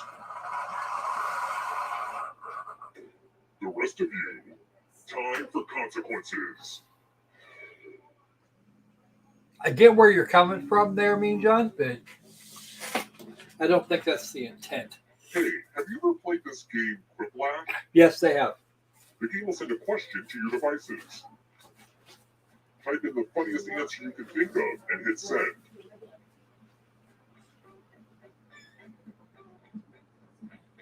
Hello. I gave this What's a show? timer because everyone loves waiting through longer than usual timers.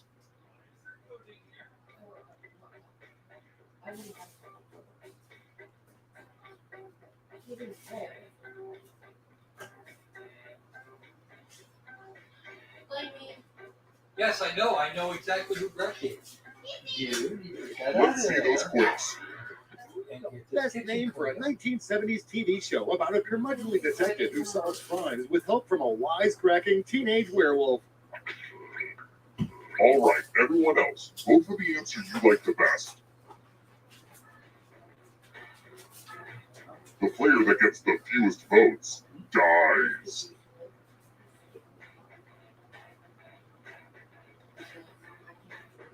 Let's see the votes.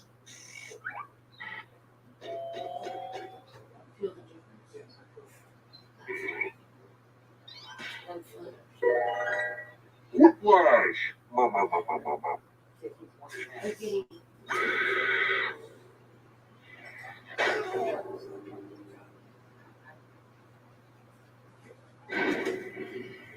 always want to just push all the buttons, but don't worry, I'll stay focused.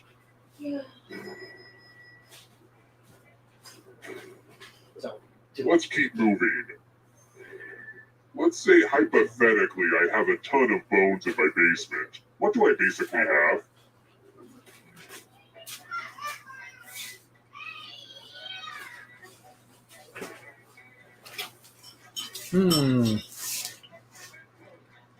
You've got a catacombs, that's what you got.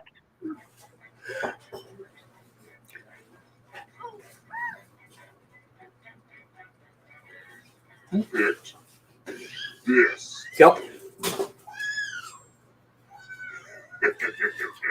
Everyone is wrong. I want Bet to show you'll you love it. something. You're not joining in. I know. Welcome to room 227. It's time to bring out the chalices. What?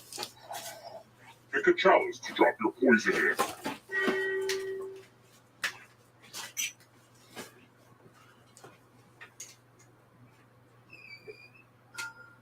Now it's your turn to play. Pick a chalice to drink from. Fun fact, poison is deadly, so if you slurp, slurp. Now let's see what everyone drank. Now that's what I call a poisoning.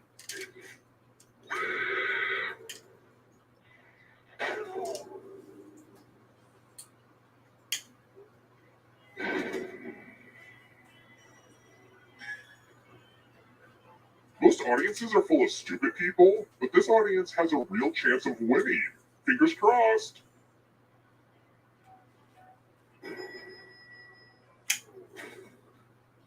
Let's try another one.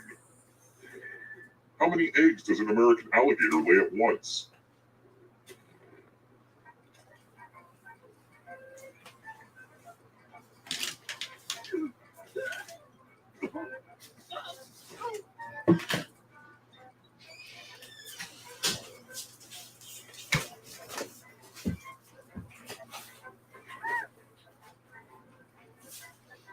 Who picked this?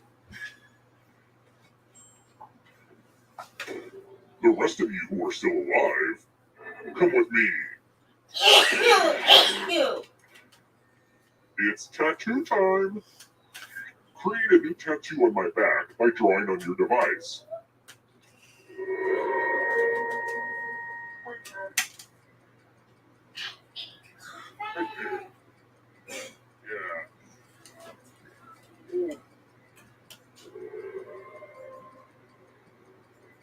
Bring it.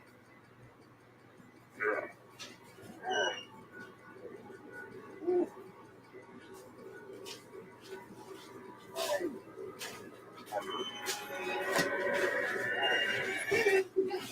Love a new ink, brah. Now vote for your favorite design. Yeah.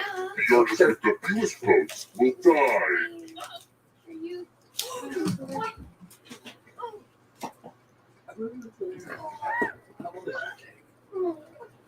Vote already. Turn your shirt back out the right way.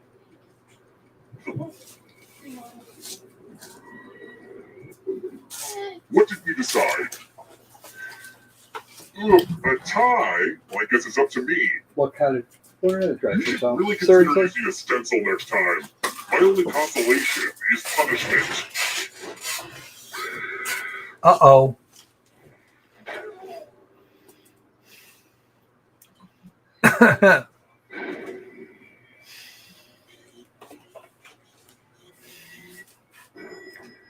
You have fun with the whole coffee thing. We're here. Everybody has issues with pareidolia. Final round. Next question. What does the P in ESP stand for? I say nothing.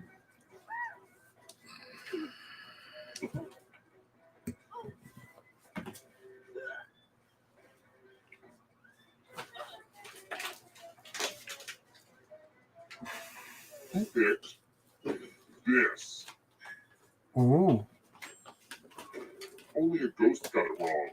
I don't like seeing that. Let's keep moving. Where does the TV show Stranger Things take place?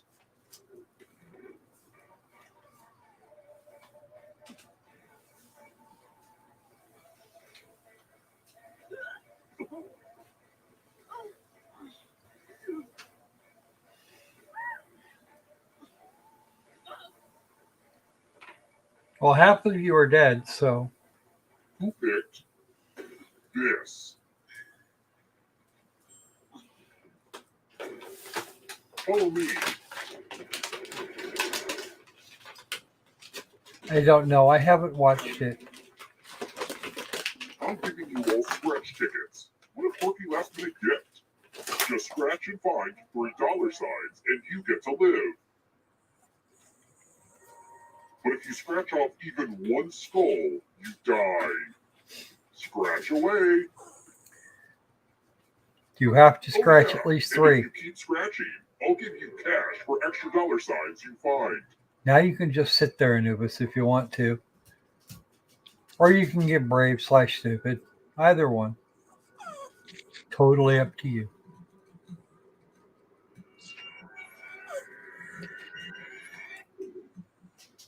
Ugh, lame. If you have a losing ticket, come with me.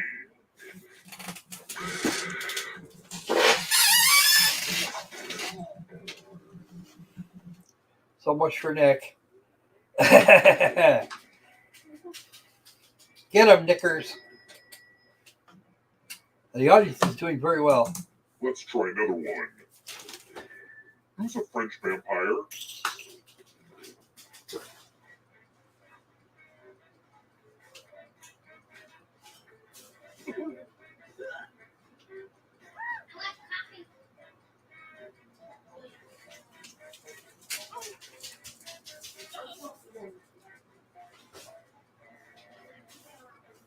Who picked this? Oh, crap. Let's keep moving. What was the name of Karen's unseen husband on the TV show Will and Grace?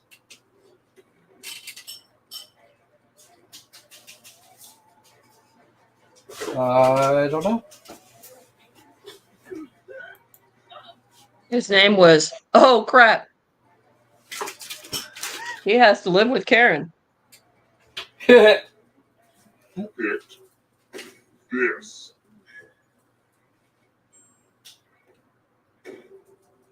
It's time. Was it Stan? I don't remember. Let's see if the safe players are good at forgery. The ghost of my Aunt Mildred loves to write words on mirrors. Pay attention to her unique handwriting.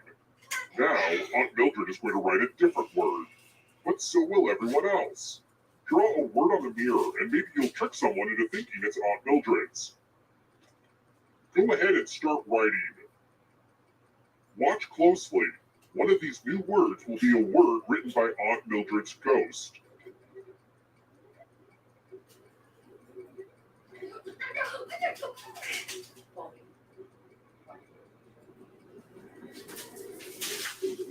So many convincing words to choose from. Now, type the word that Aunt Mildred wrote, or you die. This is going to be interesting. Would the real Aunt Mildred please stand up? Yep. Oh, you got it. Stupid mirror game. Unbelievable. By the way, the audience is kicking ass about now. They're actually out in front of everybody. Let's try another one. I love to cook. That's crazy. Bloody kitchen knives is curved upward.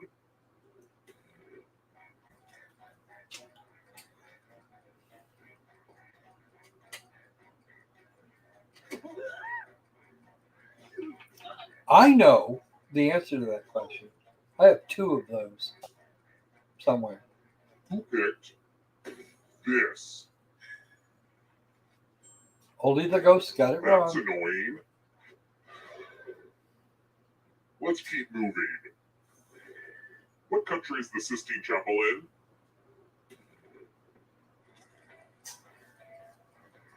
Careful.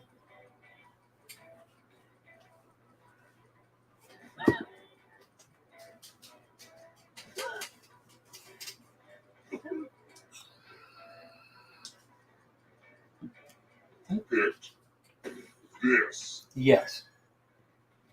That is correct. Time for consequences. Vatican City is actually its own little country. More dice? Don't mind if I do. Roll as much as you want to add to your score. I'll kill the player with the lowest score, but go over 21 and you die instead. And don't forget, if they roll a skull, that adds 1 to everyone's score. It's also one of its wealthiest. It is definitely its wealthiest based on This is a game for per people who capita. like blackjack but hate using cards. Of course, it also has the lowest reproductive rate.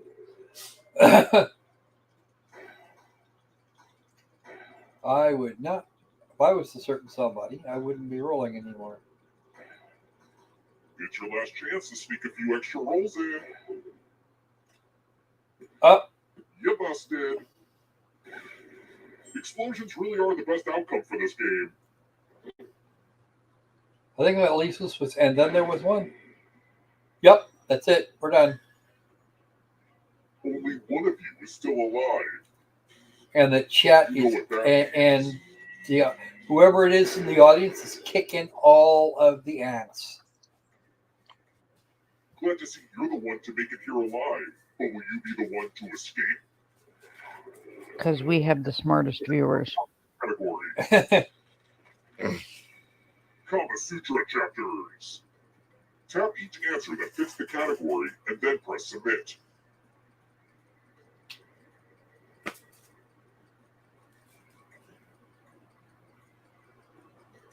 Let's see the right answers.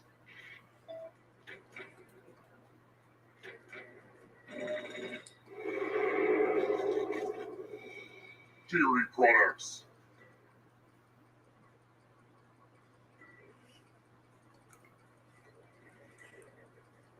Time is almost up.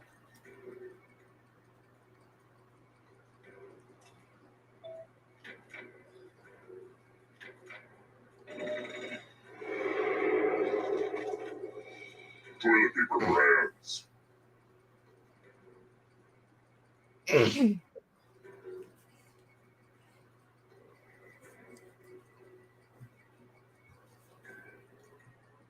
Actually, Caroline, most of your coolpip is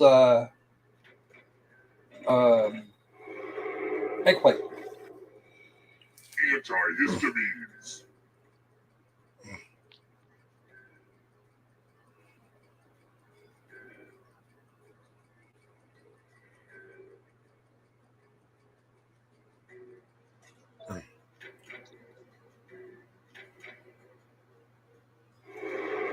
The ghosts are catching up. Uh-oh, here comes trouble. It's only darkness. Come on, audience. Gluten-free.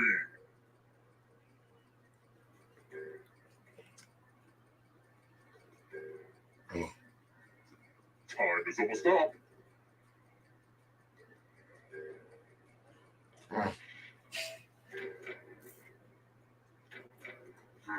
That one was too easy. Moving on. Winners of RuPaul's Drag Race.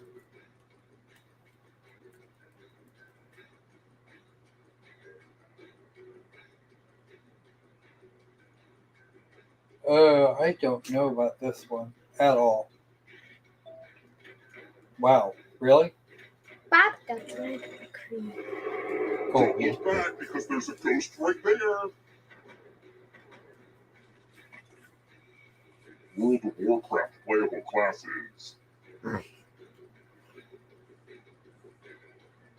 don't think they've updated. Okay. Apple Rose, get off the back of the couch. Kind of a gimme. You and the tiny human. One last try. Or she's mad. Perfect answer Big for mad. your and that includes the third answer choice now, too.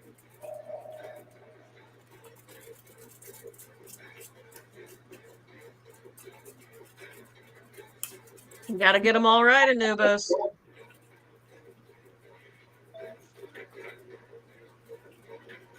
You have to get all the right answers to escape. You made it! And there goes the purple bunny again. Gabby.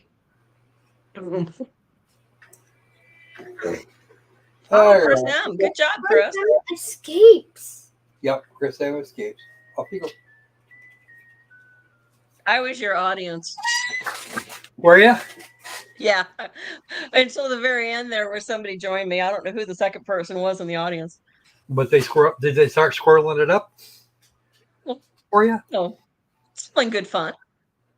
Huh?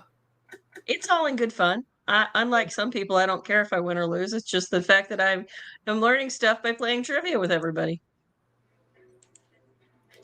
Okay, one more round of Quiplash will take us to the end. And actually, we might wind up a little on the late side.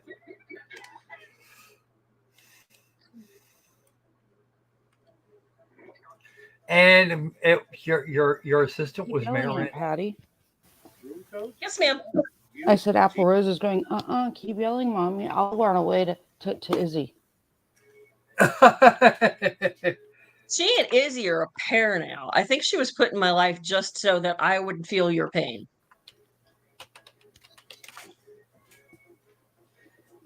I think so. Like And I'm okay with that, but I don't need her climbing on the back of the couch because it scares me that she might fall down and get hurt. At least two more. Right, but you laughed earlier when Izzy fell off the back of the couch when she was napping. So Yeah, but if Apple falls off the back of the couch, she's going to land on a table full of computers. yeah, Izzy just lands on granite or hardwood. Yeah, but Izzy bounces. Not always, as evidenced by the black eye. You want in here, Loki? No, I'm finishing up the stupid looking like a girl thing. Okay. One.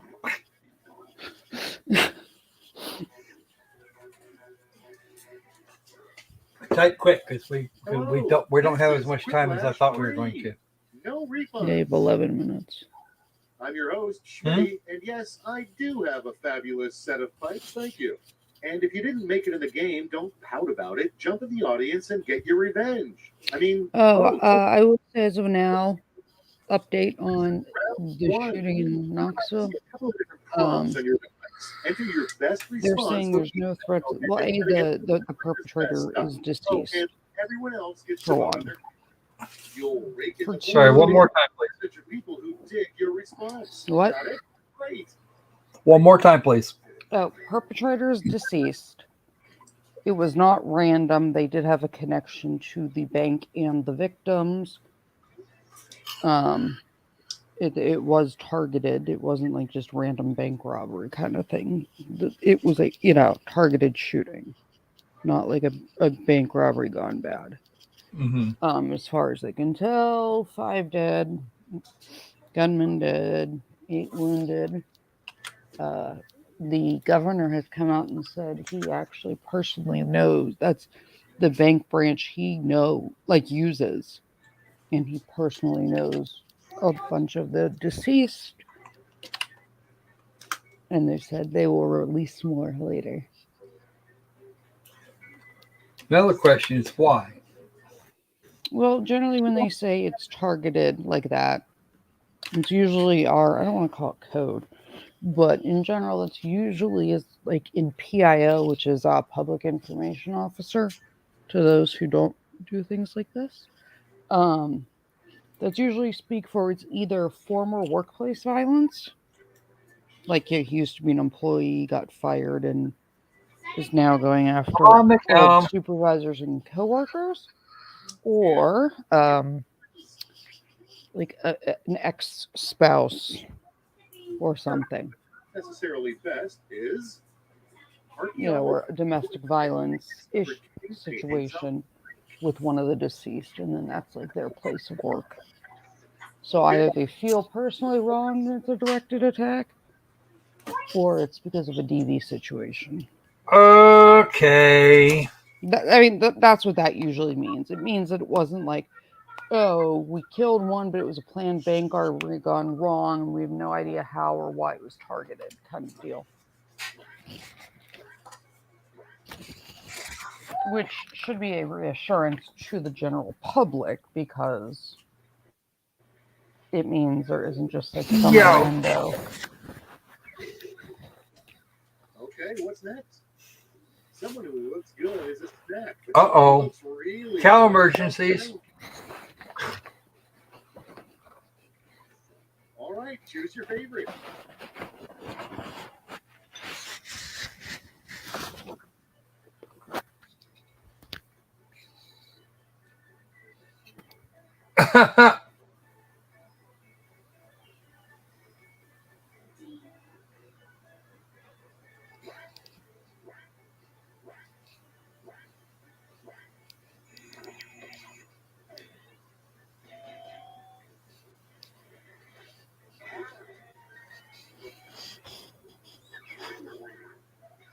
Without further ado, what secret is your left hand keeping from your right hand?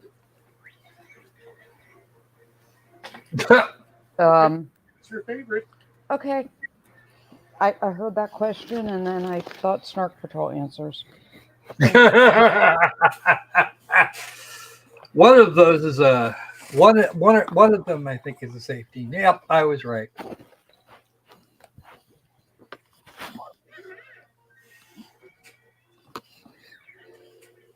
Now, the ship boat captain never worked again after accidentally catching blank in his net. Joe Biden. Ooh. And now it's time to vote for your favorite. All right. I see Thomas.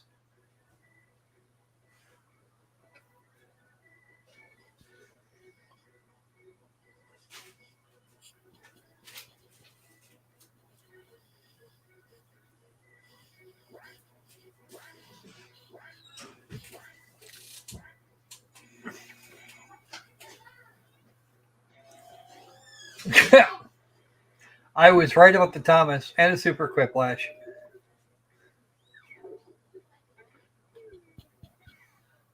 And here we have something you'd gladly pay $45 for. Oh, it gets real. Pick your favorite.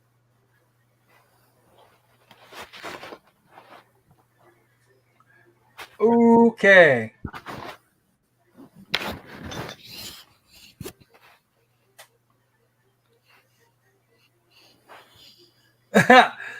Yeah, it'd be great, me, John.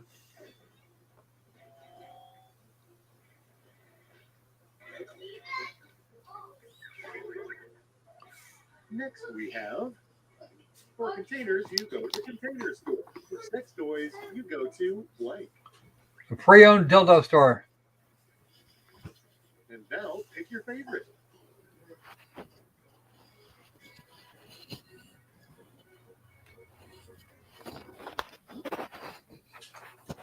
I hear Toys R Us is coming back. It does. It did last year too. They do a pop-up shop during the holidays usually, and it's still in Canada. Let's keep it going. Gerbil. A surprising thing to get trapped in your Invisalign clear tooth aligner. They're actually being sued right now. Are they? Fun part. For what? Your favorite quip. I'm not exactly sure. Product liability Ooh. is all I know about it right now. That'll never go to court. It may.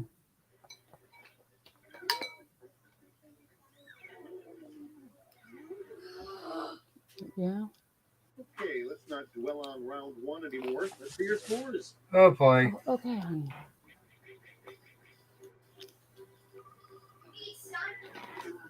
Ooh. Feeling warmed up? Good, because it's time for round two, where all points are doubled. Doubled, I say. Right fast.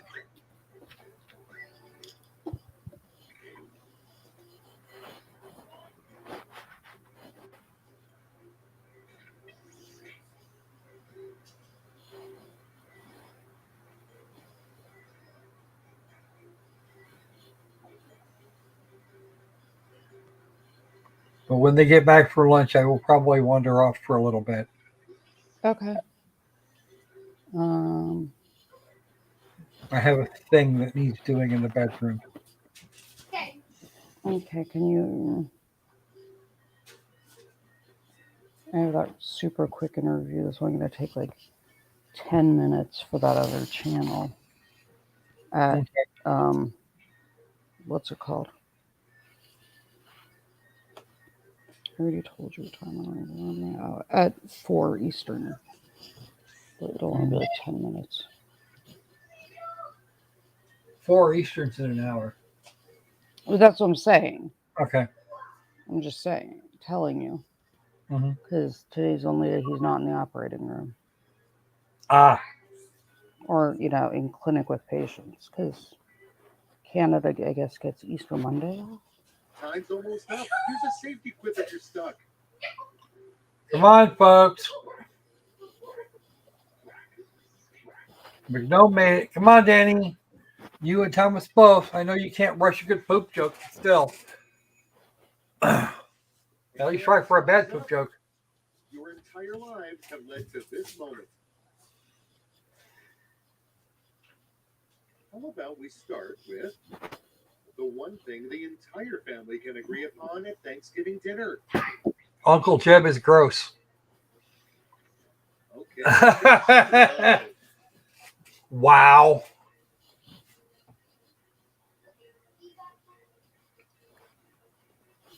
Wouldn't know. Only time I ever shot a squirrel, there wasn't anything left that you could have tried.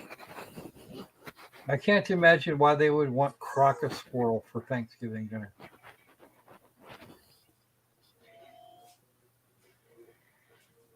Ooh. Ow. Thomas loses to a safety And quip. next is the reason you were removed from your grandfather's will. Hey there, Mama Bear. Hi, Texas Mama Bear. We're doing good.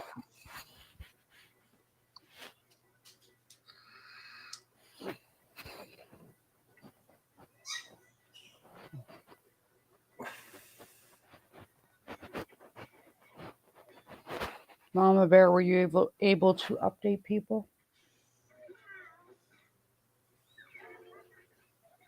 Let's see the next one. A code name a nervous spy would give himself on his first mission. Decision. Choose your favorite.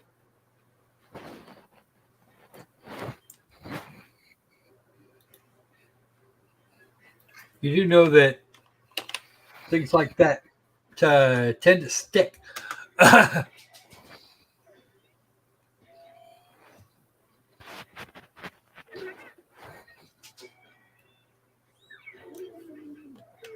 Next up, the next goal on Jeff Bezos' vision board. All right, vote for the one you like best. Add to cart.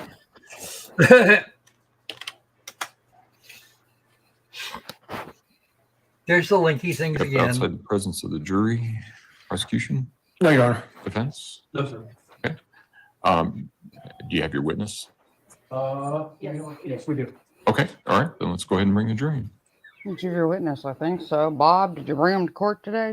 Something Andy I Warhol. think I should have figured that out earlier. But okay. Like you should have made sure everything was admitted earlier, but hey, I'm not telling you how to do your job.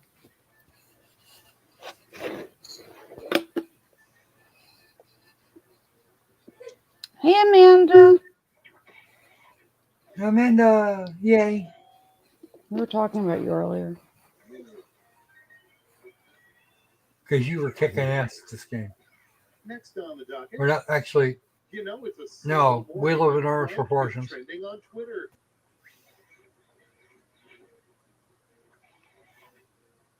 Free points are still points, right? All right, check this out. A little secret: if the line for the bathroom is too long, All right. For the jury, please. Croc, can you silence it in the background? winning game is just showing up. Here's some points.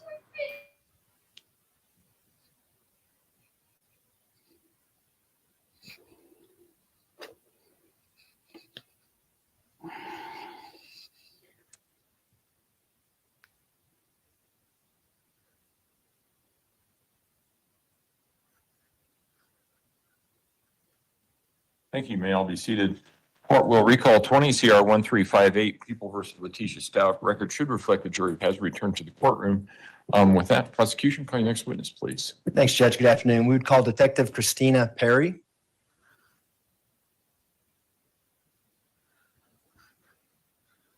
Detective, if you would step forward and raise your right hand, please, ma'am. Do you swear or affirm the testimony about to give in this man will be the truth, the whole truth, and nothing but the truth? Go ahead and have a seat in the witness stand. Please watch your step as you step into the stand.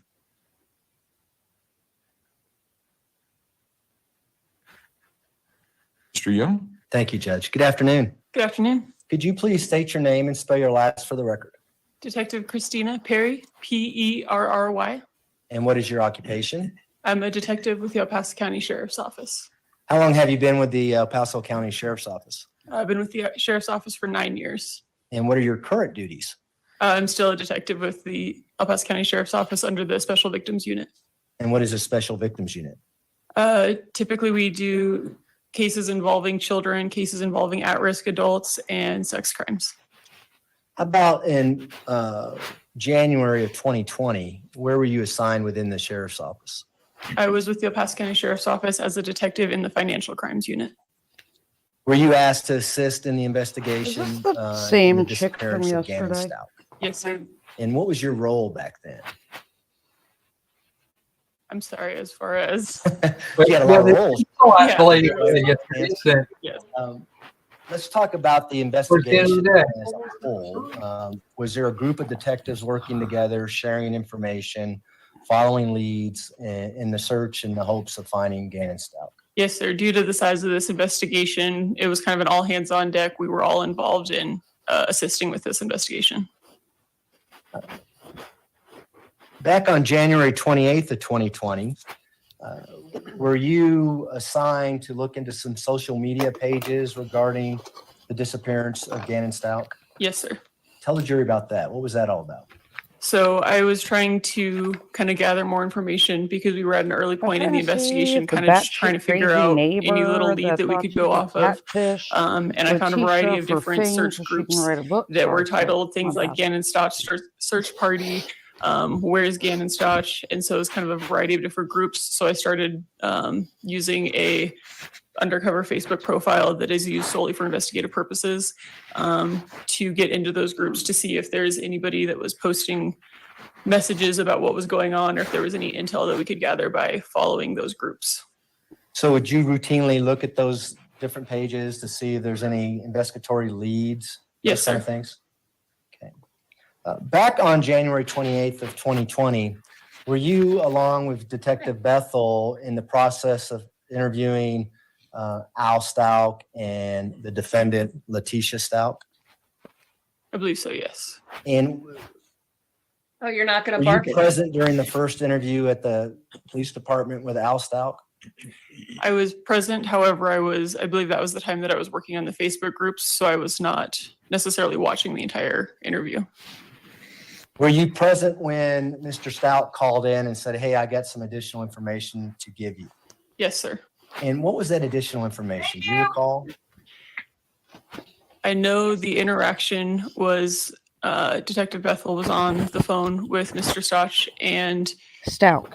he had had some additional information about years, learn how to say the game. Ms. Stauch's Tiguan not being at the residence. Did he indicate to you that he went to French Elementary School and didn't see the car there, and that was troublesome because Ms. Stauch had told him that's where the Tiguan was at? Yes. Overruled. Yes, sir. And what did that cause you to do as a result of getting that information?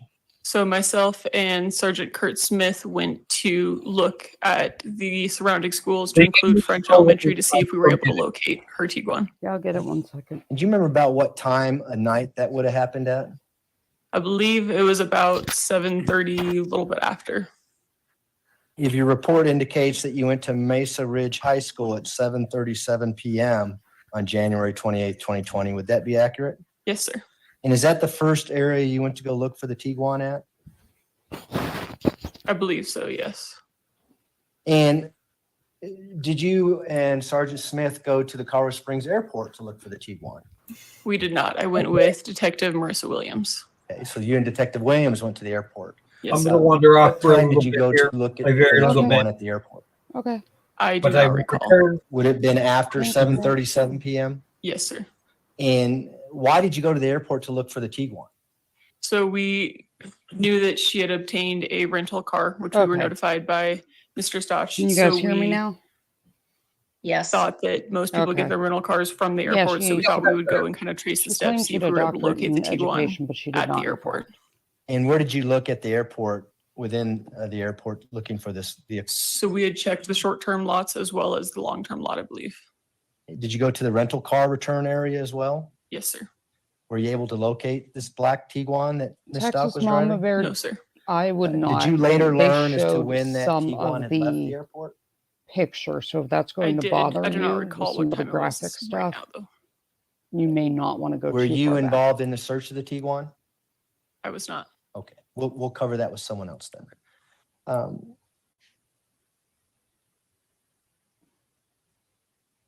Were you asked to go to the residence to pick up some additional witnesses, i.e. Gannon Stauch's sister, Lena Stauch? Yes, sir. What was She that all actually about? wasn't Tell the jury an about that. assistant teacher. She was a So we teaching wanted to aide, as conduct in a she forensic was interview with a Lena special Stauch, and needs, so I was requested to come and assistant with teacher Detective Williams for or those that need, like, transport one-on-one. Lena to She the office of the she- sheriff for that interview. And did you do that? We got there and Detective Williams ended up driving her herself while I stayed to assist with the search of the residence. Did you also come into contact with an individual by the name of Harley Hunt? Yes, sir. And do you know who Harley Hunt is? Yes, my understanding is that Harley Hunt was Miss Stauch's daughter. Stauch. And did you The or name is anyone else Stauch. attempt to I hate when you interview worked Harley the case for Hunt 3 years and you on can't say January the name 28, right. 2020, when you went back to the residence? Yes, You know sir. how to pronounce the When name, I was don't be there, Detective disrespectful. Arndt had advised me that she had tried to speak with Harley, and Harley had refused to respond to the office for an interview and refused to give any information. And while you're there at the residence, do you remember about what time you It's got just back there? disrespectful to me. I would have to reference my report. If your report says 10 p.m., would that be accurate? Yes, sir. So 10 p.m. on January 28, 2020, you're at 6627 Mandan. Yes, sir. And who else was there? Do you recall to conduct the search? I know there was Detective Farrell, Detective Arndt, and Detective V. Hill were also present. And what was your role in that part of the search? So I performed scribe duties. And scribe duties is I record all evidence that's collected and assist with putting it into packaging to be transported to our evidence facility. And so could you explain that process to the jury? Do other detectives collect the evidence, give it to you, you bag and tag it, so to speak? Yes, sir. So when you perform scribe duties, it's like a carbon copy piece of paper, and every item that another detective finds during the search, they would bring me. I would package it in an envelope and collect it all in one place, and then I was responsible for transporting it to the evidence facility when it would later be processed into evidence and completely sealed and everything. And approximately how long were you there? Do you recall?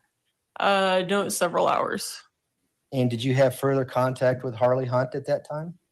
While I was waiting for other detectives, I spoke with her kind of about various topics. She had notified me about her career aspirations and about kind of different various things. But if I would mention anything involving her brother, she would refuse to talk to me. Was that unusual to you? It seemed odd, yes.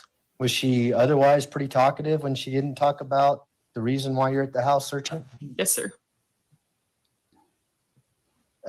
And did you note the things that you actually bagged and later submitted into the evidence locker? Yes, sir.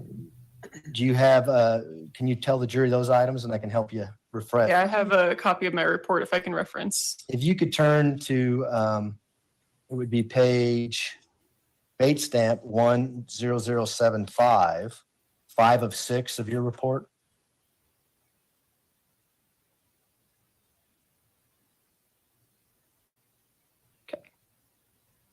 Have you done that? Yes, sir. Here are the items that you bagged and later submitted into evidence. Okay. We collected a burned carpet square found in the trash can located in the backyard of the house. And this was found by Detective Farrell. A candle that appeared to have carpet fibers, a sock, and other items melted into the wax. This was found in a different trash can located in the back of the house by Detective Farrell. I'm going to object as the hearsay that where the stuff was found and who found it would have been related by somebody else. Mr. Young? Yeah, and it goes to the chain of custody. Detective Farrell is going to be testifying next, and he's going to cover these items. But since she's the one that actually put them in envelopes and sealed them, I've got to be able to cover it with her. Overruled. I think you're on number 3 there. Yes, number 3 was swabs from a black and white Nike woman's right shoe. This was found in the laundry room by the garage by Detective Farrell. Swabs from a black and white woman's left shoe. This was found in the laundry room by the garage by Detective Farrell. Swabs of the light switch located in the basement hallway outside of Gannon's room, collected by Detective Farrell. Swabs of the light switch located inside Gannon's room in the basement of the home, collected by Detective Farrell.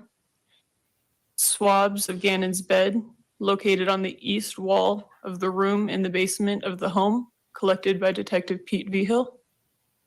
Additional swabs of Gannon's bed located on the east wall of the room in the basement of the home, collected by Detective Vigil.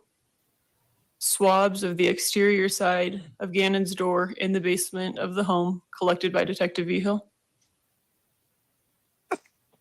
So you noted who collected those items. Would those detectives physically hand those items over to you for you to seal them in an envelope? Correct. I would place them into an envelope and we would close it but not completely seal it until it was later processed at the evidence facility. And did you later process those items at the evidence facility? Yes, sir. And did you seal them with tape? Correct. And is that so when the items would go to the lab for testing, they would be sealed until someone from the lab opened them? Yes, sir. Okay.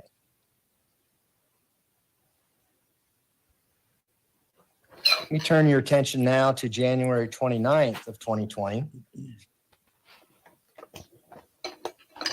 Were you at the El Paso County Sheriff's Police Department here, right downtown?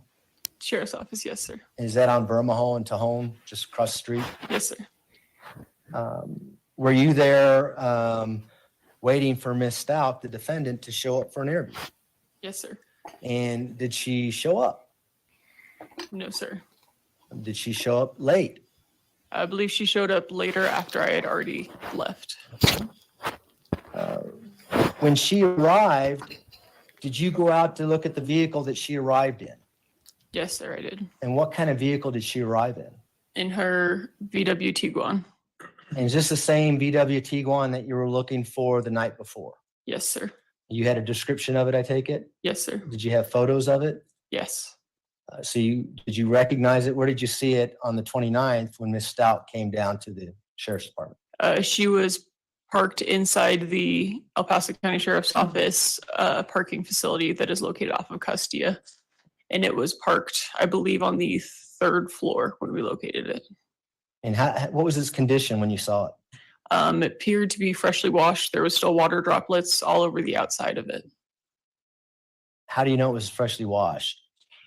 It was a otherwise dry day. It wasn't raining. And so the presence of water on the entire exterior was unusual. And was Detective Farrell with you at that point? I believe so, yes. And did he take pictures of the vehicle? I believe so.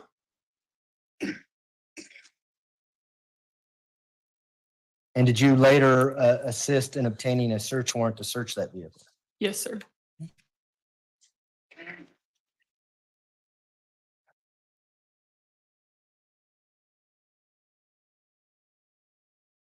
Based on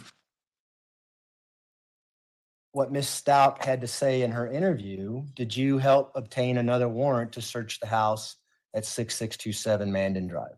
Yes, sir. And As far as you know, did that house go back and be searched on January 29th, 2020? Yes, sir. Were you involved in that at all? I believe that one was just the Metro Crime Lab. Did you also have an opportunity to do what's called a canvas of various dumpsters in the university shopping center? Yes, sir. Why did you go to the university shopping center to do that? So we had received information that Miss Stauch was seen at the Petco located at University Village on 2 occasions that day. This would have been what day? Do you recall? I believe the 28th. But If your report indicates it was sorry, January. 27th. There we go, sorry. So January 27th, 2020, you had information that Ms. Stauch was at this shopping center? Yes, sir. And so what is a canvas of dumpsters? What does that mean? So kind of looking for something out of place, perhaps something that would have been at the home that was removed from the home prior to our search, such as a suitcase or bedding or something along those lines. Okay. Were you able to find anything in looking in those dumpsters and things? No, sir. And do you know how many times Ms. Stauch went to that particular shopping area that day? I believe it was 2 times.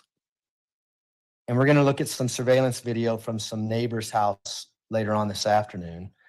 Does that coincide with some of the times that we see Ms. Stauch leaving Yes, her residence? Yes, sir. Okay.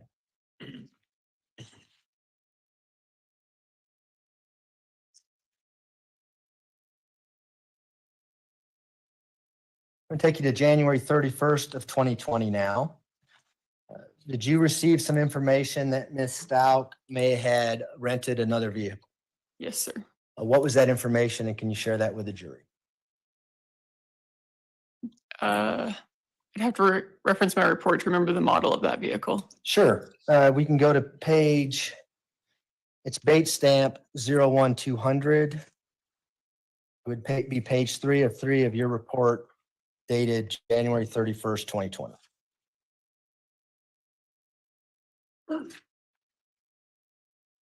I apologize. I do not have that report with me. May I approach the witness, Sean? You may. I'm afraid you can read that top paragraph to yourself.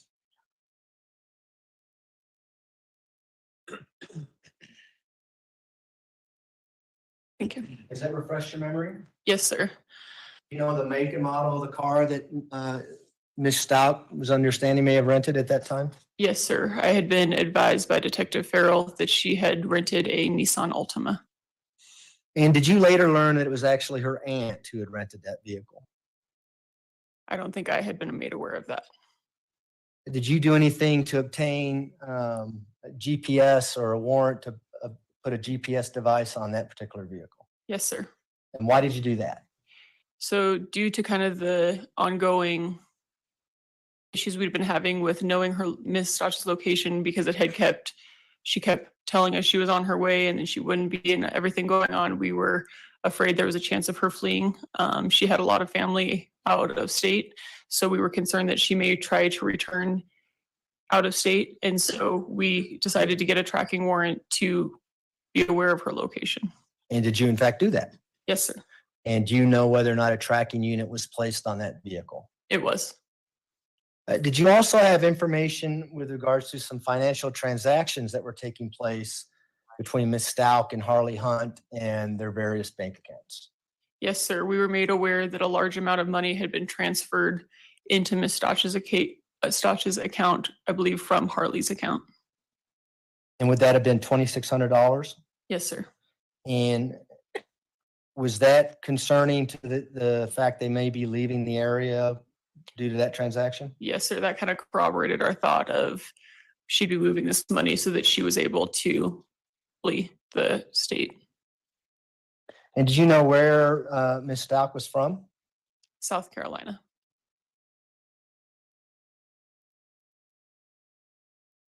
And now I want to turn your attention to February 1st of 2020. Have you still been continuing watching these social media groups regarding Gannon Stauch and things like that? Yes, sir. And did you at one point look into a group that called Support T Stauch or words to that effect? Yes, sir. And was that on Facebook? Yes, sir. Did you see anything unusual in those postings during this time period? If I recall, that was the account that there was a family member of Ms. Stauch posting on that page. And during the course of the investigation, did you learn of a photograph that was taken of Gannon Stauch while he was in bed during the early morning hours of January 27th, 2020? Yes, sir. And did that cause you to look for anything based on those photographs? Yes, sir. We had observed that the photograph with Gannon had a specific set of bedding in it that was not located during any of the previous search warrants at the residence. At this time, I'd request to publish Exhibit 20 that's already been admitted in evidence.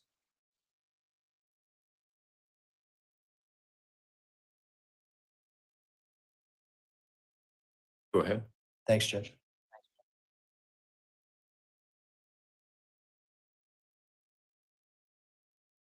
Okay, behind you and to my left is People's Exhibit 20. Is that the photograph you're talking about that you learned was taken on the early morning hours of January 27th, 2020? Yes, sir. And what is it in this photograph? What items are you looking for at this point? So the red blanket with the snowflakes on it had not been located, as well as the sheet that is up above him, not the one that's on the bed, but it's blue and I believe it has airplanes on it. Okay. Or anchors, I'm sorry. Anchors? Yes. And what about the pillow? Was the pillow ever recovered or ever found? No, sir. And so what did you do? We can take that down now, thanks. But what did you do to look for these items and where did you look? So we looked at a couple different locations. The primary one being we went to the El Paso County Transfer Station, known as the dump. And we had the staff locate the area of trash that had been collected around the time frame of the 27th. And they had told us where those items were, and we conducted a search of all of the trash and garbage, attempting to locate that bedding. And would this be the landfill or, as you Yes, said, sir. the dump? Yes, sir. And did you search in the areas where that neighborhood, that trash would go to? Yes, sir. They had located where that area had been dumped, and we were able to identify mail from different addresses on Mandan and Intrepid and in that area. And did you find anything related to 6627 Mandan Drive? No, sir.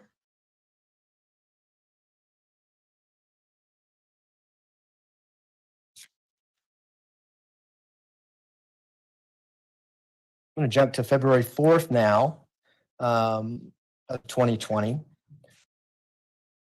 Were you also assigned to review various surveillance videos from residents? Yes, sir. And would these be like ring video or doorbell videos, those type of things? Yes, sir.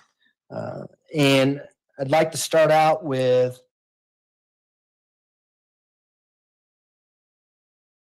video footage from 6643 Mandan Drive. Are you familiar with that address? Yes, sir. And did you review all the video from that particular address? Yes, sir.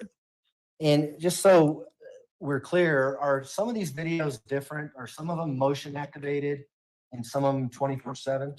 Yes, sir. There's different types of video surveillances. Some of them are set by the user that is able to only alert when there's motion within a certain distance, and they're able to adjust it. So they may only turn on if somebody approaches the front door, whereas others record constantly.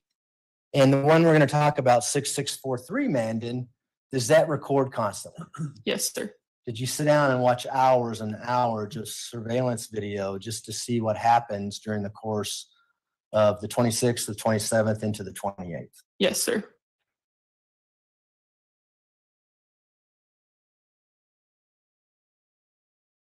What were you looking for? Trying to see if there was anything that we could go off of as far as suspicious activity, if we could see the timeframes where Gannon was seen last, if we could kind of piece together the story of what happened. Were you also looking for cooperative evidence of things that Ms. Stauch had told Detective Bethel and other members of your organization? Yes, sir. Were you familiar with this story about her being raped and somebody, construction guy coming to the house, a carpet guy named Eduardo, that kind of thing? Yes, sir.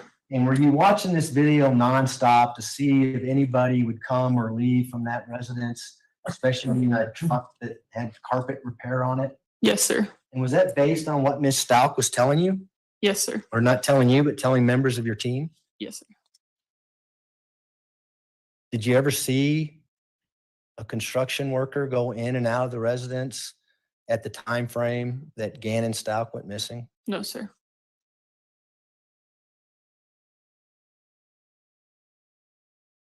When you're reviewing these particular videos, were you familiar with the people who lived at 6627 Mandan Drive? Yes, sir. Knew what Al Stauch looked like? Yes, sir. Do you know what Letecia Stauch looked like? Yes, sir. Do you see her in the courtroom today? Yes, sir. Could you please point her out and describe what she's wearing? Ms. Stauch is wearing a light pink shirt. May the record reflect identification of the defendant. The record will so reflect. Go ahead. Did you know what Lena Stauch looked like? Yes, sir. And Lena was the 8-year-old girl that lived there? Yes, sir. And did you know what Gannon Stauch looked like? Yes, sir. How about Harley Hunt? Yes, sir. You actually met Harley on the night of the 28th, right? Yes, sir. And did you know what vehicles were associated? We'll start with Harley. What kind of vehicle was Harley driving? I remember hers was a silver sedan. I don't recall what model hers was. Was it a white Volkswagen Jetta? Sorry, white. Yes, sir. Okay. And we already talked about Miss Stauch and the black Tiguan Volkswagen. Yes, sir. Was there another vehicle that was assigned or that Al Stauch drove? Yes, sir. There was a red Nissan Frontier. And so as you're watching the videos, if you saw those vehicles move around, would you make note of it in your report? Yes, sir. If you saw those individuals walking around, would you make note of that in your report? Yes, sir. And obviously, if you saw a carpet worker named Eduardo go in the house and leave with a suitcase, would you put that in your report? Yes, sir. Did you see that? No, sir, I did not.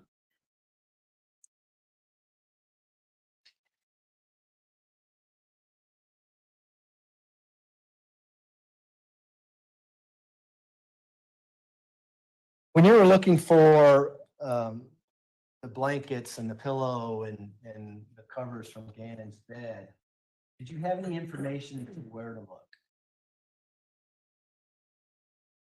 I'm sorry, I don't understand your question. It's not the first time I heard that.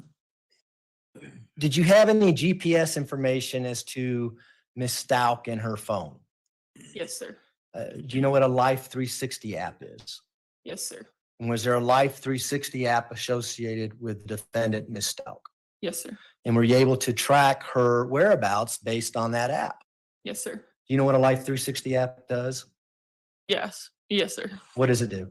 So it's a app used a lot of time with families, so you're able to know where your family members are and it tracks your location.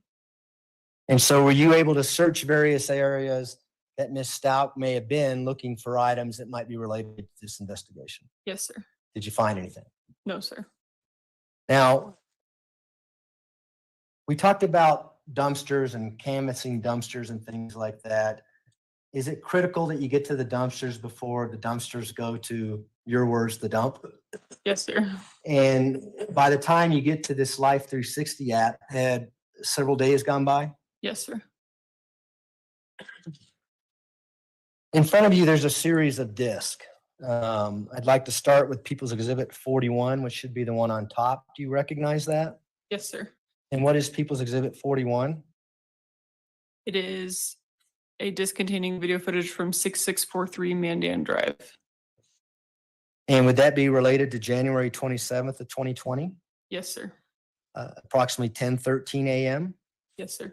And did you have an opportunity to review that disc? I did. How do you know that? My initials and date are on the top of the CD. And does this particular disc have 2 clips on it? Yes, sir. And is it the disc that shows 6627 Mandan Drive from 6643 Mandan Drive? Yes, sir. And does it accurately depict a black Tiguan, a red Nissan truck in that area?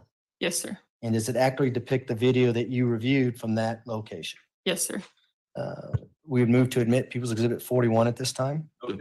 Exhibit 41 will be admitted. Go ahead. Let's go to 42 now. Do you see People's Exhibit 42? Yes, sir. What is People's Exhibit 42? It is going to be another video clip that depicts from 6643 that depicts 6627. That is later in the day than the first disc. We talked about the Petco situation where Ms. Stauch went there a couple times in an afternoon. Yes, sir. Are these timeframes when the vehicle leaves and when the vehicle come back consistent with what we know and when she was at the Petco? Yes, sir. And does People's Exhibit 42 accurately depict the surveillance video that you saw from 6643 Mandan Drive at 6627 Mandan Drive? Yes, sir. Move to admit People's Exhibit 42. No objection. Exhibit 42 will be admitted as well. Now, in People's Exhibit 42, can you see individuals get out of this red Nissan truck? Yes, sir. And People's Exhibit 43, is that an enhanced version of People's Exhibit 42? So you can zoom in and see, for instance, individuals getting out of the truck at a closer view? Yes, sir. And does that accurately depict People's Exhibit 42, at least a portion of that, as to when these individuals get out of the truck? Yes, sir. And can you see it more clear because of the zoomed in focused version? Yes, sir.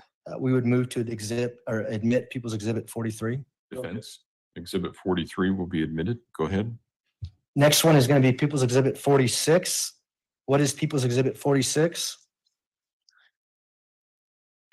It's going to be another clip from the same address pointed at 6643 and shows Lena arriving home later in the day. And is that accurately depict the video that you saw from 6643 Mandan Drive that depicts 6627 Mandan Drive when Lena gets home from school? Yes, sir. And does it depict Lena out in front of the residence for a certain amount of time after she gets home from school? Yes, sir. And does it accurately depict that as to what you saw on 6643 from 6643 Mandan Drive? Yes, sir. Move to admit People's Exhibit 46. Defense. Exhibit 46 will be admitted. And then People's Exhibit 47. Do you have that? What is People's Exhibit 47? So that's going to be later again in the day once Harley returns home to the house. And again, does that accurately depict that portion of the video that you reviewed from 6643 Mandan Drive? Yes, sir. Move to admit People's Exhibit 47. No objection. Exhibit 47 will be admitted. And then finally, we have People's Exhibit 220 there. Do you see that? Yes, sir. What is People's Exhibit 220? That is when the vehicle leaves the house later in the day. Would that be the next day of January 28th, 2020? Yes, sir. And did you review the surveillance video on the 28th in the morning hours? Yes, sir. From 6643 Mandan Drive? Does that People's Exhibit 220 accurately depict what you saw? A vehicle leaving 6627, another vehicle backing out and backing into the garage? Yes, sir. Move to admit People's Exhibit 220. Defense. No objection. Exhibit 220 will be admitted. Okay. So we're going to go back to People's Exhibit 41. We indicated that it's two clips. Can you just briefly summarize what we're about to see, or would you prefer to do that after we see it? I prefer to do it after. I had a feeling you were going to say that. That's why I threw that in there. So why don't we publish People's Exhibit 41? And again, these are two clips. We'll start with the first clip on the disc, okay?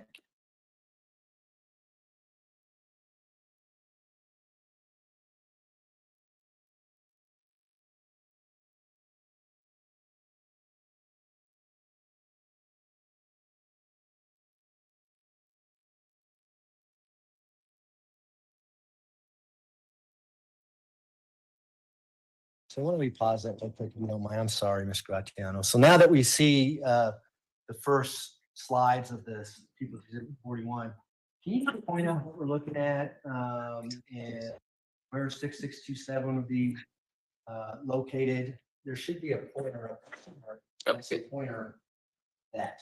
Yes, sir. So right here is the red Nissan Frontier associated to this address. So this house right here would be 6627. And can we see the black Tiguan in this image? Yes, sir. The black Tiguan. And so would 6643 be a couple houses north of 6627? Yes, sir. So we're now looking from north to the south towards 6627, is that right? Yes, sir. Go ahead and hit play, please.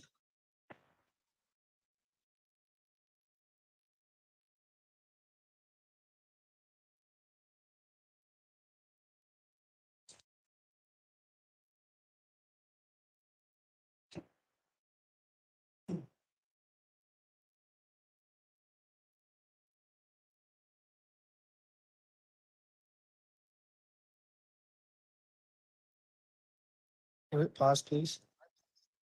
We see an individual walking there to the red Nissan truck. Do you know who that individual is? It appeared to be Gannon. Are you sure about that? Yes, sir. Well, does Gannon drive the truck? No, sir. Can we, sorry, go. Is that hard for you to see from there? Yes, sir. Why don't we continue to play and watch and see what happens, okay? All right.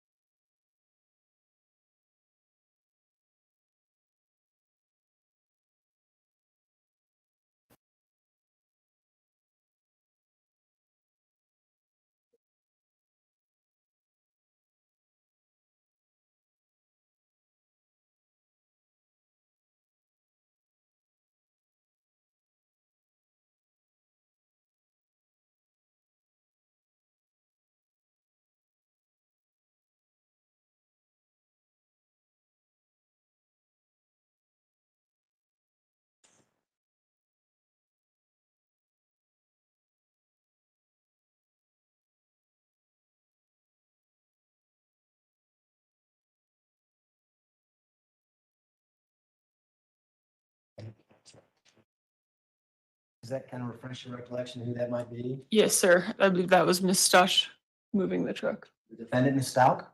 Yes, sir. Okay. Can we go ahead and resume, please? Thank you.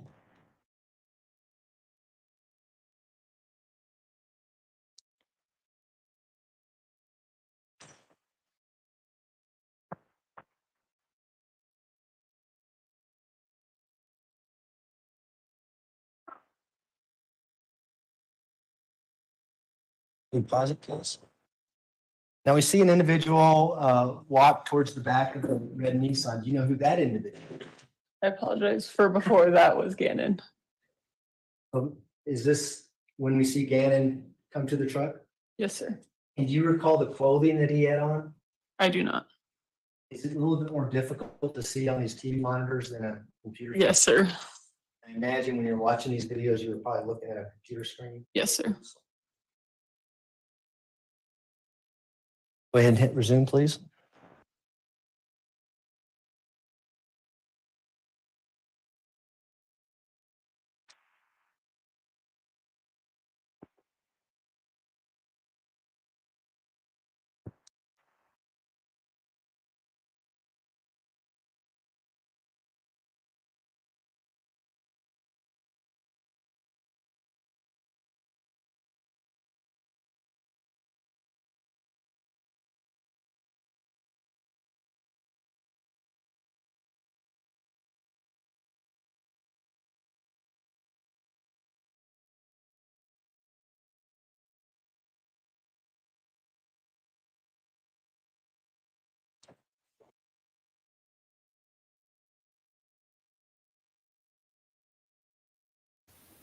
This lady's killing me. Mm-hmm. I had to check to make sure like That's it wasn't clip one. For the frozen. record, it's approximately 2 minutes and 40 seconds. Now, clip two, does that overlap clip one a little bit? Will we pick up towards the end of clip one and then take it from there? Yes, sir. Death by boredom, stupid from this. We can play clip These two now. people.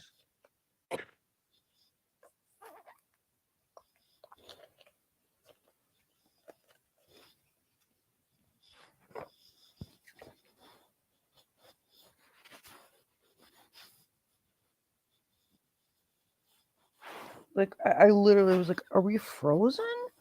Or are we just gonna, like, you know what this reminds me of? In the XXX Tentacion case, when Mike was streaming it, I don't know if you saw, Patty. There I was a did point. not, but this is boring. Well, no, it's worse than that. There was a point in that video where they were showing the bank teller counting out like $20K in cash. And it literally looked I just like rolled this. my eyes. It literally looked like this. Like no one was talking. It was dead quiet, and you couldn't see what she was doing. And everyone was just staring at the back of this lady's head for like 40 minutes. Annoying. Yeah. I was just like, oh my God. I've had so much caffeine, and this lady's still gonna put me to bed. I don't know what it says. Like, it's. You can tell me if I'm the only one. It's like, I just have such a pet peeve with this detective. It's like, you know how to say his name. It just feels disrespectful to me to keep saying it wrong. You've been on this case for years.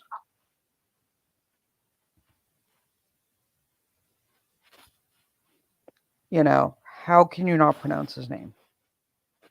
Some people just don't understand how disrespectful that really is when, you've dealt with someone for a long time and you can't spell their name, let alone say it correctly. Yeah, it's just like, oh my God. I find that extremely irritating. It just drives me especially at nuts. the professional level. Right, and you're a detective in a special victims unit, and on top of it, it's a child in a very high profile case. Will call, my love. I will call. Will call, my love. We have missed you.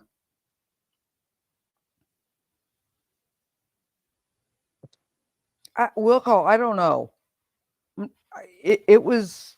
Me and John can attest. It was literally. We were all trying to figure out if the stream was just frozen for like an hour. I've seen people birth babies in less time. Okay, for the record, that concludes clip 2 of People's Exhibit 41, which is 3 minutes and 1 second long. We talked about when you initially saw this video, you were sitting in a computer screen. Would you take notes as to what you actually saw happen and then later transfer those notes to a report? Yes, sir. And do you have that report there in front of you? I believe so. I'll direct you to page 3 of 4 of your report I kept dated March 10th, walking away and 2020. coming back, and they were still staring at the back of this lady's head. Page stamp 11137. Yeah, just like this. I'm sorry, you said March 10th? Yes. And you're I not do close not enough have to that see if one it's with still me. blinking or it's Okay. just frozen. I was like, oh my God. Let me approach her. You may. I'm glad you've been A copy of the lurking. report. I always love having Yes, you sir. in my chat, Will call. And do you have the descriptions of what you see taking place on the video as you're watching it? Yeah, from your Amanda, me computer too. screen? Yes, sir. I'm like, And can you is just she kind of blinking? read Is to there yourself signs of life? what you have noted from People's No? Exhibit 41 that we just saw No, okay. when Gannon and the Good. defendant leave in the red Frontier truck? What are we doing? Yes.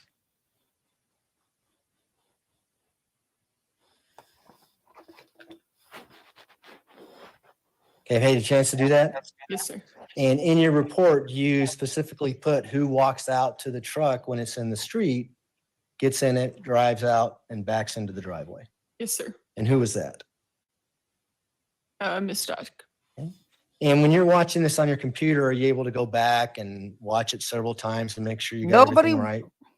Yes, sir. We don't want to watch it the first time, Now, let alone go back and rewatch it. you also note when I you understand come back you're out of trying the to house cure and the truck is in the insomnia, driveway, but I have who an gets in easier and way. who's I there? will just give you this year's Yes, sir. OSHA Who do update you note? manual. What do you note there? I'd observed It is that a Gannon stepped telephone into the book worth driver's of I side can back cure seat, insomnia. and Miss Stauch appeared to get into And the if driver's reading seat doesn't do it, I can just after smack she you with walked it back inside and cure and then came insomnia. back out. And do you have a time for that particular action? Yes, that was at 10:13 a.m. And do you have a time for when they actually leave? That was at 10:15 a.m. And does that coincide with this Petco trip that we talked about where she's seen at the Petco area and you search that shopping area? Yes, sir. Now, before we play People's Exhibit 42, God. what I'd like to do is have you summarize what we're about to see in People's Exhibit 42, okay? Pat, do you know Can when you you do hear like that? the hold me? It's like do Yes, do do sir. do. So in that exhibit, Like that's literally like the what music should one be of the other playing. Like vehicles that is like leaving the we'll be back house. little clock thing. Well, is People's Exhibit 42 when they come back after they leave at 2:20 p.m. in the afternoon? Say that again. I On didn't hear January you. You know that 27th, like do do Oh, do do. I'm sorry, I've got the wrong disc. So it's confusing me. Okay, yes, sorry. 42 is Kind of when they thing. are seen returning Yeah. back to the residence. And so Like with what like do you the see? clock What do you see on the video holding and what did you pattern. note as you're watching it closely at your desk? So I observed that Yeah. the Red Frontier returns, Yeah, and it's hard to. can't hear you It was over her initially hard to talking. tell because she's seen stepping out of the vehicle, and then upon closer examination, it was It seen says that a it just means that shadow like do do is do do do do seen in the like footage music. of what appears to be Gannon stepping out of the vehicle as well. Yeah. And does that Just a happen little But like as soon the as the clock driver's thing. side door opens in the video? Yes, sir. Well, we stare at nothing. This time we request to publish People's Exhibit It's making 42. me a little crazy. Me?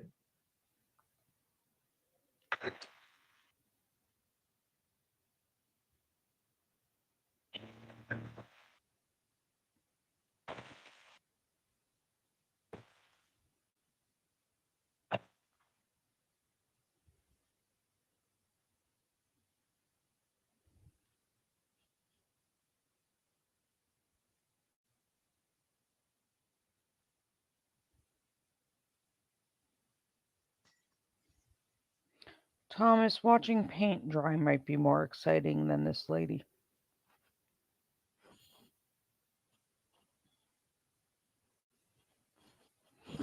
Yeah, well, call just email me.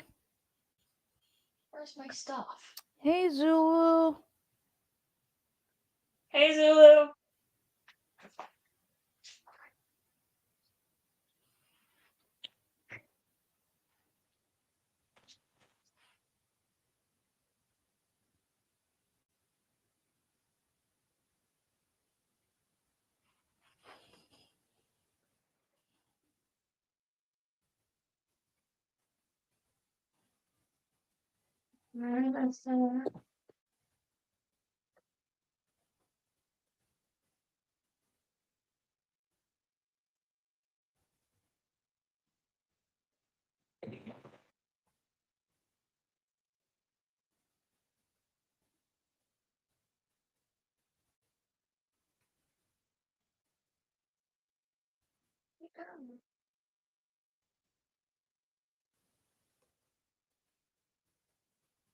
There's that.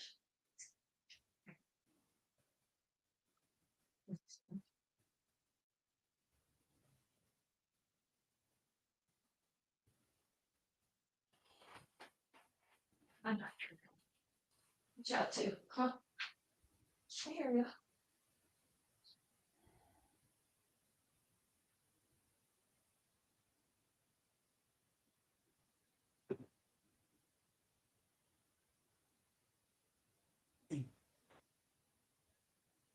Can you pause it, please?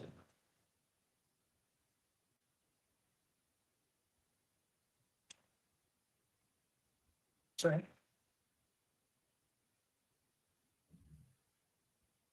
So we paused it at 2:35. Did you see the shadow you were talking about in this particular video clip? It is hard to see from this distance. Can you see it clearer in People's Exhibit 43? Yes, sir. Now, I probably should have asked you this before we played this, but where does this shadow come from? I believe it is the back passenger seat. The door opens. If I could refresh my recollection. Well, it's on the opposite side of the truck that we're seeing here in the rear Yeah. passenger side seat, right side of the truck. Yes, sir. And does it happen very quickly in the door? Yes, sir. We can go ahead and resume, please.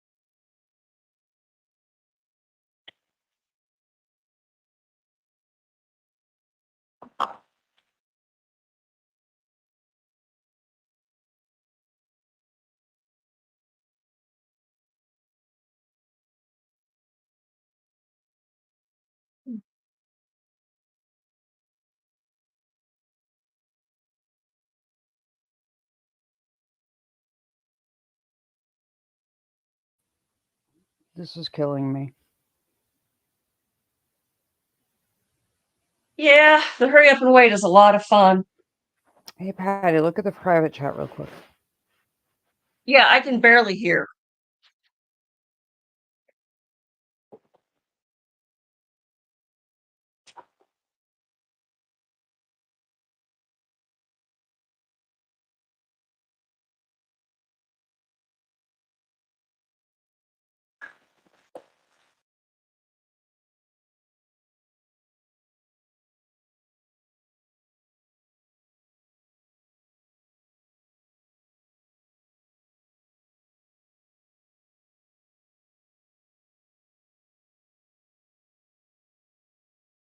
We're watching nothing, Hot Coffee. We're watching surveillance footage where you see nothing. Nothing at all. Okay, I'll be back in a minute, Patty. Okay.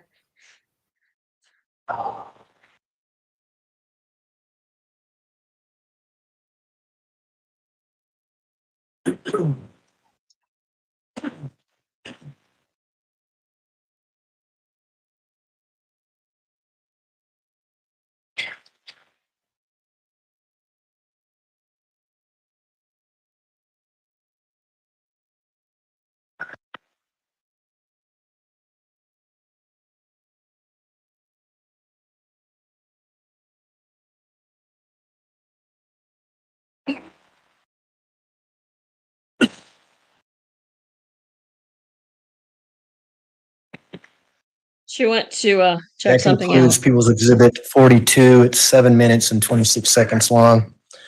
I want to talk to you about the end there. We see the black Tiguan Right back out of the driveway, turn around and back into the driveway. Do you recall seeing that? Yes, sir. Could you tell whether or not it backed all the way into the garage? Based on the shadows underneath the frontier, it appeared to back all the way into the garage. And are you familiar with other surveillance video in this investigation from across the street, 6626 Mandan Drive? No, sir. You didn't watch that one? I don't think so, no. And at the end of People's Exhibit 42, we see some individuals, looks like they cross the street at the end of the road. Yes, sir. Start walking up the sidewalk. Yes, sir. Is that soon after the Tiguan is backed into the garage? Yes, sir. And then we see a vehicle come by shortly after that? Yes, sir. And obviously, if there's other surveillance video across the street at 6626, they would pick up that same activity so you can coincide the two different videos. Is that right? Yes, sir.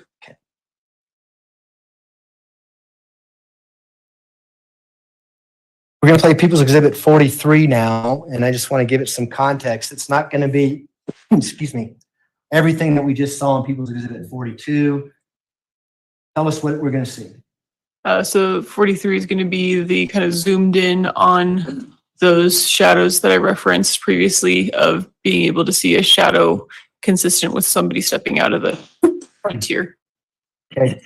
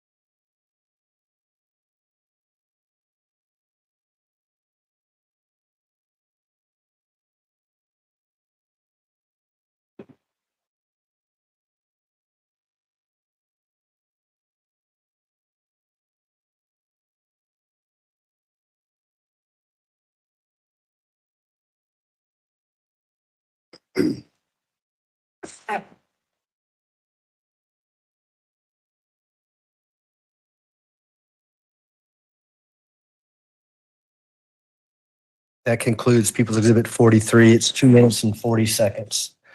Could you see it clear in People's Exhibit 43, the leg drop on the other side of the vehicle? Yes, sir. And do you know whether or not the garage door was open or closed when they got back? I do not. Would it be able to show it if it was from 6626 Mandan Drive across the street, if the garage was open or? Yes, sir. Okay. Now, did you annotate in your report what time Ms. Stauch moved the Tiguan to back it into the garage? Yes. Yes, sir. What time was that? 2:24 p.m. And the next disc, People's Exhibit 46, Is that approximately 3:11 PM when we see a school bus coming by that has Lena on it? Yes, sir. Go ahead, publish People's Exhibit 46 now, please.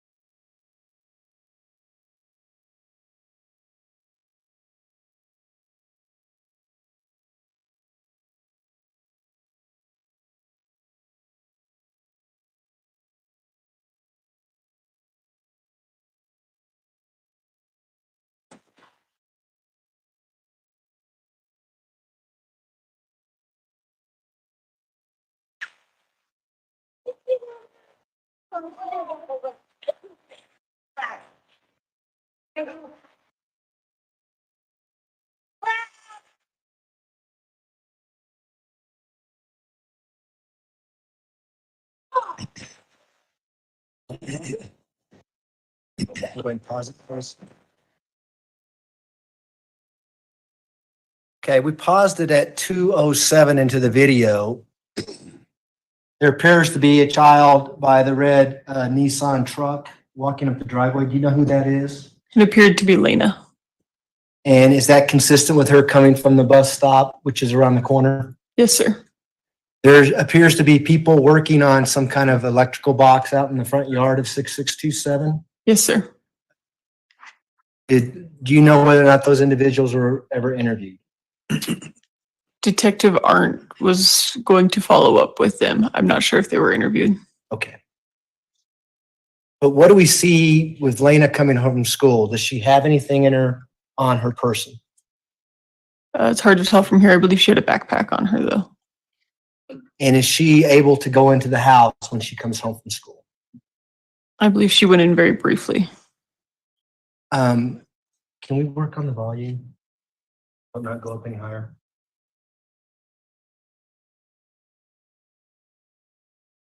We're going to see if we can increase the volume, Judge, before you hit resume.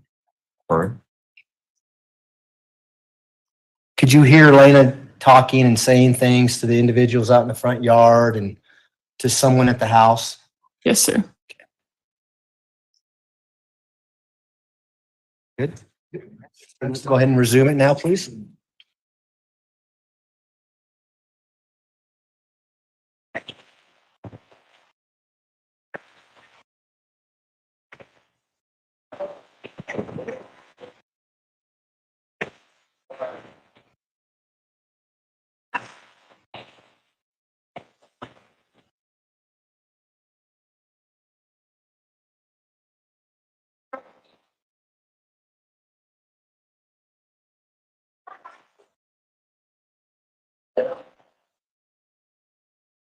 No.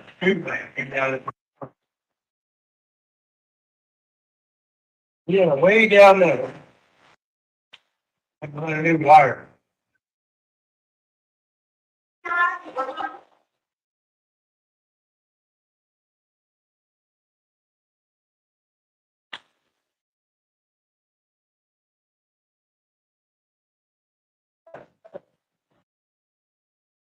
Hold the wire.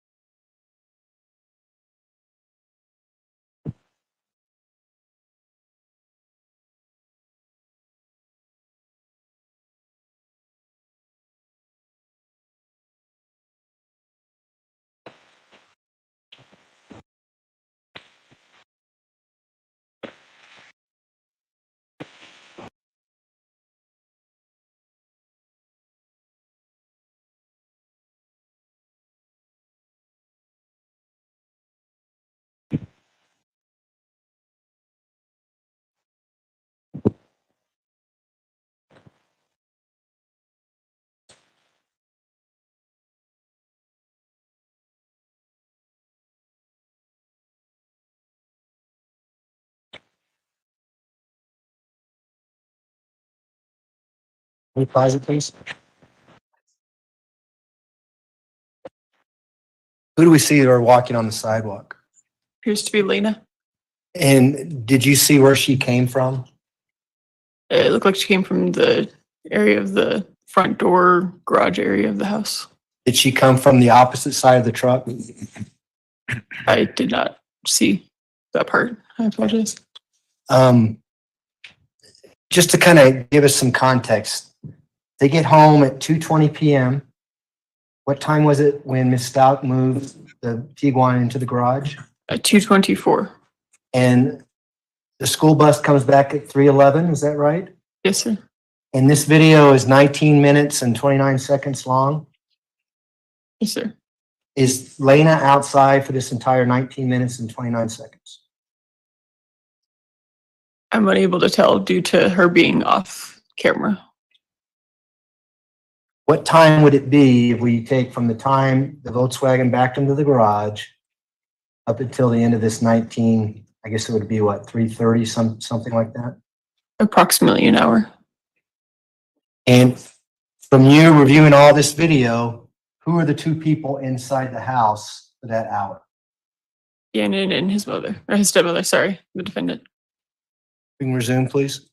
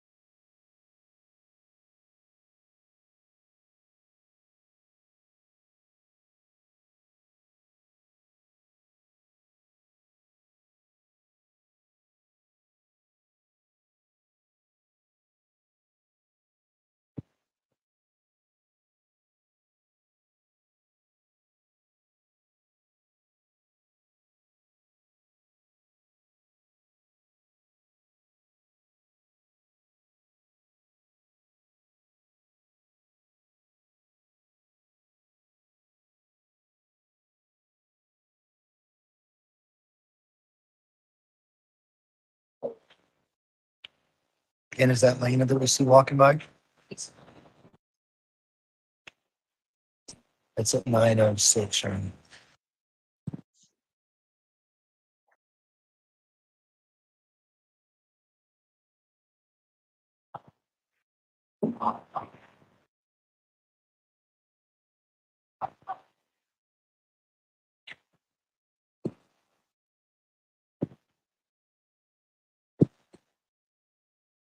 Did it turn on?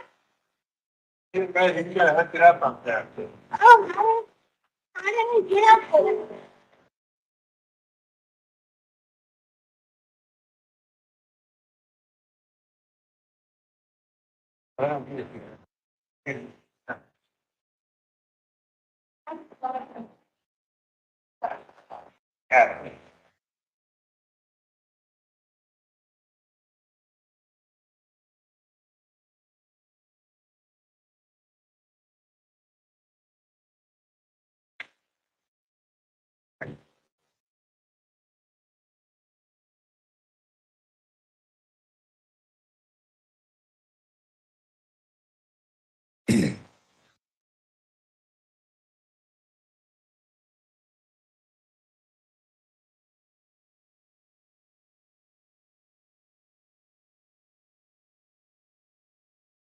Amanda, you're right. The footage looks exactly the same.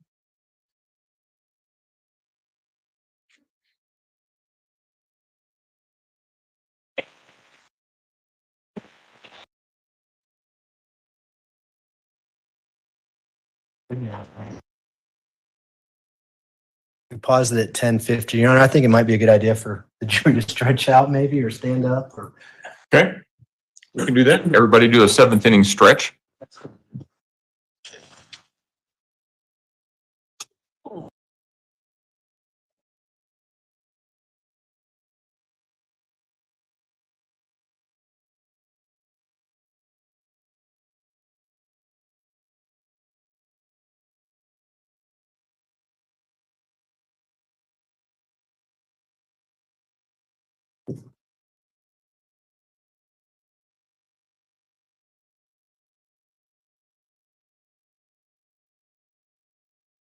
All right, we all good to go? All right.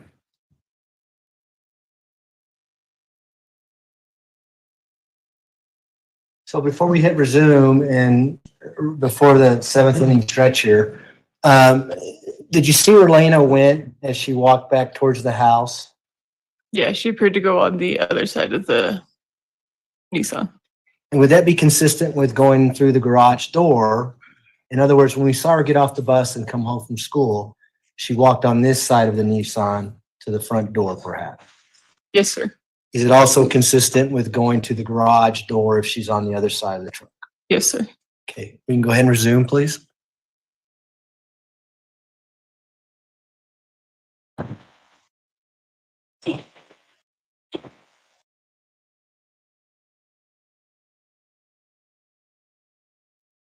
Okay.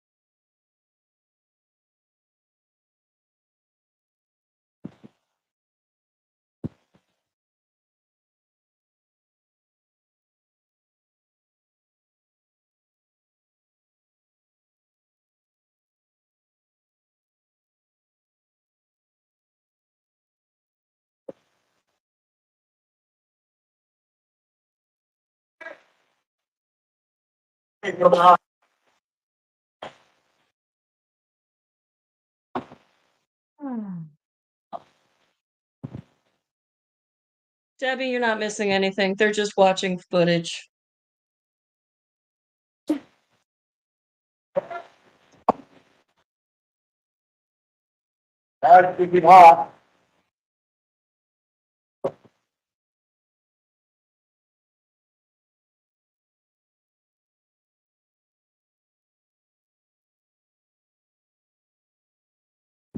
What we're all missing is an afternoon nap.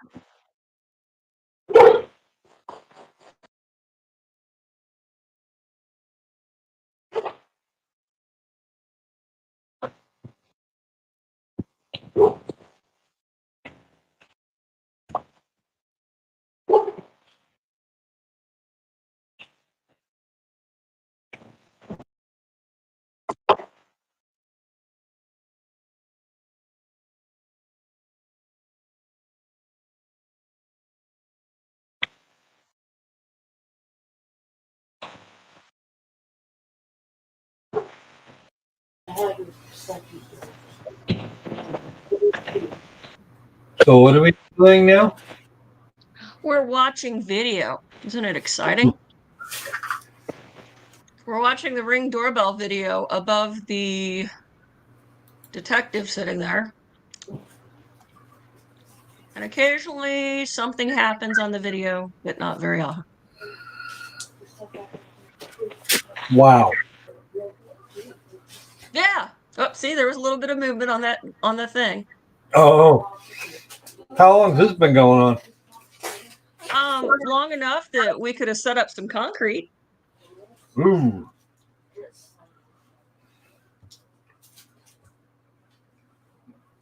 Amanda's been making infinite broth in her cooking app, so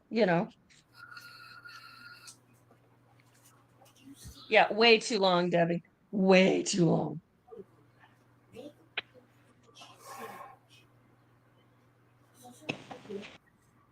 Oh, jeez. Oh, this is the exciting part of court. Come on, Croco. Yeah. This is vitally important to the state's case.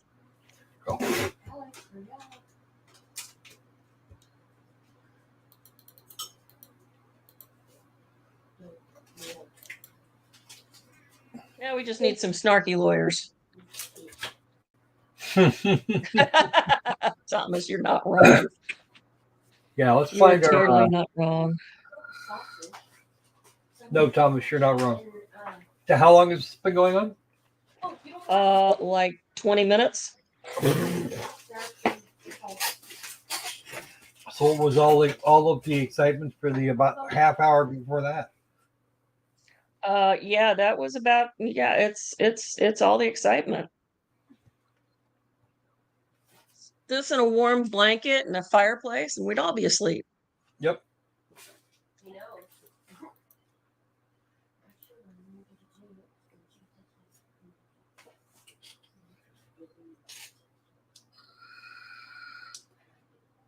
I'm not sure why we're watching this for this long. They're doing their best to imitate the military.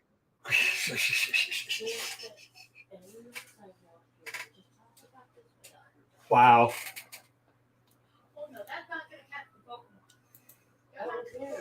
Yeah, the whole hurry up and wait thing. I remember that. Yeah, it's pretty much a hurry up and wait thing. Mm.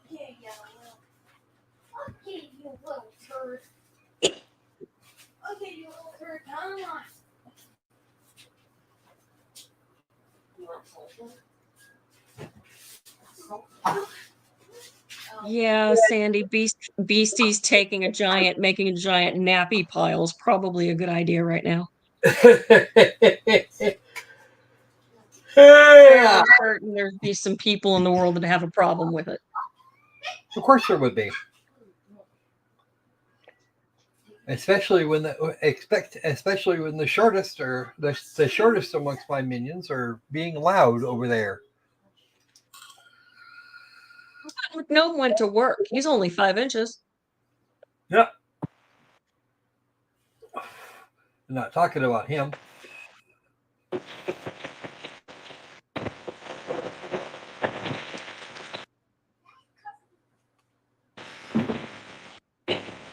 Oh, look, a car.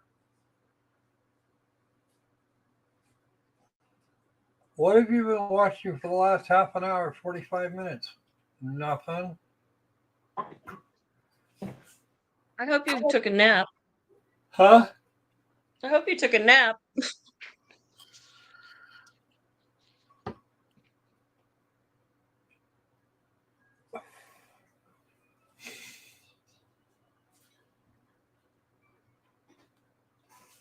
A Pat Paulson campaign speech. Oh dear. Yeek.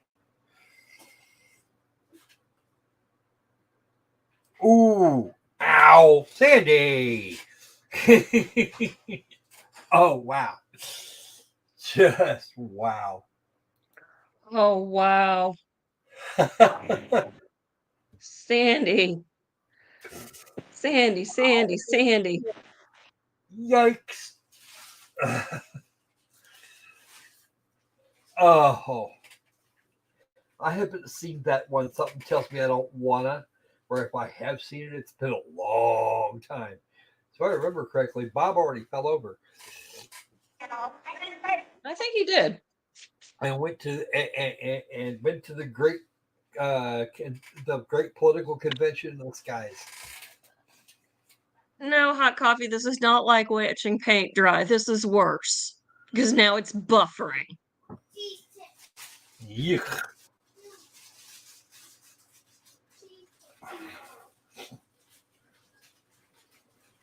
I just think, did you get to sit there and watch this without the buffering?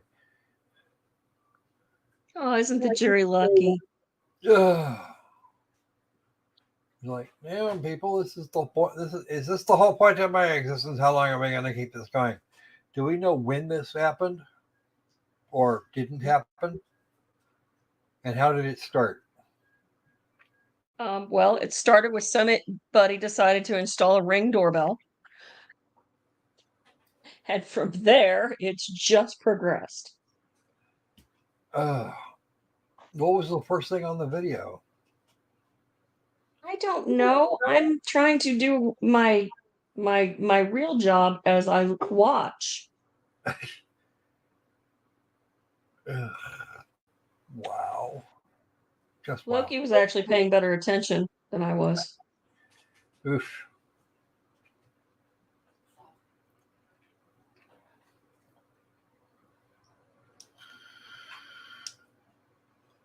Dumbass.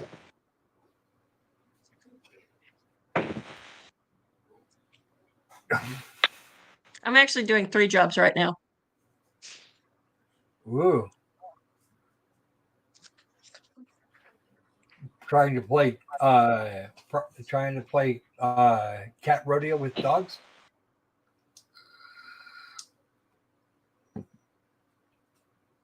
Kind of. Kind of.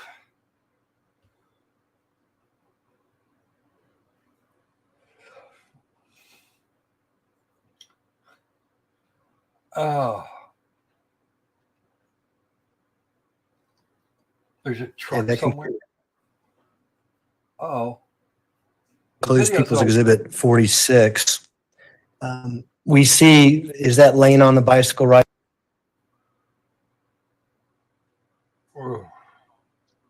Hey, Crime Talk, you need to refresh, dude.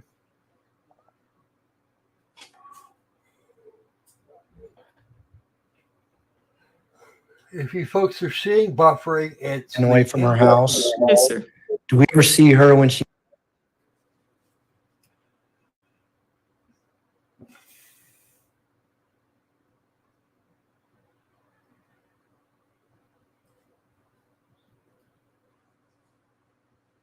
No, occasionally stuff goes past.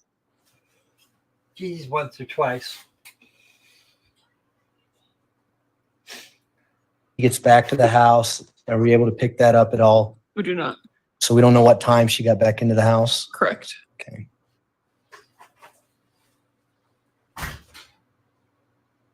Now I'm going to publish People's Exhibit 47 in a minute, but before we do that, is People's Exhibit 47 essentially Harley getting home from work, Harley Hunt? Yes, sir. And is Harley Hunt in the house for a period of time? Yes. And then what happens after 10 or so minutes? Harley and Lena both appear to leave in Harley's vehicle. Yeah, if it's okay, what we may do is start it as to when Harley gets home and then fast forward to when they leave. Because The rest of it's just the white Jetta sitting in front of the house, unless the court wants to watch the pool. Is there an objection by the defense? No. That's fine. Okay, we'll go ahead and publish People's Exhibit 47 now.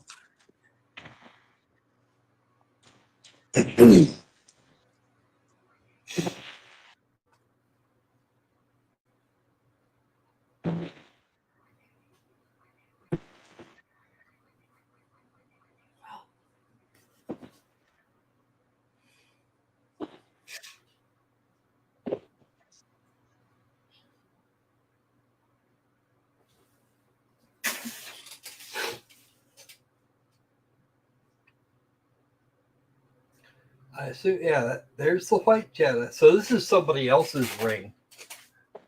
Yeah. Sorry.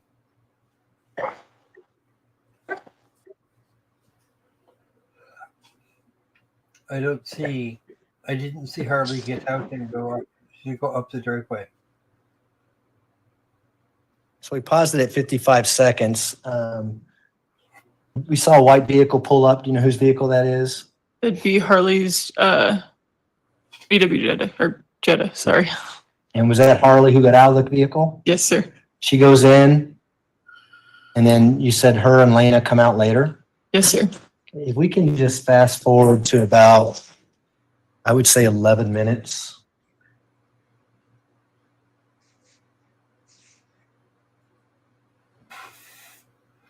VLC Media Player, I love you. Rawr.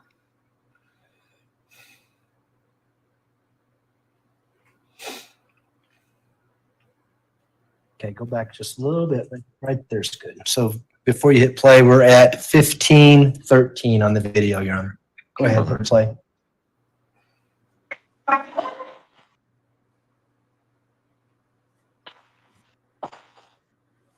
don't think, no, I think we gotta, I think there might have been others. You know, there were some trials in Nuremberg in the late 1940s.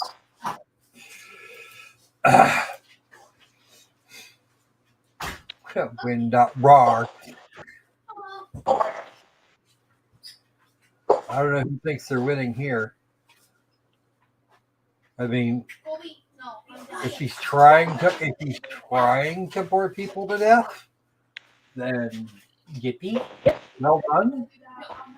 Let's just hope it's not parts of the jury, not more than half of the jury pool, because yeah, we don't need a mistrial here.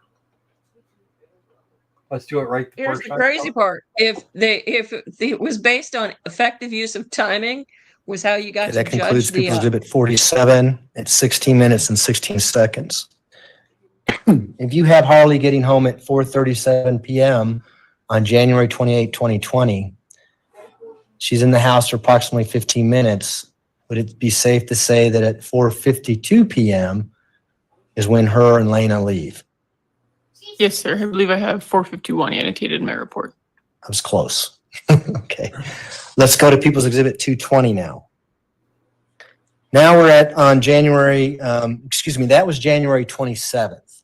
Okay, so January 27th at 4:37 p.m., Harley gets home. Yes, sir. And 4:51, they leave to go. Okay. Now we're at the 28th, and I want to turn your attention to People's Exhibit 222. Based 220, I'm sorry. Yeah, People's Exhibit 220, you're correct, Your Honor. We have two clips on this. Could you describe what the first clip is if you remember? The first one would be the defendant leaving for the airport in her vehicle, and the second clip was when she had Harley move her Jetta, and they kind of were just repositioning vehicles in the driveway. So would the first clip be at 8:13 a.m. or approximately that time frame? I believe so. And based on your understanding of the investigation, that's when she's going to the Colorado Springs Airport to pick up Al Stauch, her husband at the time? Yes, sir. Okay. We can go ahead and play clip 1, please.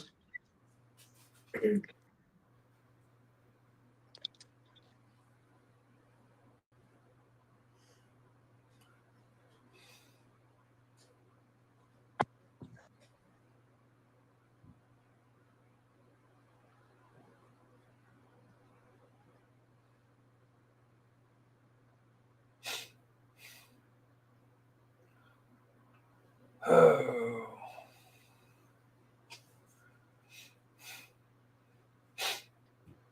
here's the sad part. When Amazon first started trying to popularize Ring, I knew this is exactly where they're going to wind up going for it. What they'd wind up doing with them. Well, it's not a bad thing.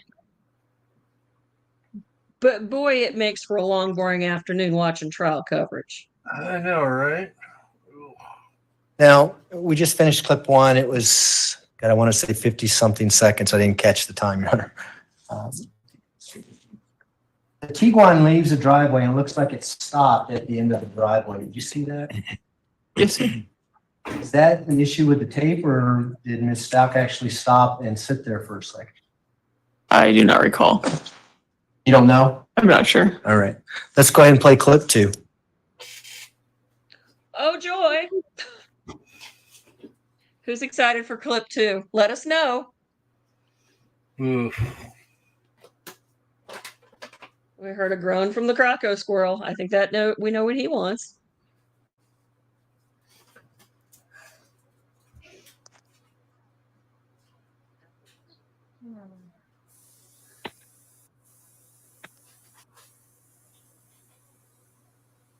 All kidding aside, this is so important, to make sure justice is done. You don't want to put people in jail for the wrong things. But in the meantime,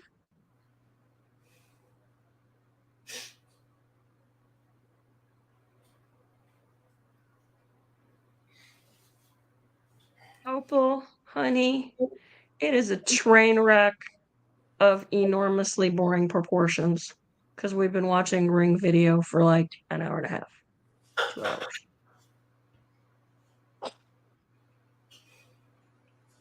That project I had going on in the back took a little longer than I'd anticipated.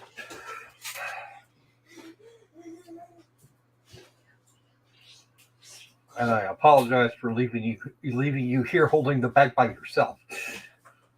That's fine. I don't mind. I've watched cement sit many times.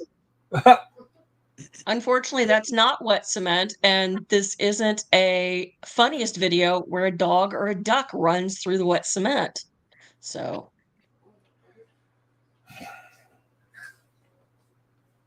Bye, Opal Dragon. We love you. Thank you for being part of our imagination. Yeah, we're still awake, which is I think kind of the point.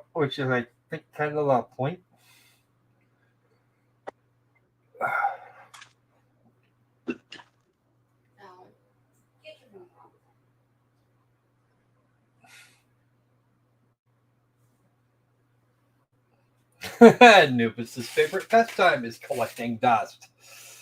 Wow. You spend too much time sitting around there, Nubus?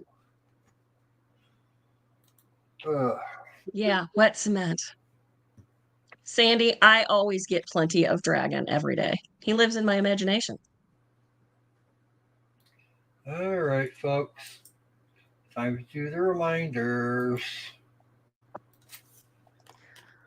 Do you want to do them or do you want me to do them? I'm doing them in text. You can verbalize. Okay, guys, it's that time of day. Go out there. We need you to like. We need you to subscribe. We need you to share to all your friends, your neighbors, your non-neighbors, your non-friends, and anybody that you truly just want to annoy. Hit it up on Facebook. Okay, hit it up on Twitter. Hit it up clip wherever. 3 minutes long. Did it appear to you that the Volkswagen Jetta went into the garage? Yes, sir. Do you know what time that took place in relation to the defendant leaving for the airport at 8:13 a.m.? I do not. Do you have that in your report? I do not. No. Can I retrieve that report, Your Honor? You may go ahead.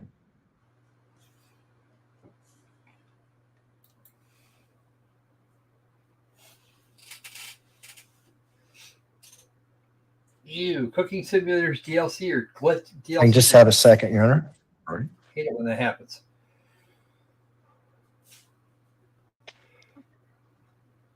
Let's see, where was I going? Oh, remember, Loki isn't monetized. Do you have your But you report can give her dated Venmo link, February 4th, 2020? her PayPal link. I'll turn your And if you attention to the appreciate last Croco, You can page, join which is 505. It's bait stamp 01426. him on the Discord, and you can send him funds via YouTube. You document and when the Crocus Jetta World. pulls out of the driveway and then pulls back into the driveway and goes into the garage. Yes, sir. That was at 8:51 a.m. And when it pulls back in, is it 8:53 a.m.? Yes, sir. Okay. Those are my questions, John. Thank you. Cross-examination. Oh, goody. He's out of videos. And don't remember, and remember, Crocco's next Good stream is going afternoon, to be on Detective. How are Thursday. you? Good afternoon. Doing all right. All right. So you've been a detective with the sheriff's office for 9 years now? A detective for about 3 years. Been employed for 9 years. Oh, okay. And going back kind of to the beginning with this, with this case, how many searches did you do of 6627 Mandan Drive? I believe I participated in 2 of them. Okay, and one would have been on the Tuesday and then one on the Wednesday. Were they in back-to-back days? I believe so. Okay. And what time did you get there on Tuesday? I would have to refresh my recollection by referencing my report. You had that report up there? I believe so. Okay.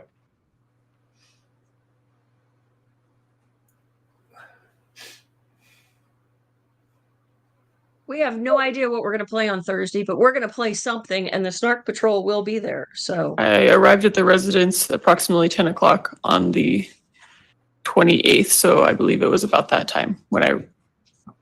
Okay, 10 o'clock in the morning or 10 o'clock? 10 o'clock p.m. PM, okay. And when you got there, who's there?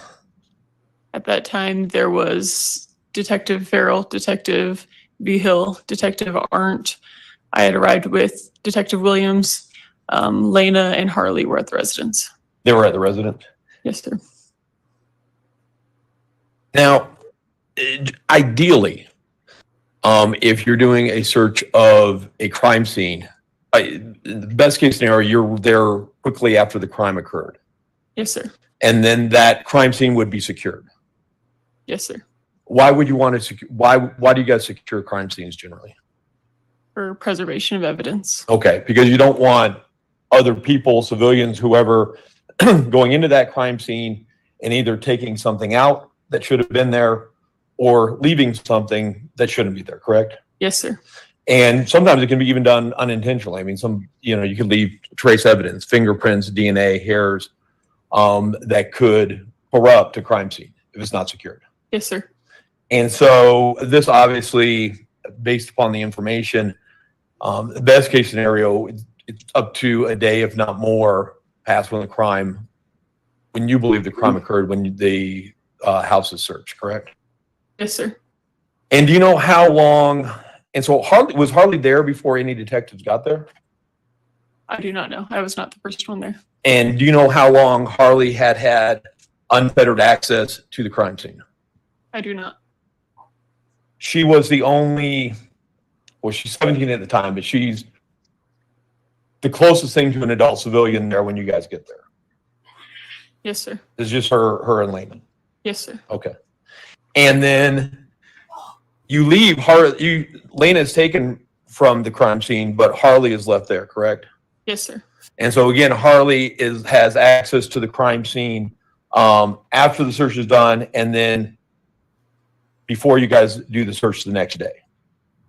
While I was at the residence, I had described that I was performing scribe duties. So I was in the kitchen area and Harley remained in my immediate view the entire time. I'm sorry, that was a bad question. But after you guys leave and before you guys come back to do the second search, she would have had unfettered access to the crime scene. Probably. She left while we were at the residence. I do not know if she had returned to the address. She may or may not have unfettered access to the crime scene. Yes, sir. Okay. Going to those videos that we were just watching, it appears that the truck gets back to the residence around 2:19. I'm going back with the videos that we were just watching just now. Yes, sir. Okay. And that is, at least the best of what you can see, it appears it's Ms. Stauch and Gannon getting out of the truck at that point in time and going into the residence. Yes, sir. And then about sometime after 3, we see the school bus, and it looks like Lena then goes into the house around 3:11, 3:10, 3:11. It's a little bit after that, but yes, sir. Okay. I also noticed on that video, it appears during the whole course of the day, there was a lot of utility workers on that street right in front of the house working on that transponder, correct? Yes, sir. And you never interviewed any of those utility workers? Detective Arndt was going to be reaching out to them. To the best of your knowledge, did any of those utility workers report hearing gunshots? Not that I'm aware of.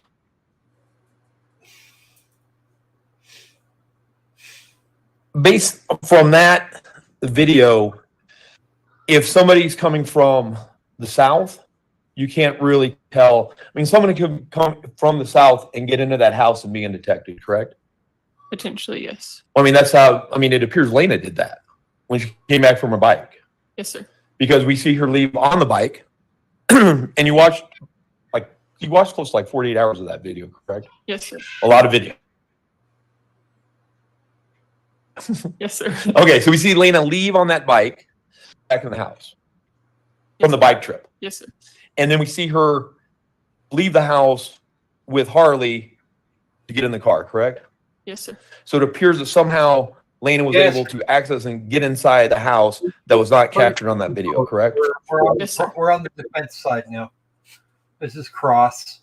In some portion of that video, especially during the day, that's actually appears or sounds like you get some pretty decent sound quality. Yes, sir. I mean, you can actually hear Lena talking with the utility worker there. Yes, sir. And that doesn't feel like they're yelling. It kind of appears like they're just talking. Yes, sir. You never heard any gunshots in the 48 hours of video that you reviewed. Not that I recall, sir. And then lastly, that the next morning, for some reason, it doesn't appear to be sound on the video. Do you know why? I do not. Do you know why sometimes there's sound on the video and sometimes there's not? I do not. Okay. No further questions. Redirect. Yes, sure. In an ideal situation, you'd like to show up to a crime scene right after the crime happens, correct? Yes, sir. And one of the reasons you want to do that is because you don't want whoever committed a crime to clean up that crime scene, correct? Yes, sir. Now, who was controlling when police came to the house on January 27th, 2020? Mr. and Miss Stauch. The reason why the sheriff's office got involved at all is because Miss Stauch called 911, correct? Yes, sir. And she called 911 shortly after 6 p.m. that evening. Yes, sir. Police arrived shortly after 10 Buffer. p.m. that evening. I think initial responders had arrived earlier. The detectives did not arrive until later. But you can see when you're looking at the video on 6643, when the sheriff deputies showed up, right? It was after 10 p.m. that night. I believe so. And the jury's already seen the body worn camera of Deputy Yumpkin and the audio of Deputy Parker. Objection, another question? Yeah, sustained. Hold on. I agree. Jury. That's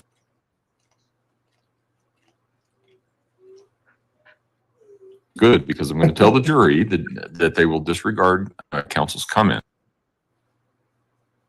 As we know, nothing that the attorneys say at any point in time is evidence. Mr. Young, if you have a question. So you were able to see when the deputies arrived on January 27th, 2020. Yes, sir. For the first time. Yes, sir. And that was after 10 p.m. Yes, sir. Now, based on your investigations and your career as a deputy in the sheriff's office, have you been called out to gunshots fired, those type of scenes? Yes, sir. And have you done neighborhood canvasses where there's been gunshots alleged to be fired? Yes, sir. And have you talked to neighbors who have both heard gunshots? Yes, sir. Have you talked to neighbors who did not hear gunshots? Yes, sir. Is there ways to muffle the gunshot? Yes, sir. Is it surprising to you that no one heard a gunshot when Gannon was killed? Objection, relevance. Overruled. No, sir. Did you even know that Gannon had been shot until after March of 2020 when his body was discovered? I did not. Did you even know to ask anyone if they heard gunshots? I did not. That's my question, Joe. Do any of the jurors have any questions for Detective Perry? No? All right. Thank you, Detective. You may step down. Oh, goody. Ladies and gentlemen, we'll take our afternoon recess. If I can have everyone back in the jury room at, say, 3:05, we should be able to start on time at that point. Again, don't discuss the case among yourselves. Don't discuss the case with anyone else. With that, all rise for the jury, please.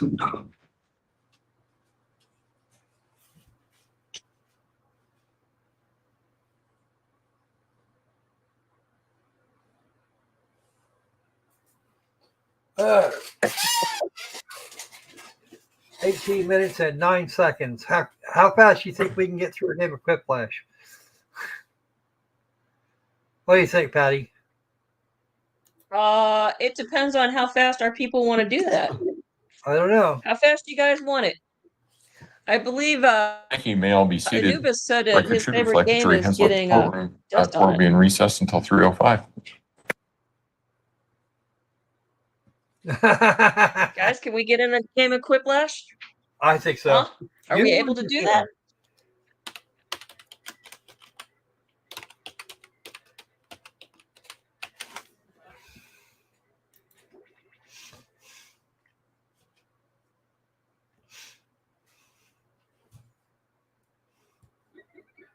So what do you think, Croco? It's saying we have 17 minutes. I think we've done them. I think we've done them in less. Have we? Yes.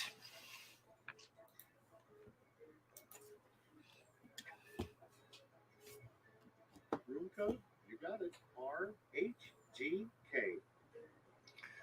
Romeo Hotel Golf Kilo, and we'll give you folks just a couple of minutes to get some folks in here, and we'll go with what we've got.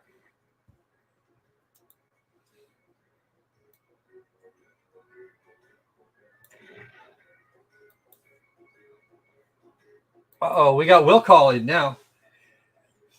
You coming, Patty, or are you still Kind of in the middle of something. So, okay. Do you need me? Are you gonna need a fourth? Well, we need a fourth would be nice. A fifth would be better. Okay. In Let so me see if many I ways. can hop in here. Oh, we got Thomas in there. I always like going against Thomas. Okay. Pro se, yeah, you took my you'll thing, mail so this I'm gonna be the poop.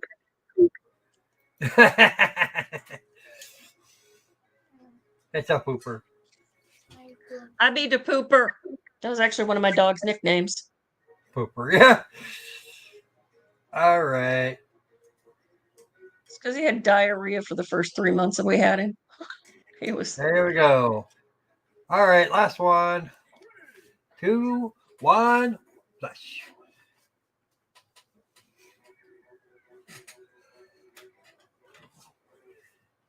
Come on in. It's time for Yeah, sorry, multitasking with the best of them today. I'm Schmitty. And if Quit I the don't quips have gone recognize you country. from earlier games, it's only because I Penny, don't care. And if you didn't make if you bail, it's okay. jump in the audience and get your revenge. I mean, vote. How is that cow? How did that cow emergency go? Round one.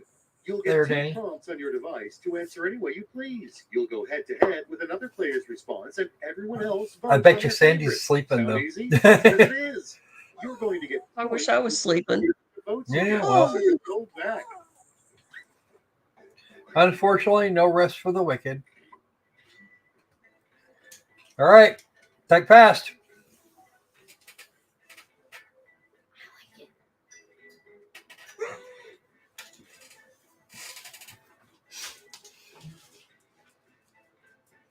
I love how somebody's squirreling off rather than doing the stuff.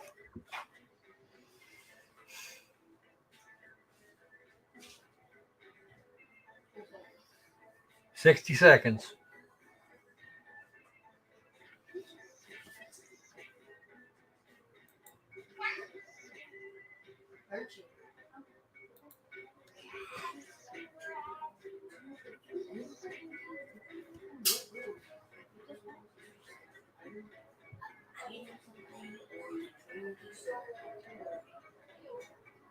35 seconds. There we go. Okay. Keep doing it that way. We'll actually make it out of here in time. Ah! Let's break the ice. I was hoping you weren't sleeping. Something Sonic the Hedgehog should not be doing that fast. Okay, pick one. Okay.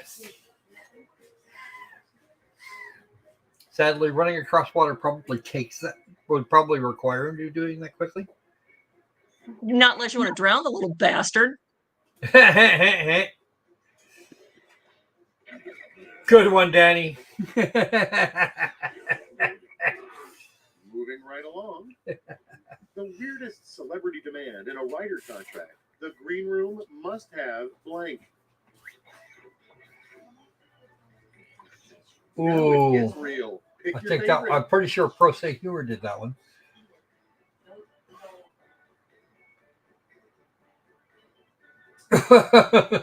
Oh. Creed.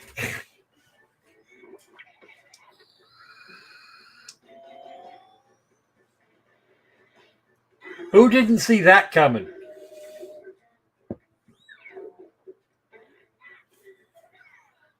And here we have a business word, an important businessman might say, for business.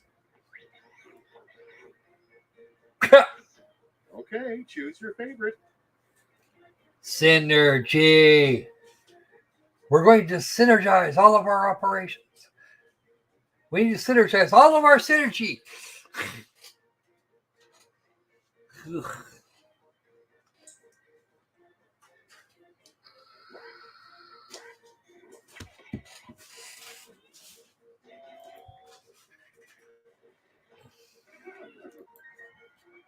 Oh, inspiration seems to work better. Okay, what's next? Little known fact, Da Vinci liked to draw a little blank somewhere in his paintings. Precambrian bunnies. Time to pick the one you like best.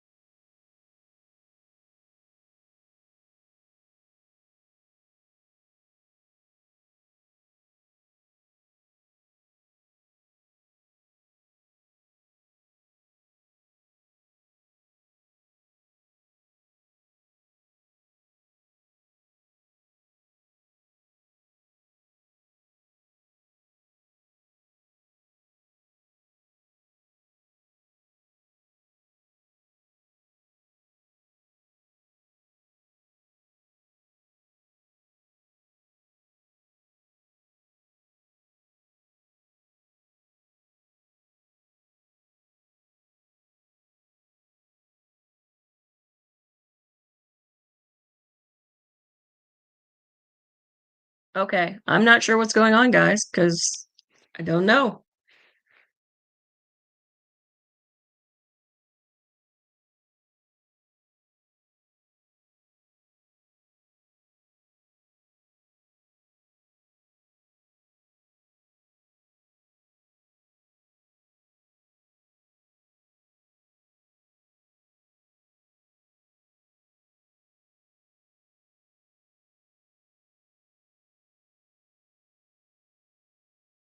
So we lost Croco. Loki's back. Not really sure. I'm confused. Yes, I'm still here. I still exist. We're having a problem with the flaming fennec. Oh, I hate that. For round two, Yes, so do I. where the prompts are crazier and the points are doublier. Go! The underhooker got caught on the overflapper. Oh, jeez. So why did Mozilla set them on fire? There, Sandy. Yes, I use Firefox for a browser and not Chrome. Sorry about that. Okay, was that fast enough for you? Yeah, that was quick.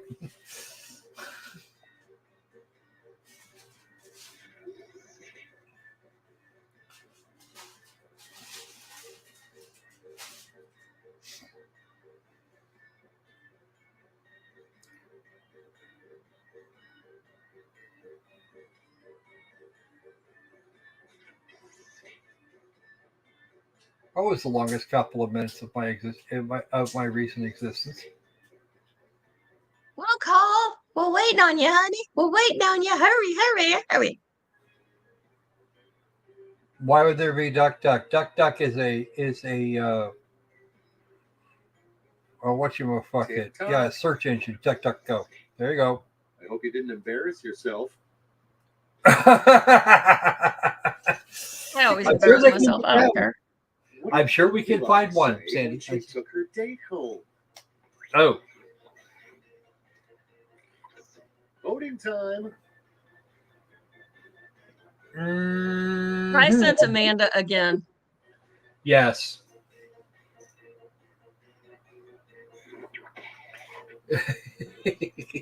Oh, it was Danny.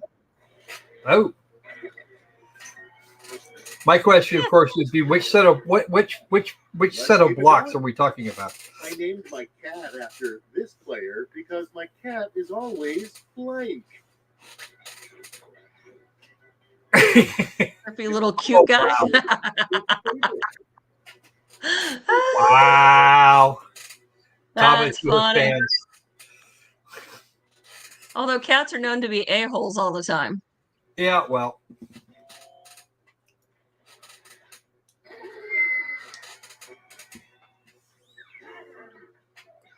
Next on the Oh, yeah? a horrifying phrase to see embroidered on Oh, grandma. Oh, poor grandma. Oh. All right, people, it's voting time. JJ for rent. I have questions. It's a slightly dusty, but there are JJ, serious but you can questions. borrow it. We'll call. You are awesome. Yeah, still split it with Pro Se Humor. Yeah, well. Let's be honest, it would be hard not to get into a van with blank on it. Free candy. Okay, everybody, pick your favorite quip. The floofy cows are always amazing. I don't think I've ever actually seen a floofy cow. I've seen them round in video games. Mr. Beast. Oh, jeez. Next, only after her death did we discover Granny's tattoo of blank.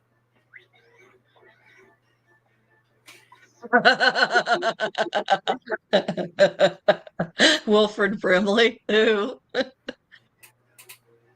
Oh, wow. Is he still breathing? I don't know. I don't think he is. I think he may have stopped. I think he has stopped breathing. Why do I always get stuck going against Thomas? Why? Next we have what Santa's elves do when the old man is sleeping. Oh, yeah, no.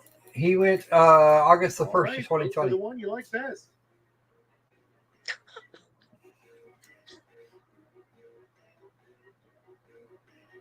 You don't drink his chocolates. You eat his chocolates. You drink his cocoa. Ow, ow, ow, ow. I don't know what got him. I did not check. I just know that he was, yeah. The man lived, what, 85 years? Yeah, something crazy like that. 1934 to Round two was 2020. No more, but how did you score? I'm sorry, that was not intentional. Okay. We're going to be doing thrift flash behind on the other side of the camera, unfortunately, it looks like. Prepare yourself for Riplag. Hold a final round to end all rounds. I'm going to send each of you a prompt that requires 3 separate responses. Comedy optional. The ha-has. Chop, chop, chop. Because these guys are pretty good at getting here on time. So, although it seems like a lot of the time they have to go and converse briefly. I mean, this isn't like the Keatley trial where they would like fuck around for an hour.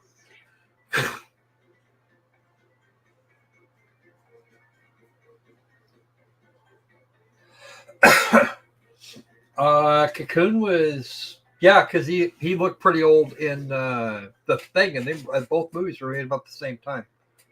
Yeah. He's not somebody I would want to see naked. No. There's not a lot of people I actually want to see naked, though.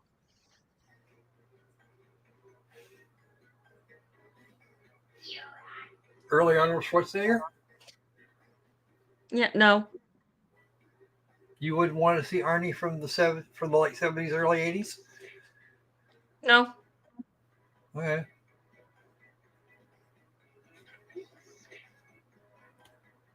Seen some pretty good looking police officers I wouldn't mind seeing with a lot less uniform on, but come on, coffee. None of them are in this video. Yes, okay. And the court, we have courtroom cameras, but I don't know if we have a thing. Things about this player. Okay.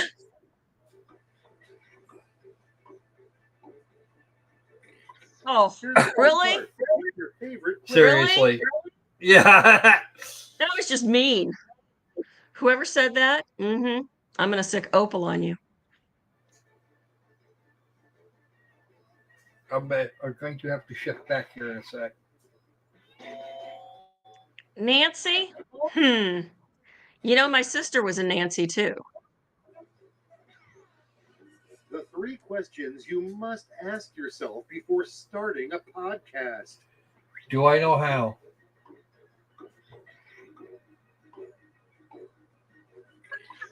Well, pick your favorite. Amen to that one. We're almost done, guys. Yeah, I went and checked. Come on.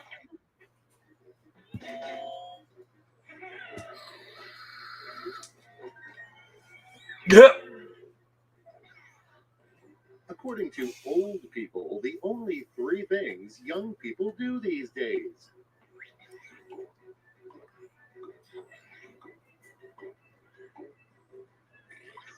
Okay, everybody, pick your favorite quip. Okay, somebody's pandering. I see that.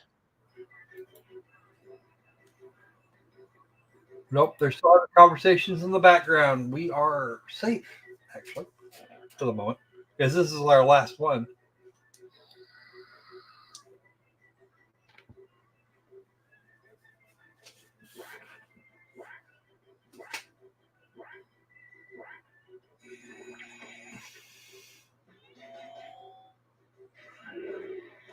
Ooh.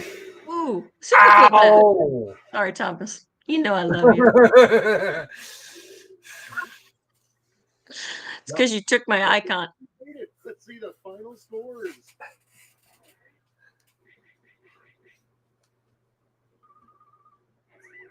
Oh, first to last. Ouch.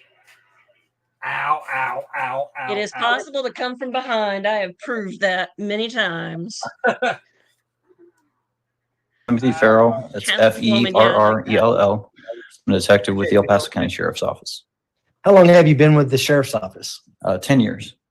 And how long have you been a detective? 3. Back in January of 2020, what were your assigned roles with the sheriff's office? I was assigned to the Special Victims Unit within the Investigations Division. Were you asked to assist in the investigation in the disappearance of Gannon Stauch? I was. And back on January 28th of 2020, was one of your duties or assignments to go out and search 6627 Mandan Drive here in Colorado Springs, Colorado? Yes, it was. And why were you going out to search that residence?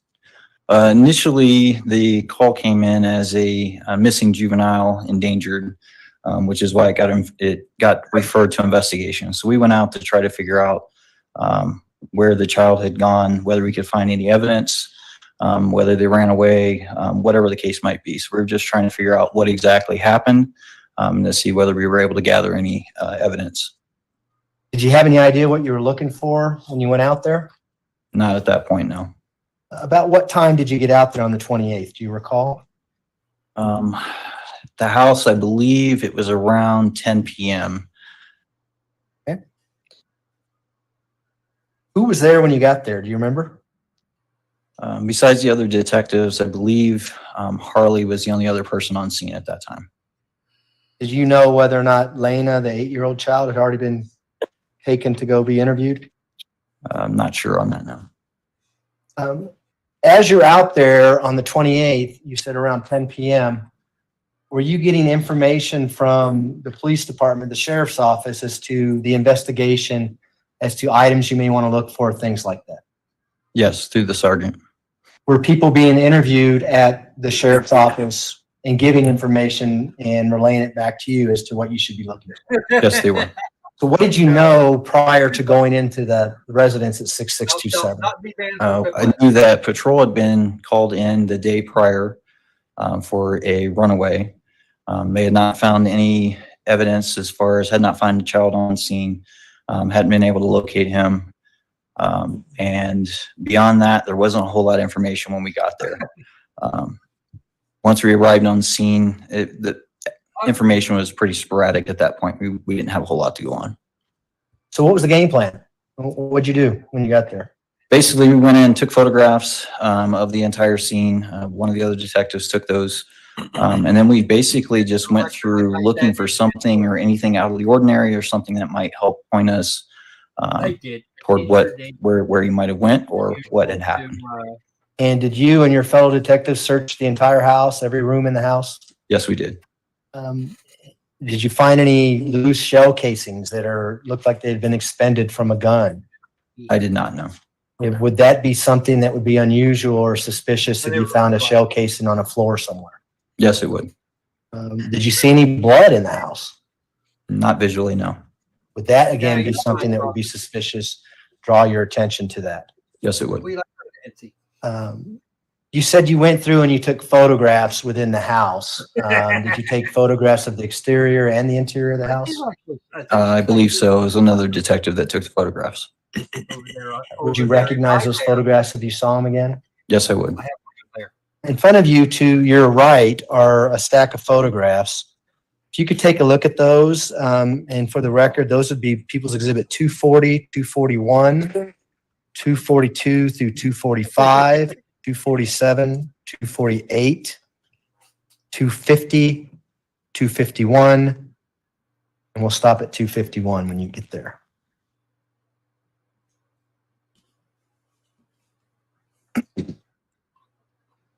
We have all the snark.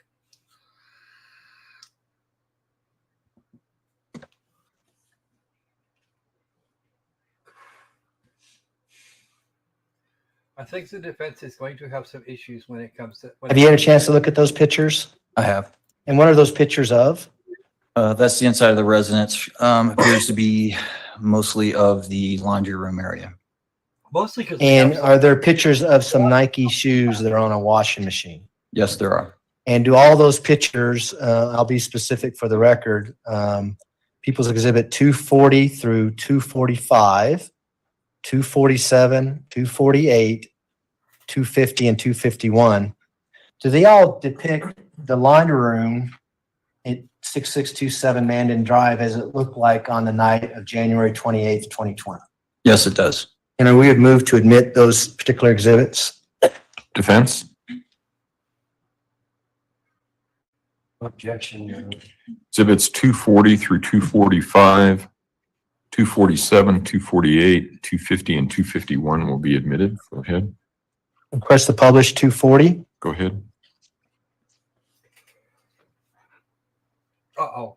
What do we see in People's Exhibit 240 here on the TV screens? This is the entrance from the garage into the laundry room.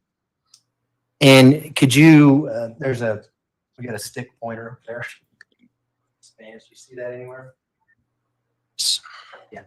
Can you just kind of point out some things that I asked you about? For instance, can you point out the entry to the garage in this photograph? This door right here. And do you see a dryer or a washer there on the right? We're doing really good here, folks. And does there appear to be a shoe rack there on the left? Yes, it does right here. And this is what it looked like when you got there on the 28th? Yes, it does. Guess what, We can go to Patty? 241, please. Patty. What do we see in People's Exhibit 241? That is the washer and dryer in the laundry room. And do you know which one is the washer and which one's the dryer? I believe the one on the left is the washer. And Detective Farrell, I'm going to have to ask you to speak up loudly because when you're facing the TV, voice is going that way. And people. So let's go to People's Exhibit 242 at this time. What do we see in People's Exhibit 242? Large mound of clothing on top of the washer and the dryer. And is that what it looked like when you initially got to the residence? Yes, it does. And did you do anything to look through this clothing? Myself personally, no. Did anybody do that? Detective John Price did. And were you there when he was doing that? I was not there when he was initially looking through it, but he called me up once he was looking through that. And why did he call you up? Do you know? He found a pair of shoes with that seemed out of place to him with a pink residue on the bottom of the soles. We go to 243, please. They're pretty at least. What do we see in People's Exhibit 243? A little bit closer shot over top of the washer. 244? What do we see in 244? These are the shoes that Detective Price pointed out to me. And is that what they look like when you got into the laundry room? Yes. And you talked about some kind of, did you say pink substance on the bottom of these shoes? Correct. What did you think that substance was? There was suspicion that it was possibly blood and had been attempted been washed, but had soaked into the sole issue. Why did you have a suspicion of that? Just based on our experience and the time that we've seen blood-soaked clothing, it just seemed out of place and seemed very strange to us at that point. So is this one of the instances that we were talking about when we started out, that you didn't necessarily know what you were looking for, but if you saw something out of the ordinary, you're going to make note of it? Yes. And so what did you do upon seeing these shoes?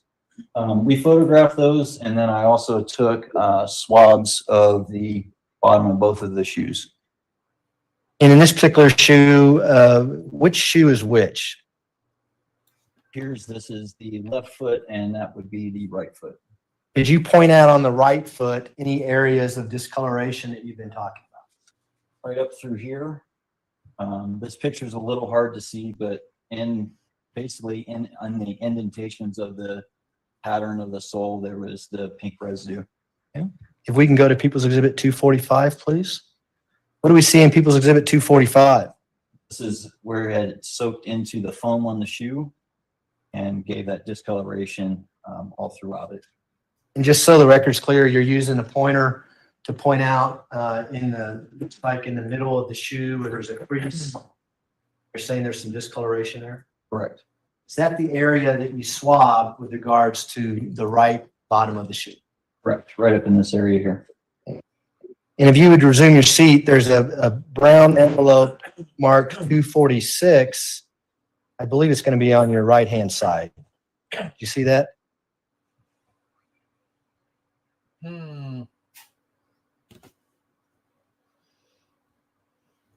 246. Okay, there we go. 246. You got that? Yes, sir. What is People's Exhibit 246? It states that it's one package of 2 swabs from women's black and white Nike shoes.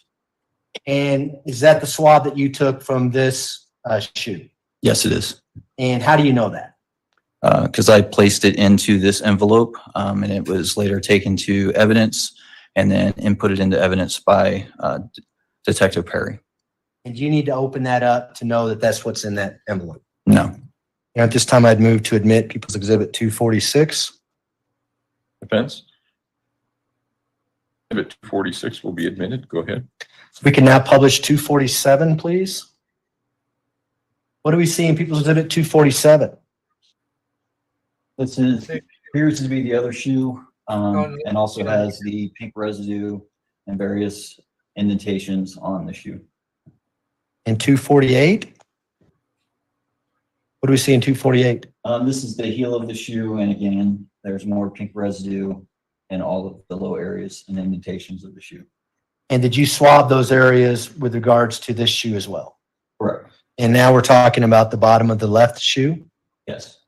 And if there's another brown envelope, hopefully it's still there, 249. Correct. You see that? Yes, sir. What is People's Exhibit 249? It states it's one package of 2 swabs for women's black and white Nike shoes. And are those the swabs you took from the shoes we just looked at? Yes. And do you need to open that envelope to see that those are the swabs? No. Move to admit People's Exhibit 249. Mr. Cook? Objection. Exhibit 249 will be admitted. Go ahead. We can go to 250 now, please. What do we see in People's Exhibit 250? This was a pink towel that was in the washer next to or underneath where the shoes were at. And was that the only thing that was in the washer at the time? Yes, it was. We can go to 251, please. What do we see in 251? Again, this is the pink towel that was inside of the washer. Did you notice any red discoloration on that towel or anything suspicious with regards to that towel? Me personally, no, I did not. Are you just annotating that there's one towel in the washer and you're taking a picture of it? Correct. Now I'd like you to look at the next series of photographs that are in front of you. They haven't been admitted yet. They're going to be in front of you. There's 252 through 258. And then 260 and 261.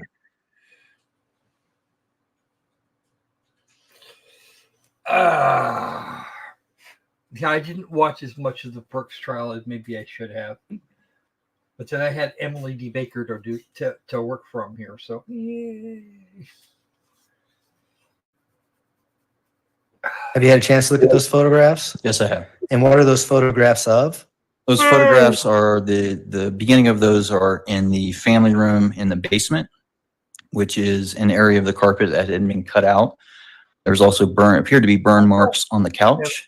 The other photographs are of the trash cans, which are in the backyard of the residence. Coverage for Emily. And what about 260 and 261? Are those close-ups of the trash cans? Yes, they are. And do all those photographs accurately depict the items you said they depict from January 28th, 2020, from 6627 basement area and then the outside area where the trash cans are? Yes, they do. Move to admit People's Exhibits 252 through 258, 260, and 261. Mr. Cook? No objection to those being admitted. Exhibits 258 252 through 258 and 260 and 261 will be admitted. Thank you, Judge. We're going to publish 252 now.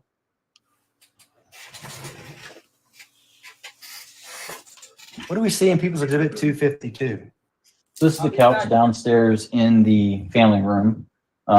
There was actually some carpet that was covering us up, and when we moved it, because it wasn't actually tacked down or anything, this is what we found, and it appeared to be an area that had burnt through.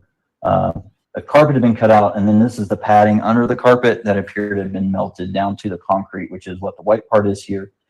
The areas over here on the couch appeared to have melted through the couch liner cover and appeared to possibly be a waxy substance that was left on there. And prior to going to the residence on January 28th, 2020, did you have any information about a candle being fallen over and causing a fire? Initial information from the sergeant on scene, that information had been passed over or passed to him from the office that there had possibly been a fire in the basement caused by a candle. And is that why you're documenting, taking photos of this area? Yes, it is. And did you bring that dog with you? No. Did you tell him to pose there or something, or just happenstance? He was photogenic that day. Okay. People's Exhibit 253. What do we see in People's Exhibit 253? This is the couch, and this is the waxy substance that we noticed on the couch. These are holes within the fabric on the couch itself, as well as down through here with that wax substance as well. 254. What do we see in 254? This is approximately a 2 foot by 2 foot square of the carpet that was cut out. This is the padding underneath that carpet that had appeared to be either burned or melted through, and this is the bare concrete on the floor, and this appears to be a section that was burned. And when you're there on the 28th, can you smell anything? No, I could not. Did it smell like this fire had been recent, or you noted that in your report? I didn't smell anything at that point. And based on what you're seeing here, was it consistent with a candle falling over and burning right through the carpet, through the pad, and to the concrete? Based on what I saw there, yes. Okay. And did you make efforts to find, for instance, this piece of carpet that had been burned? Yes, we did. So we can go to People's Exhibit 255 now. What do we see in People's Exhibit 255? These are trash cans that were in the backyard on the side of the house. And so, just for the jury's benefit, would it have been on the, which side direction-wise, north, south, east, west? Well, whatever. I remember, I believe it would be east, but it's been a while since I've been out there. Okay. We can go to People's Exhibit 256. What do we see in People's Exhibit 256? This is a trash bag that was on top of one of the trash cans, and on the top of it, when we first opened it, this appears to be melted part of the carpet and the padding that was also taken out from underneath. And so, would this be in the backyard of that residence? Yes. Is it fenced in completely? Yes, it is, with a 6 foot privacy fence. And was there a gate with a padlock on it just on the other side of this? Yes, there was. So we can go to People's Exhibit 257. What do we see in 257? This is a approximately 2 foot by 2 foot square of carpet that was pulled from that trash can. And on that carpet, this was a burned area with what I believe to be possibly a wax substance. This is actually a hole burnt through the carpet itself. And 258? What do we see in People's Exhibit 258? Same piece of carpet, just a little bit closer up shot. This is the hole that was burned through the carpet, and then there's more red substance that appeared to be part of the wax or whatever substance had melted onto the carpet. You want me to approach a witness? You may. I'm going to hand you what's been marked as 259.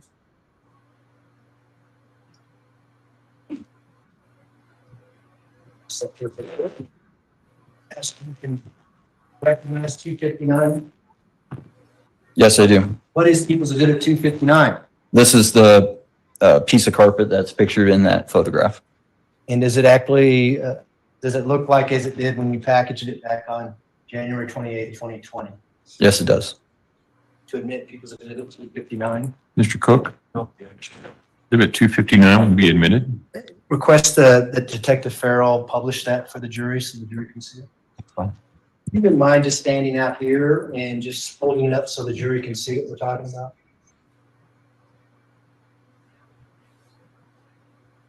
You may want to, just walk over here to these guys.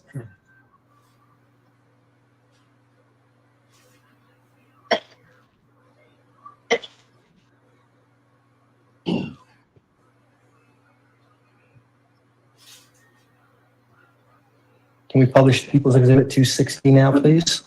What do we see in People's Exhibit 260? Hold on. You've already, 260 was the photograph. 260 and 261, I believe, are in. I admitted those. Okay. Oh, okay.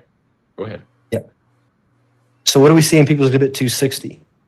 This is the second trash can, and in this trash can is a candle that was on top of the trash can. In People's Exhibit 261? That's the candle that we pulled out of that trash can. And was there anything inside the candle when you pulled it out? Right inside of here, it appeared to be some sort of fabric. Unsure of what it was, as it didn't appear to match the carpet or the couch. Oh my. And there's a brown paper bag in front of you that's labeled People's Exhibit 262. Do you recognize that? Yes, I do. What is that? That's the candle. You need gloves to open that. How are all my feet? If I was to open it, yes. Sorry. Doesn't sound like you want to open it. Not particularly. Okay. Let me ask you this. Is what's in 262 the same my thing beast we beloved. see in the photograph 261? Yes, it is. You need to open that to know Hello. that it's in the same Come back. condition. You'll seal. as it Yeah. was when you packed. It's still sealed. Between Dr. Rayner and my mother. Oh my God. Oh dear. You move to admit People's Exhibit 262 at this time. Mr. Cook, No objection. Exhibit 262 will be admitted. Why don't we go ahead and open it? I'll get you some gloves, okay? There's a box right there. Ooh, gloves. Oh my God. Someone knows what gloves are. That's fine. They did the Keeley trial too. Sometimes they did. And Amanda.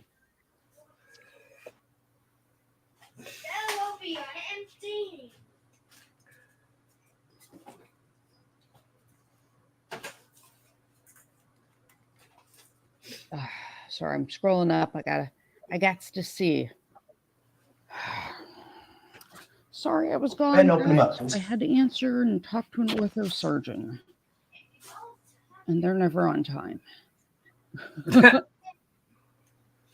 They are never on time. Wow. Where did Loki go? Loki's back. Okay, for the record, you pulled out an item from that exhibit, and what is that? This is the candle that was in the photograph. I ran a Hold little that bit up high late. so they can see it. And looking inside the candle, is that cloth material still in there? Yes, it is. You know what that is by looking at it now? It looks like it possibly might be a sock. Yeah, Thomas, this is the personification of Go ahead and repackage Ambien. it Like I said, this is and- better than I'll help OSHA you out with it. manuals for Ambien. You may.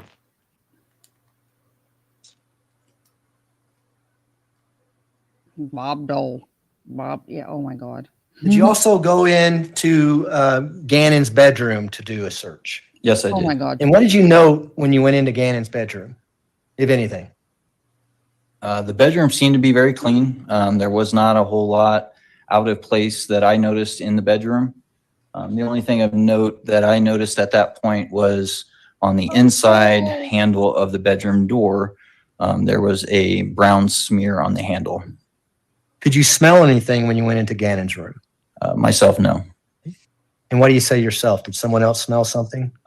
Detective V. Hill, Peter V. Hill smelled and told me. Sustained. Detective V. Hill is going to be up next. Okay, we'll cover that with him. In front of you, there's some photographs, 263 through 270. Can you take a look at those?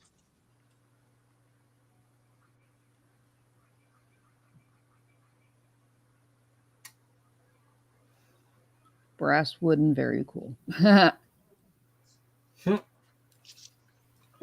Yeah, welcome. Make sure you send me a message. Hey, Mama Bear, how are you?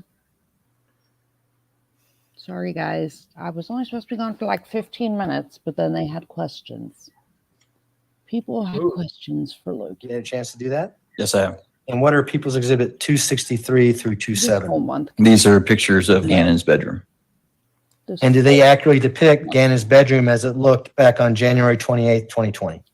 Yes, Yeah, it does. Patty's right. Move to admit He's the minions in the 263 back through and the wall. 270. Mr. Cook? Exhibits 263 to 270 will be admitted. Request to publish 263. You may go ahead. Yeah, Anubis, but I mean, at least if they flag the jury this time, they can just like blow at it. What do we see in People's Exhibit 263? So this is the far left corner of the bedroom, and this is the bed that was in there that was, we believe to be Gannon's bed. And this photograph would have been taken on January 28th, 2020. Yes, it was. How about 264? Thank you, Croc. Thank do we you, see here? Patty. This is the mattress from Gannon's bed Although I- with the blankets and sheets taken off of it. And why did you take the blankets and sheets off the bed? Based on one of the other detectives took it off just to see if there was anything of note on the mattress itself. 265. What do we see on 265?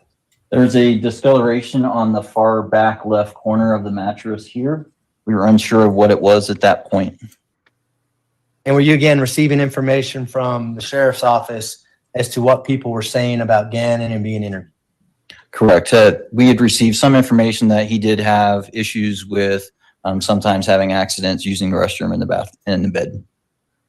Now, as you're going through the house on January 28th and you're in Gannon's bedroom and you see this red substance on his mattress, did you have any idea of what had happened to Gannon at that point? Not at that point, no. You can go to People's Exhibit 264 or 266, I'm sorry. What do we see in 266? This is the edge of the mattress with it just flipped up. This is what we saw in the prior picture, and then this is the side of it that faced toward the wall. So that side of it would have been on the wall where we see the plug back in the background? That is correct. Go to 267. What do we see on 267? Here we've noticed there was some sort of spot here that we weren't sure what it was, but we decided to photograph it. 268?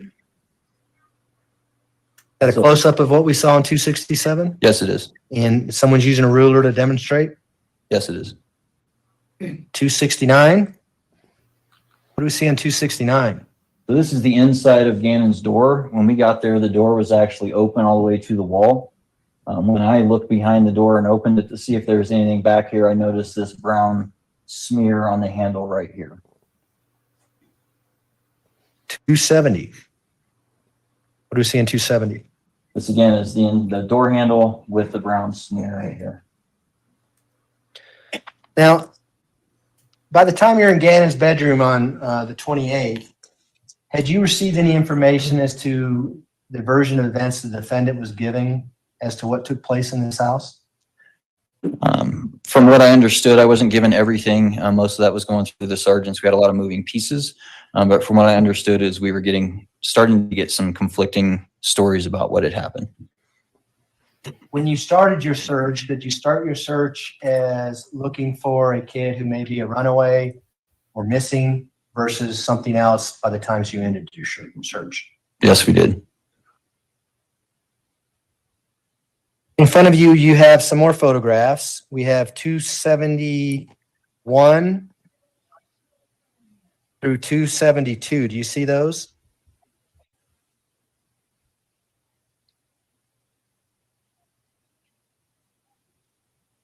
I think you misspoke. You only referenced two. Yeah, just 271, 272. We're going to get to the other ones in a sec. Oh, he was just looking through a lot of photographs, so okay. Yes, I do. Do you have 271 and 272? I do. What are those photographs of? These are photographs of firearms that I located in the master bedroom closet. And why did you document those as photographs?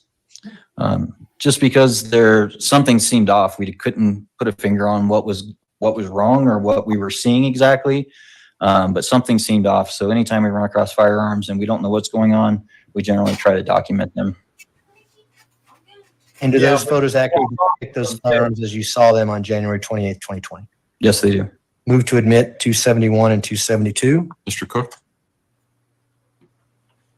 271 and 272 will be admitted. Go ahead. Request to publish 271, please. May, go ahead. So where was this gun that we see in 271 located? I believe this one, I don't remember exactly whether it was under the bed or in the closet on this one. In the master bedroom, though. And what kind of gun is that, do you know? That's a shotgun. And 272? What do we see in 272? This is a shotgun as well, and this is an AR style short barrel rifle. Or AR pistol, actually.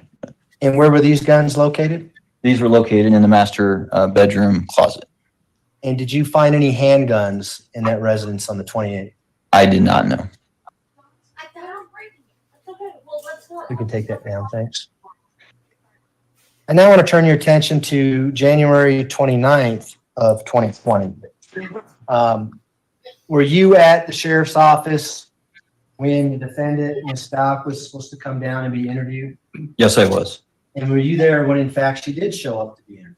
Yes, I was. That's a good question, You Creed. have an opportunity to go out and see what vehicle she came to the sheriff's office in.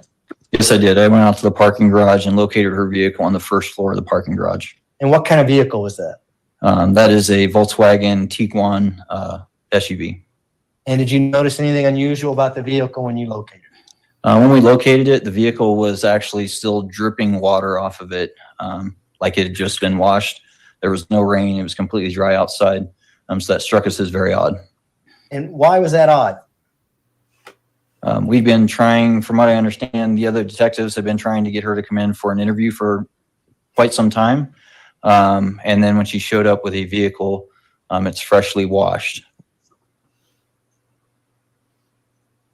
And did you photograph that vehicle? I did not, another detective did. Were you there when it was photographed, and would you recognize those photographs if you saw them? Yes, I was. I'll have you take a look at People's Exhibit 273 through 276.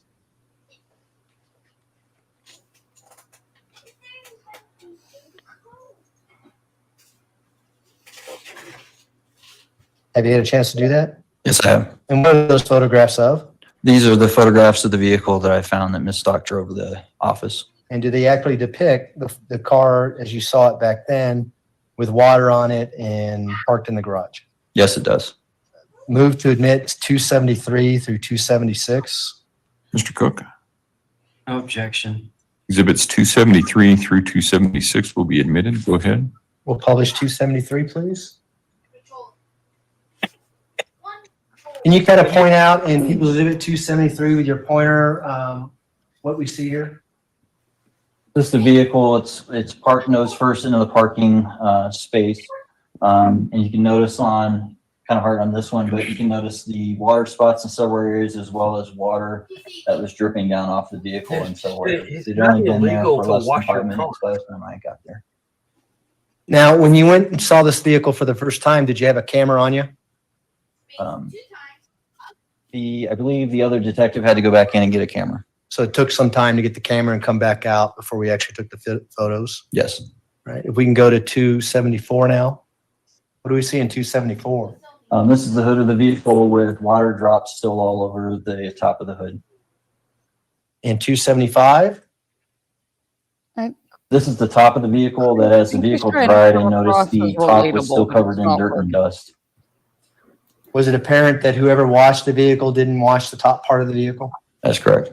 And did you notice that right away when you saw the vehicle? Once it started to dry, yes. In 276. What do we see in 276? This is just a picture taken from the back to include all the dirt and dust that was on top of the vehicle. Now, were you able to get inside that vehicle right away? We did not know. Did you have to get a search warrant to eventually get in and search that vehicle? Yes, we did. Did you search that or someone else search that? I was there when it was searched by the FBI's evidence recovery team. Do you know whether or not the inside of the back storage area, the luggage area, had that been washed out? Unsure whether it had been washed out, but they didn't find really much of anything in the back.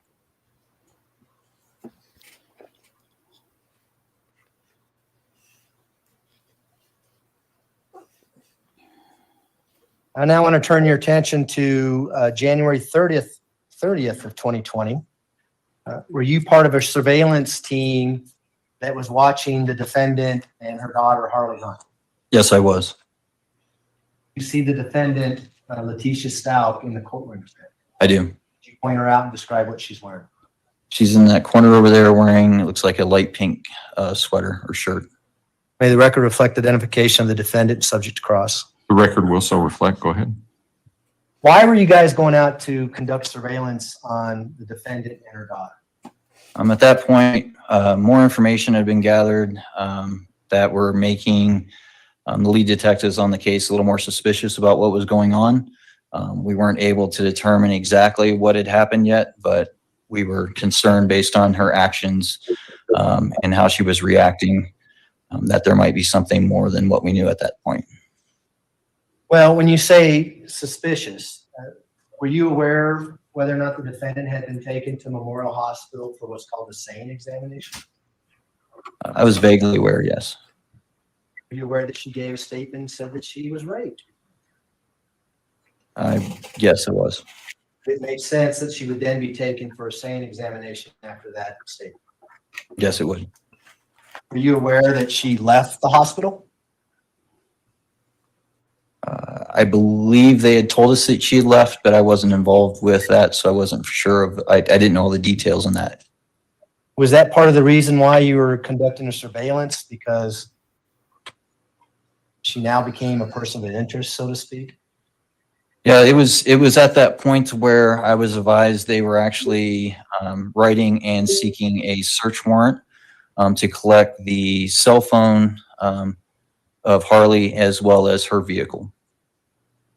So talk to the jury about the surveillance. What did you see happen? Did you follow them anywhere and things like that? We were at a residence down near, not too far actually from the house where they had been staying.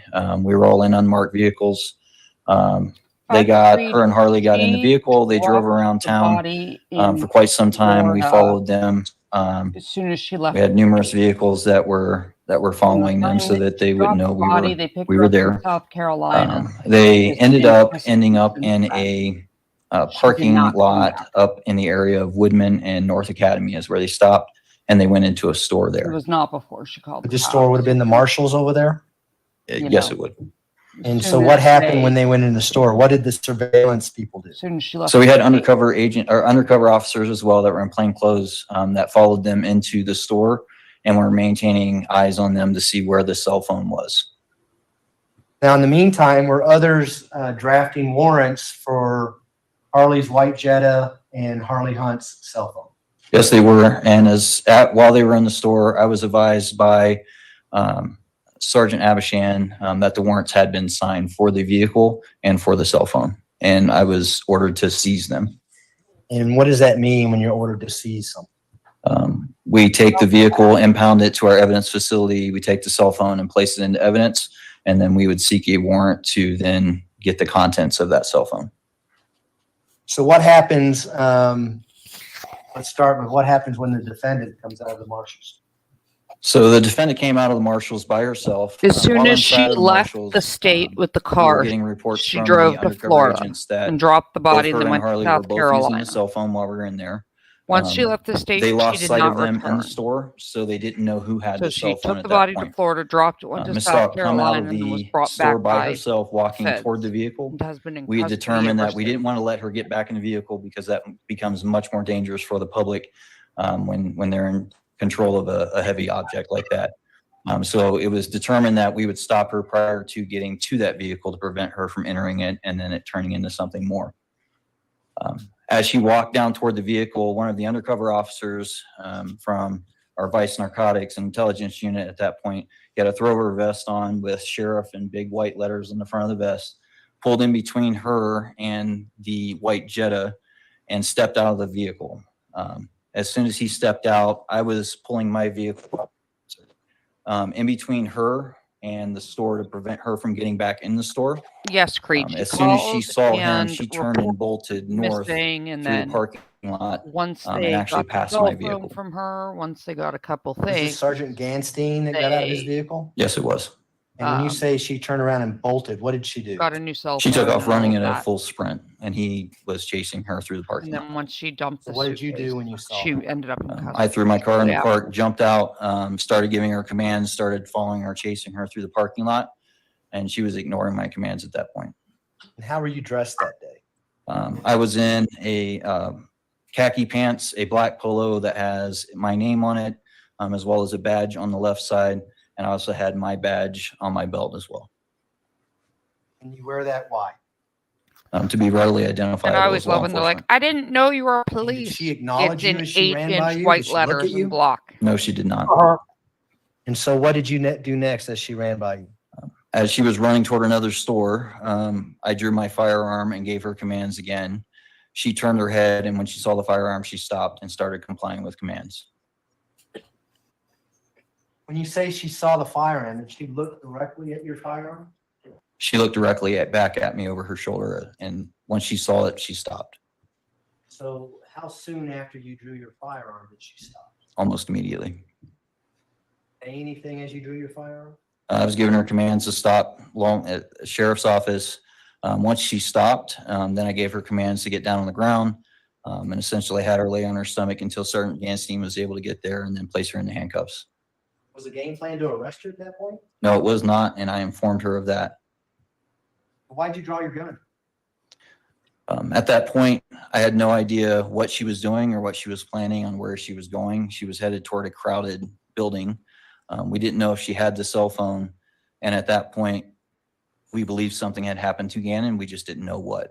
And we believed she was the person of interest in that. Was it unusual for someone under those circumstances to bolt once they see a police officer? Yes, it is. Huh? Is it unusual for them to stop once they see you draw your fire? No, it's not.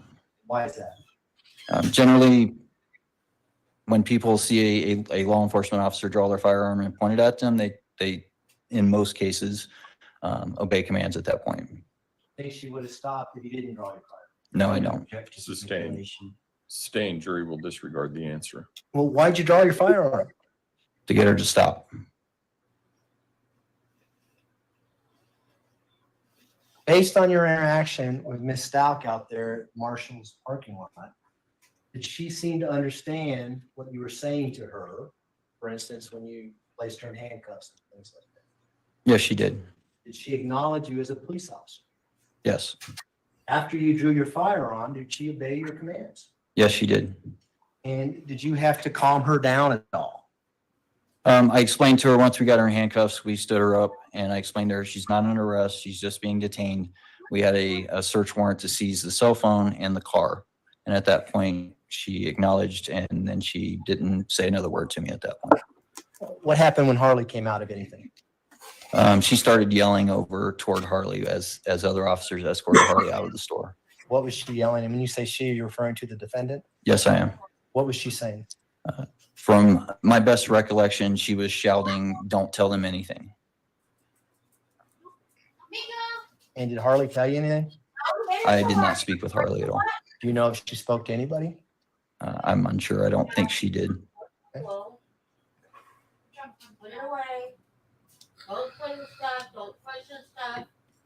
Don't move fragile stuff.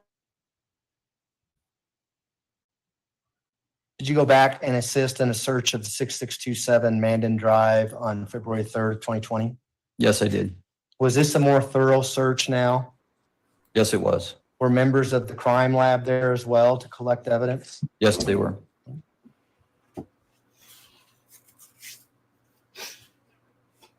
Now, did she take a rental car or the one that she had leased? Have a moment, Your Honor. Rental. When she skipped state. I believe rental because they had hers. It was they were doing forensics on it, looking for hair fibers, all of that stuff. Back on March 9th of 2020, did you have an opportunity to review some video surveillance from a Walmart in Trinidad, Colorado that was dated February 1st, 2020? Yes, I did. And why were you reviewing that?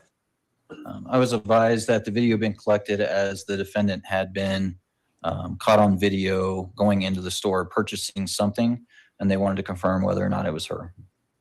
And were you able to confirm whether or not you saw the defendant in that surveillance video dated February 1st, 2020? Yes, I was. And what was she doing? She went into the store, walked around, looked at a few things, picked up something near the electronics department, checked out there. Then she walked out the front doors, stopped. They checked her bag and her receipt, and then she walked out, got into the vehicle outside, and they left. Okay. One moment, Your Honor. Those are my questions, Your Honor. Thank you. All right. Cross-examination, Mr. Cook. Thank you.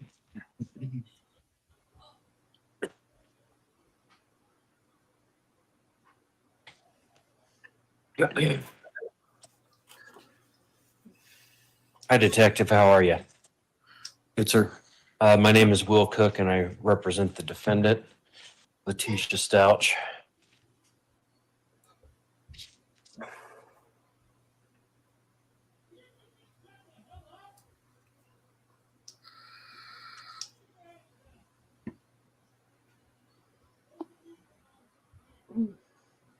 The Nike tennis shoes that we saw in the exhibits from the laundry room at the Mandan Drive house, did you actually take swab samples of the underside of the shoes at where the pink staining was?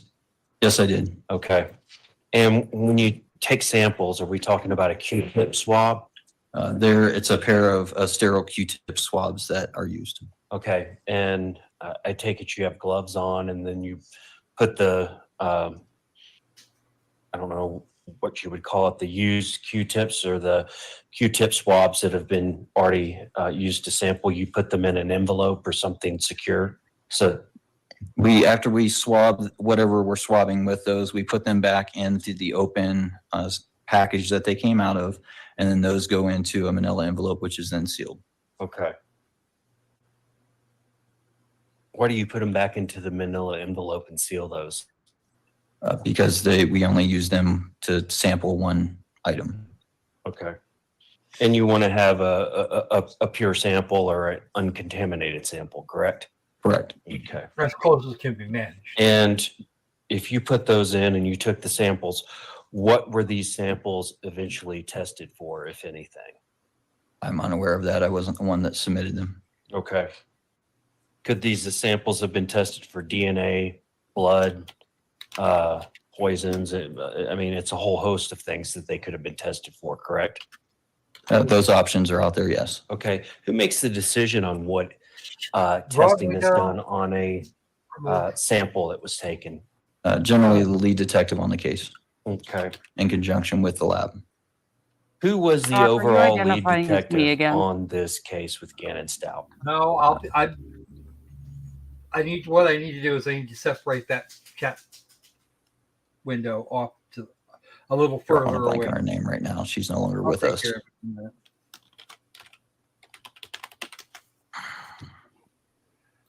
Over there with you. There. It's Detective Bethel. Detective Bethel. Okay. And was she the lead detective from beginning to end of this case? I believe so, yes. Okay. And you state she's no longer with us. Does that mean she's no longer with the El Paso County, Colorado Sheriff's Office? Correct. She's no longer employed by us. Okay. Is she still working in law enforcement, or do you even know? I have no idea. Okay. So she's the lead detective. I know there's sergeants, lieutenants that have been endorsed and have testified already. Sergeants and lieutenants are above even the detective, correct? That is correct. Okay. So even above Detective Bethel, who was the overall leader of this investigation? Overseeing it from the office in conjunction with her at that time was Lieutenant Mahalko. Okay. So this lieutenant was the overall in charge person? In conjunction with Detective Bethel, yes. Okay.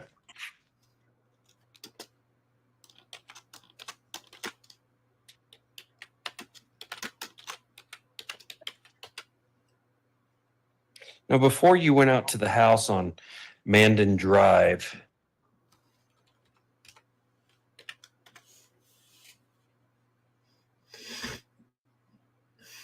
on January 28th, you said you went out there about 9:30, 10 o'clock at night?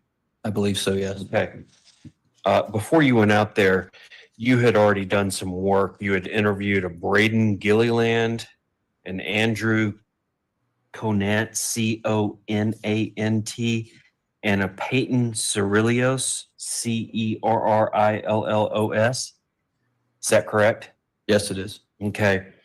And also, just within a few hours of you going out to Mandan Drive on that date, you also interviewed Genevicia Gagan. First name is Jennavecia.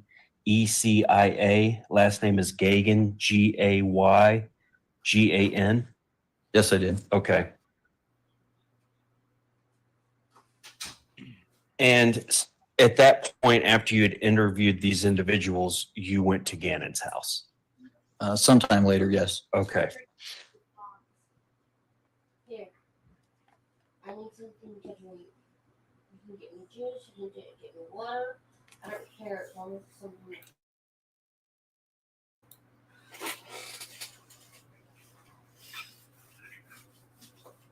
Get out your eggs. And so you told Mr. Young during direct examination that you had some baseline of information that you had received when you went on the 28th. That's correct. Okay.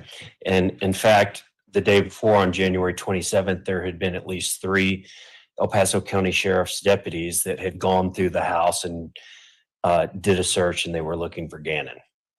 What we were informed is they had taken a case for runaway as they've been called out there.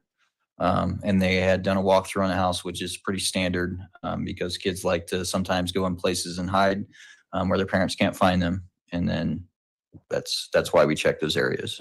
Okay. And as a detective, I see you're in a suit and tie. Do you ever wear a uniform? Or since you're a detective, do you wear plain clothes? Generally plain clothes or the khaki pants and black shirt. Polo. Okay. Do you ever wear a body camera? At that time, we were not issued them, no. Okay. Have you been issued a body camera now? Yes, I have. Okay. Do you wear it with your plain clothes? I do with the khakis and polo, yes. Okay.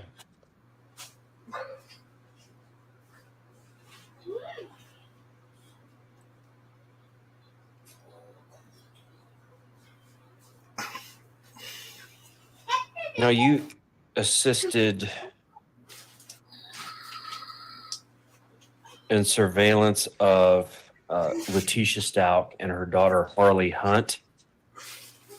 Is that what your testimony was earlier? Yes, I did. Okay, what was the address where that was done? Where it started, I'd have to refer to my report. I don't remember the exact number or street. Okay.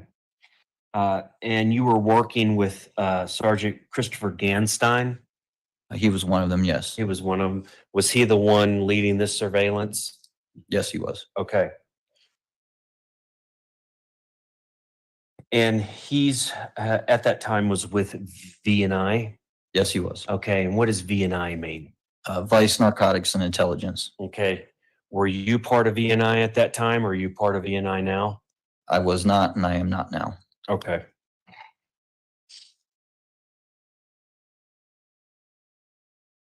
So ultimately, you understood the purpose of this was to get Harley Hunt's phone, which there was a warrant, correct?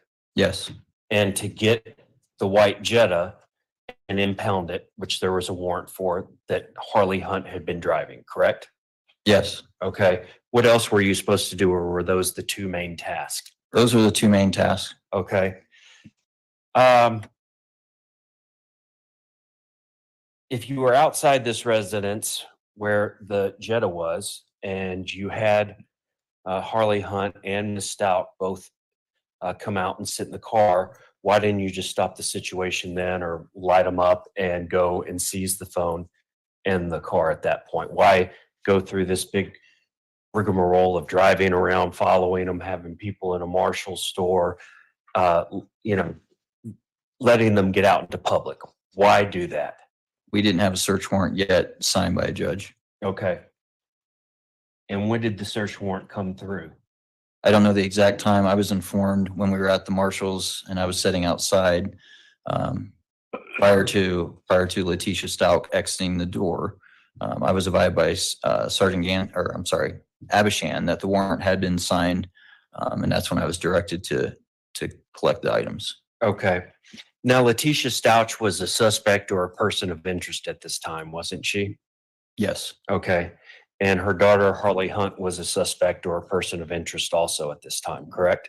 I believe so, yes. Okay. And in fact, the warrants were only for items that belonged to Harley Hunt, her cell phone and her vehicle. Correct. Okay. on that date that you were describing, you weren't out there collecting, you weren't out to arrest Letecia Stauch, and you weren't out to seize any evidence of hers or any items of hers, correct? Correct.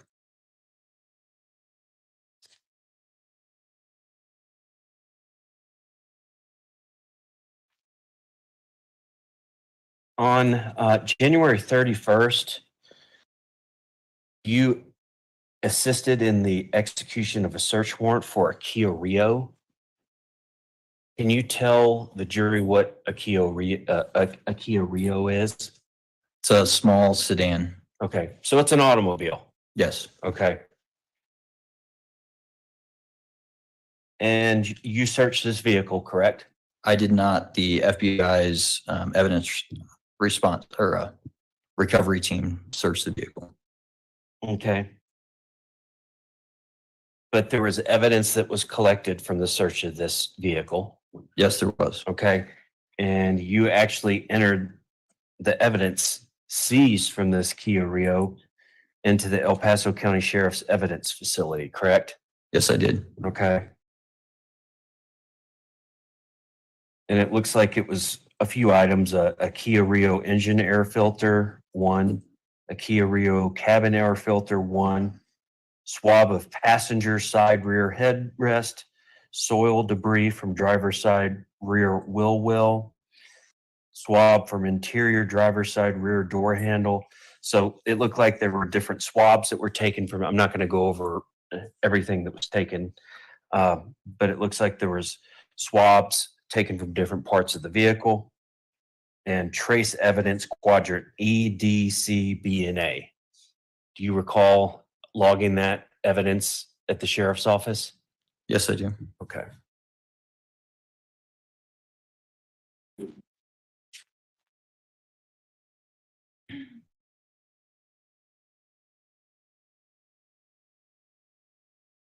On February 1st of 2020,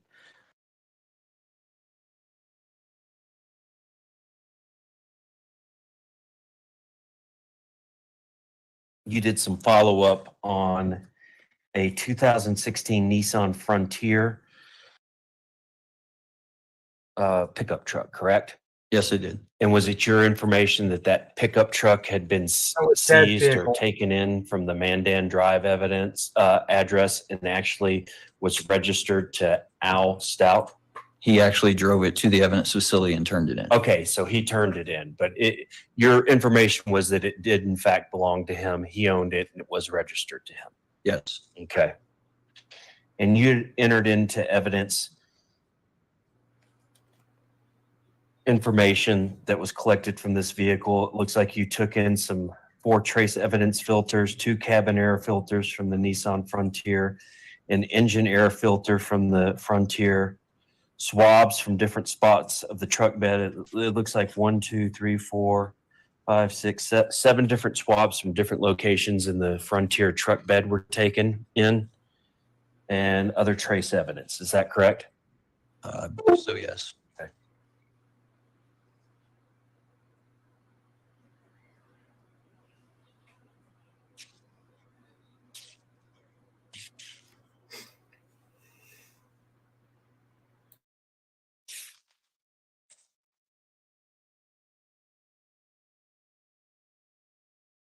Do you know if Harley Hunt was handcuffed inside the store?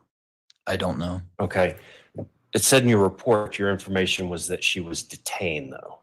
Yes. Okay. And when you say detained, a person that's detained by police, while they may not be under arrest, they can't just walk away, can they? That's correct. Okay. And were you equipped with a taser at the time of this incident where you drew your firearm? Objection under relevance. Mr. Cook? Could we approach? All right. Okay, now we can have some talks. No, I think he's gonna try. I think he's gonna try and impeach this guy because he could have grabbed taser because.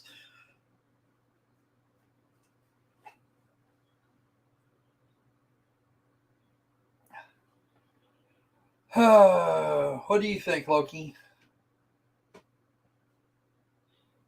She may be Hold on going one to. second, Croc. Okay.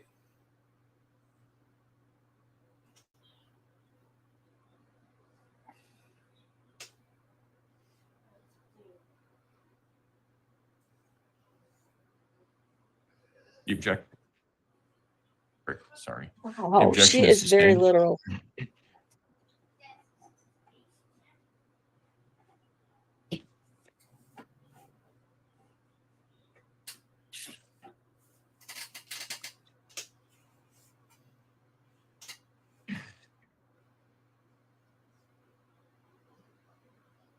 Sorry.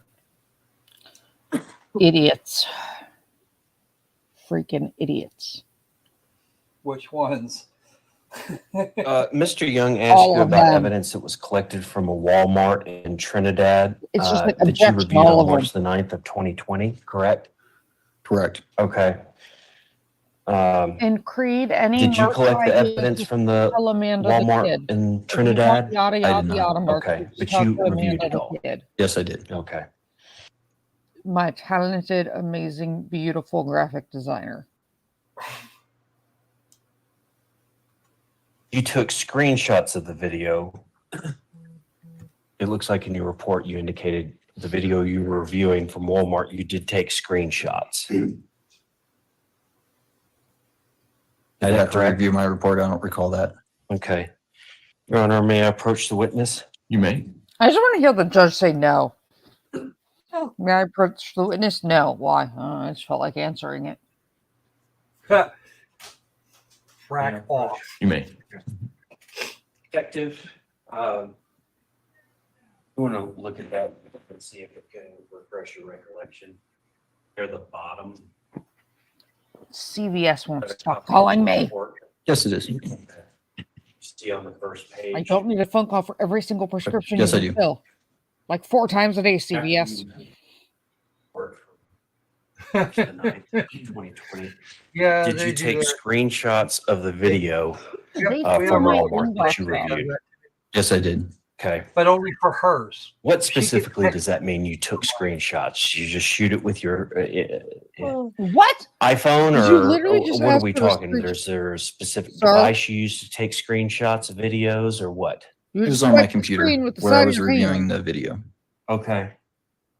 Sir. And what did you do with these screenshots? They were put on a document and attached with that supplement. Okay. I took a picture of a picture of a picture and then I Xeroxed it, and it's like my 5-year-old explaining shit. You gotta be fucking kidding me. Wow. Just a moment, Your Honor. All right.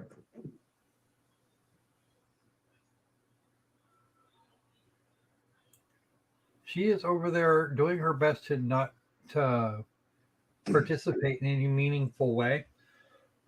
But her position in the courtroom was by her choice. She wanted to be as far from the attorneys as humanly possible. That's all I have. You know, it Thank you, sure reminds me of the Detective. Homer Simpson meme where he just like Do any of backs the up jury into have the any bush. questions for Detective Burrow? No? All right. You Thank know you, what sir. I'm You may talking step down. Yeah. Before you call your next witness, let's everybody wants, like, stand and Homer take a stretch. I Simpson saw a into the juror wall. doing that while we were having the press conference, and it looked like a really good idea. Okay, so now we're gonna go with like what you use with little kids in school when people are falling asleep during class. Everybody stand, shake and get your sillies out. Everybody stand up and stretch. Because you're watching the jury fall asleep. Yes, Mean John, CVS, where you can buy one thing and have one thing and literally a receipt long enough to wallpaper your house. All right. Call your next witness, please. Detective Peter B. His name again? Hill. V. Hill. All right. Detective V. Hill, if you would step forward and raise your right hand, sir, please. This will be merciful. You swear affirm the testimony about to give in this matter will be the truth, the whole truth, and nothing but the truth. Ready? Go ahead and have a seat in the witness stand. Please watch your step as you step into the stand. Yeah, we don't want you to trip over that one. Good afternoon. Good afternoon.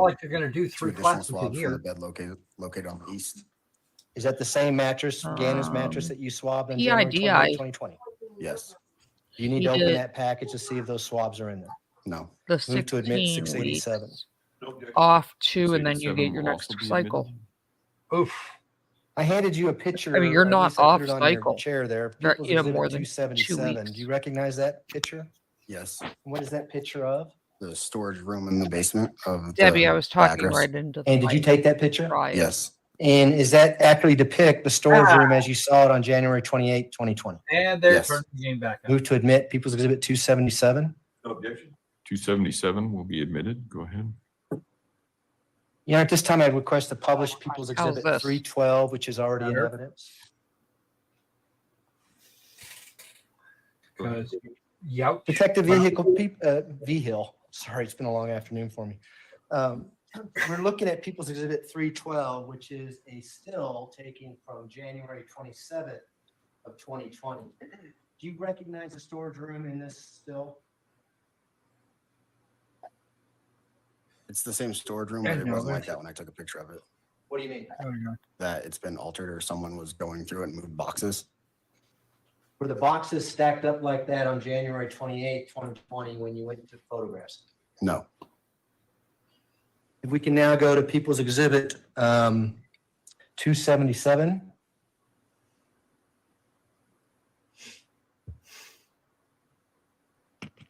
We may have to mute it, Your Honor, so we can get 277. Debbie, I'm not sure what they have said, but all blood found in the house was Gannon's. Got it. Thank you. No, they haven't. They haven't admitted that as evidence at this point. I'm just saying in general, there was no evidence, Okay, no we can significant, unmute it. Thanks. Good. All right. biological contributor. So is this what that same area looked like on January 28, 2020, the next night when you were there? Yes. The boxes aren't stacked up as high? Correct.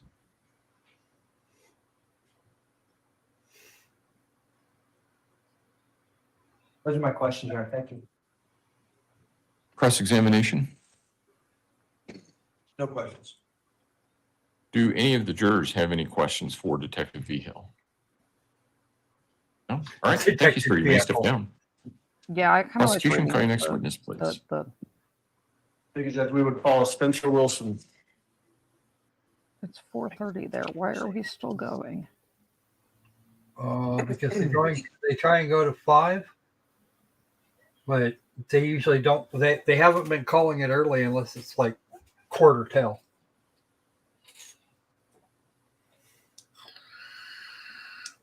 Mr. Wilson, if you would step forward and raise your right hand, please, sir. This judge, Your father? forward all the It's all way. right. Yeah, Creed, you do, because Right there's good. You swear from the testimony about giving this matter will be the if truth, you the whole truth, and don't- nothing but the truth. Yes. Go ahead and have a seat in the witness stand. Please watch your if step. you as you don't go step into the through stand. all of this, it's easier to mount a mental health defense. Good afternoon, sir. How are you? Doing well. How are They're you? trying to Good. make it Have you as ever testified blatant before? as No. possible. We couldn't tell. I'm kidding. Would you please introduce yourself to the jury and then spell your name for the record? Yes, my name is Spencer Wilson, My name is George. SPENCER. Wilson, WILSON. And I shall call you George. All right, that's what I was going to ask you Let's next. see if anyone I want to knows jump back what that is even from. prior to now. What kind of training education do you have that allows you to be a news Creed, reporter? most I of them are have going to cover a, Valo, but degree Monday from the is University my of Missouri understanding in will be the broadcast journalism. first day And for opening going arguments. on 10 plus years of experience as a television reporter. I've never had the opportunity to do this before as a Jayhawk. I had to say rock chalk to a Missouri grad. I will just say MIZ and leave it at that. This annoys me. Back like, in stop January of trying to 2020, banter. who were you working for then? KKTV 11 News. Yeah, What was Creed, your we're gonna job all as cover it, in but that? nobody has I was audio a in the multimedia courtroom. journalist, which just means that I'm a cameraman as well as a reporter at the same time. So one-man band. Was it common for you to cover stories in the Pikes Peak region, Colorado Springs, El Paso County? Very common, yes. As a part of your job, would you sometimes interview people out in the community? Yes. There you go. How many interviews do you think you had done at that time of your career? Thousands. On-camera interviews? Yes. Thousands? Did you start to, at some point, cover the Gannon Stauch case? I did. How did your Yeah, coverage I'm a start in fairly that case? informal It person. was kind of bouncing around But- between different reporters. Eventually, one day I was put on the story, and I can't remember if it was the very first day or if it was the second day I was doing the story, but I was out there and Mayor McDermott, the party can Let's start talk about that a little bit. Was there anything odd about you making contact or the way the contact unfolded for you? Yes, I can remember it very clearly. I was on the sidewalk. We were just covering a search that day in the neighborhood. And there was a big moving truck and also a car pulling out of the neighborhood. And somebody rolled down their window and started to chastise me for coverage, being out there and reporting on stuff, and questioned the way that I was telling the story. That person was Letecia Stauch. And I realized that. And I said, well, if you got such a problem with this, why don't we go talk about it? So when this, you described two vehicles. Brain trust. What you said was a moving Go truck, was talk this to like the- a van, like a utility van? Yeah. What And not then to the other do? vehicle, what kind of vehicle was that? Approach a reporter. No better description than just a standard car. Okay. Not like a truck, not a SUV, little car. Which vehicle was the defendant in when the window rolled down and there was words said towards you? The car in the front, the moving car was behind them. She was not in that car. So she was in the actual vehicle, That is correct. passenger vehicle. What seat was she in? Oh gosh, I couldn't tell you. Okay, that's fine. I believe driver's seat, but I don't feel super clear on that. Was it immediately apparent to you that the person that was saying these words to you was Letecia Stauch? No, it took about 5 seconds. And since I had been keeping tabs on the case and the social media along with it, a lot of people were talking about her at the time. And then when it did click, I had this moment of, oh gosh, this is the people everyone's trying to talk to. What was her demeanor like? You when literally she did walked that? up to a reporter. Yes. Angry, I guess is the best way to put it. She was not excited that I was there. She was not excited to see other members of the media there. There was a lot of people down there covering the story. I And would want just the every words she said member to me of were the basically, media I you're could doing this talk wrong. to there. Okay. And so then that's when you I make was this looking for arrangement my to go kid. talk somewhere else. I'd be like Did you in fact do that? offering That's correct. anything and everything. I to get offered as to do an much interview. media coverage She as mulled it possible. over for a quick second. There was some conversation in the car. Eventually she said, okay, we'll give this a shot. And I said, being the reporter I was for that station, I don't want everybody else to have this at the Debbie, same time. what? So I'm let's confused. go somewhere else. And she agreed that it would be a spectacle if we were to do Debbie, it right there. So I we didn't think you were trying to be drove rude with to anything. a I'm construction lot, confused. maybe half a mile away. Okay. And just for contextual reference, was this on January 31st, 2020? Correct. You're fine, So Debbie. roughly, I guess, 4 days after Gannon was first I'm being reported rude missing with to the police. anything. That's correct. So tell us, how do you go about setting up doing an on-camera They haven't interview told us. in a general sense? And then how did you do it in They this have not case? told us. Generally, I will talk to the person beforehand, kind of give them an explanation of what's about to happen. Yeah, This it was is a all video I'm of handing paint them a drying in remote a neighbor's microphone that will driveway. then clip While we onto some part of speculated their if body something was somewhere. a shadow or not. And then I begin by asking them to say and spell their full name and explain who they are to the story.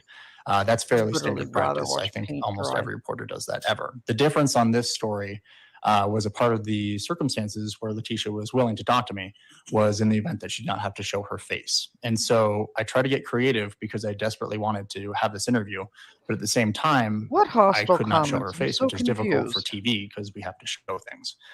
I came up with the idea if she looked away from the camera and if I looked towards it, No, you no, could still see Debbie, the I don't conversation happening. care. That being said, you would not see her face.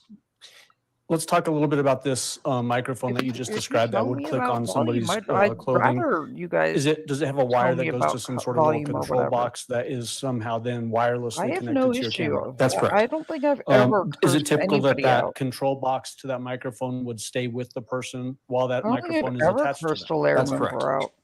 If a person walked away from the camera Wait a to a different second. area or, proximity wise, would the camera still pick up on anything that that microphone is picking up on? That's correct.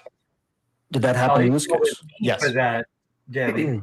Was it odd to you as a reporter that had done thousands of interviews that Letecia was asking you to do this interview but not have her face facing the camera? Not I entirely may have so. missed It the did make it an sarcasm unusual tag because situation, I'm but trying there to are pay some attention instances where between people ask the to drill not have their face instructor shown. screaming at Sometimes shoot children. somebody's hands as video when we're talking to them. And considering All the I can nature hear of is this screaming interview, about she was you don't hesitant to sleep do it on in the the first backs place. of I was more couches willing to downstairs. accept the terms of that agreement. Did The fact that you were able to do this interview, was that a good get for you as this news cycle was developing? Yeah, Creed My likes to newsroom was mess with ecstatic, me yes. too. Okay. Did you play along with what We love Creed anyways. what the defendant was telling you during this interview to keep her talking? Yeah, Debbie, As a part of that hurt training you our mentioned at beasties. the University of Missouri, it is We're a happy, told to positive us place. I that love all my in order to beasties. have a conversation with That's someone, why you the cannot Beastie agree with what Fund they're saying, but you do exists. need to keep them continuing what they're saying. Ugh. That is why, as you're nodding right now, I would nod along with whatever was being said. That doesn't necessarily mean I was agreeing to General, anything. it It is was meaning that I needed her to keep saying It things. is Creed. I just didn't Okay. see it. And you did that in this particular case as well? That's correct. All right. Was there a portion of this interview where she asked you actually to redo a portion of it? That's correct. Tell the jury about that circumstance. Towards the end of our interview, after we had had a couple different conversations, I was also, mind you, the cameraman in this instance too. So I'd have to stop and walk behind the camera, hit stop, hit start if we needed to redo things. I think we cut it maybe 2 or 3 times, took breaks, came back on. At the very end, this was the thing that was the most interesting to me and why I remember it so much is that I asked, is there anything that you would want to say to Gannon? In this interview, she had told me that she believed he was coming home. She said yes, gave her statement, and I said, okay, we got it. And then she said, you know, what if we did that one more time? And I said, sure, whatever you want.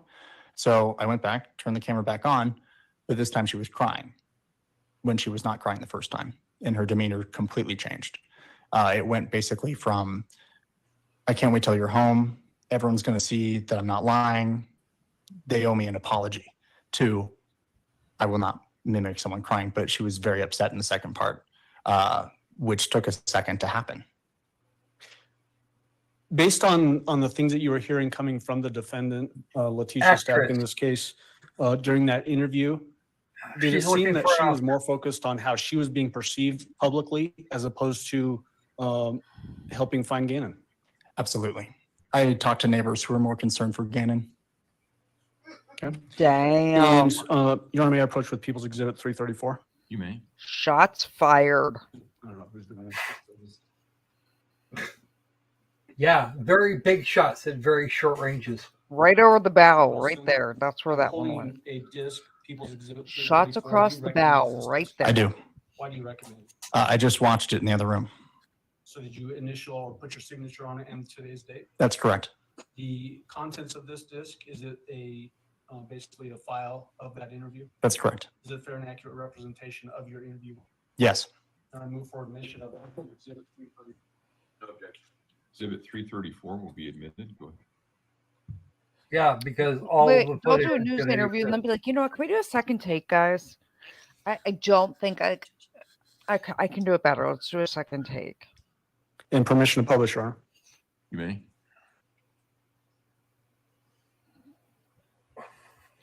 I'm gonna need you to redo that, like with a little bit more, like 10% more emotion. You are. I am Tisha Stauch, which is Gannon's stepmother. Oh God.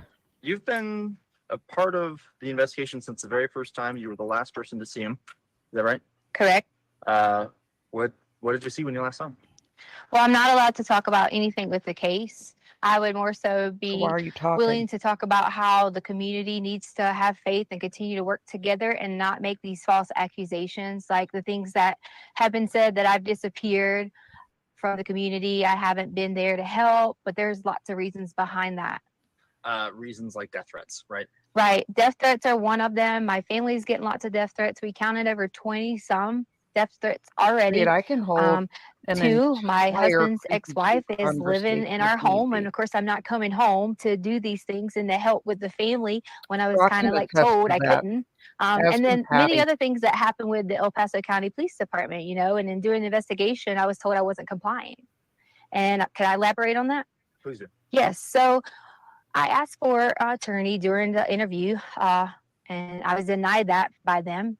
I was held because they were blocking the door, and I was told I couldn't leave, and that if I would have touched them, they would have probably, you know, said I still wasn't complying or said I was, you know, trying to run away or something. But during the interview, I asked several times, could I stop the interview? Could I get an attorney? Could I stop the interview? Could I get an attorney?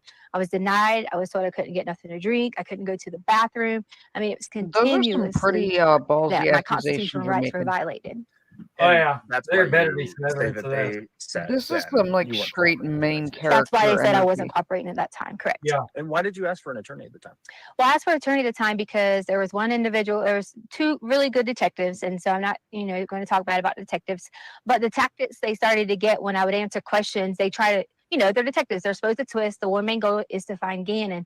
But during that time, some of those things made me feel uncomfortable the way they were saying things. So I immediately stopped and felt like an attorney would help me with some of the vocabulary and things like that I needed Well, help you have a with and doctorate in understanding some of the things that education. they You were need asking. help with your I want to vocabulary. shift gears to what has become a huge I have a online presence of 5-year-old with people our obviously vocabulary. trying to do the right thing, Mhm. help find Gannon. But at the same Okay, time, sometimes on it the just other feels like camera, monitoring. look at Have the, you seen any of those comments yourself? We Look have, at our and see, defendant. that's one of the main things we haven't been Covering around in her- the public eye covering her because face I didn't and- want to expose my family to it if all these things were going on. There was comments about Gannon getting pushed off the hike, and there was comments about this, and that's just not true. I took care of Gannon for the last 2 years in our home because his mother didn't want to do it. And I would never, ever hurt this child. And I know there's some questions out there about, okay, so Shots tell me what fired. Loki happens. would be in jail. That's up to the investigations when they end up letting Because you guys his know. mama But I've didn't want to? cooperated with them, even to the point that we were held with a gun. And my daughter, a 17-year-old who serves our country in the United States Air Force, who has never committed a crime or done anything wrong in her life, was put in handcuffs over the keys that was in her purse so they could take her car. And they weren't in there. They weren't even in her car. I mean, in her purse. They were in my pocket. You originally didn't even know if it was a law enforcement officer. I didn't know it was a law enforcement officer because when he came out, I guess he was putting his jacket on, and it wasn't necessarily his fault. He was adjusting and happened to catch me. But I saw the gun and I panicked originally and kind of thought, oh gosh, who's this guy? And then once I realized it was the sheriff's office, I was totally okay, but they still had a gun and told me they were going to shoot me. But I was really concerned about my daughter asking why she was being detained in handcuffs and things like that, when that shouldn't even happen for a child. Mayor That shouldn't Rentz, happen you for someone should. who was standing inside You of a have store the permission. because we couldn't have any clothes because all of our clothes were here. If we came Yes, here you and got do, clothes, Mayor we would be harassed. So she went to purchase some underwear and things like that and was put in the handcuffs in the store, and then brought out with men with guns. And that's just not okay. They could have approached me and said, They hi, did. I'm You with tried to Elko run. County. Can I please get this? Dumbass. Instead of the way that it happened. I'm just going to check your chat. What does it say, Mayor Wrench? Still got a recording. Still can hear you okay. Okay. Yeah. Sounds like we're good. Every once in a while, my mic will be out. I want to make sure that's not going to happen here. Okay. I should try and clarify here. Not necessarily crime rates, but the way that people are reacting online to rumors about you with the search. Oh yes. Wow. The rumors have gotten so bad. I pretty much have been told at least 10 different ways that these people have these conspiracy theories. I guess they watch a lot of law shows and maybe they have all these theories on Yeah, because I got one on it. and that's what they're saying. So I'm like, why are you saying Gannon is They don't dead? want- He is yeah, not it's dead. We are because going to nobody- find you don't Gannon. want And anyone to that's see the your main face. goal that we all have. My family She doesn't has. want her face Just on because you camera haven't seen because us, it's easier we have that to same goal. We've hide been out searching. a My aunt fake has been out expression. searching. My family has been out searching. We all have been doing that together so that we could protect each other. How does it feel when not only you have a lost child who you are in care of, but then people blaming you for that child and family? I'm just ready for Gannon to come home. Most importantly, for him to see his family. But second, I am going to be so ecstatic when I'm able to say to people that I hope they have a really sincere apology for all these theories that have came out online, for all the things they said that I have done or people have done. And I just want everyone to know that we're going to find Gannon. And I love him so much. I've helped taking care of him for so long. Can you talk to me a little bit about him? I don't know him. Gannon is so kind and he loves to play video games. That's one of his favorite things. He loves Sonic and Mario. And, he's always helpful. And he was always so helpful with the dogs around the house, and we have two little Great, cute I would dogs. argue And how he was do you always like a not person I could smother say, her Gannon, before can you she go do wakes this? up? And he would do it right away. You know, sometimes with kids, we have to remind them and things like that. And that's okay. But he was so sweet and able to help anyone. He could notice when you're sick and say, are you okay? And How such a did you kind get heart. her? All right, How did you um, get into I this know position you in the just said first that you place? can't say anything about the investigation, so you can just say it again if you can. That's a better But question. is there anything we Why can hear is about she the hike? even? Was Why there was a she in hike, your or bed that to just begin seems with? like rumors right now? You know what? Could we bring my daughter up here? Because she can go and say that, you know, she came home from work after the hike and she can verify that Gannon was at our home. Okay, yeah, that's fine with me. And if she doesn't want to, that's okay, but you're allowed to Fine. after. Not okay so far? Yes. I need Harley. Because they want you to verify was Gannon at home after the hike. Because you didn't go to the hike, but you came home from work.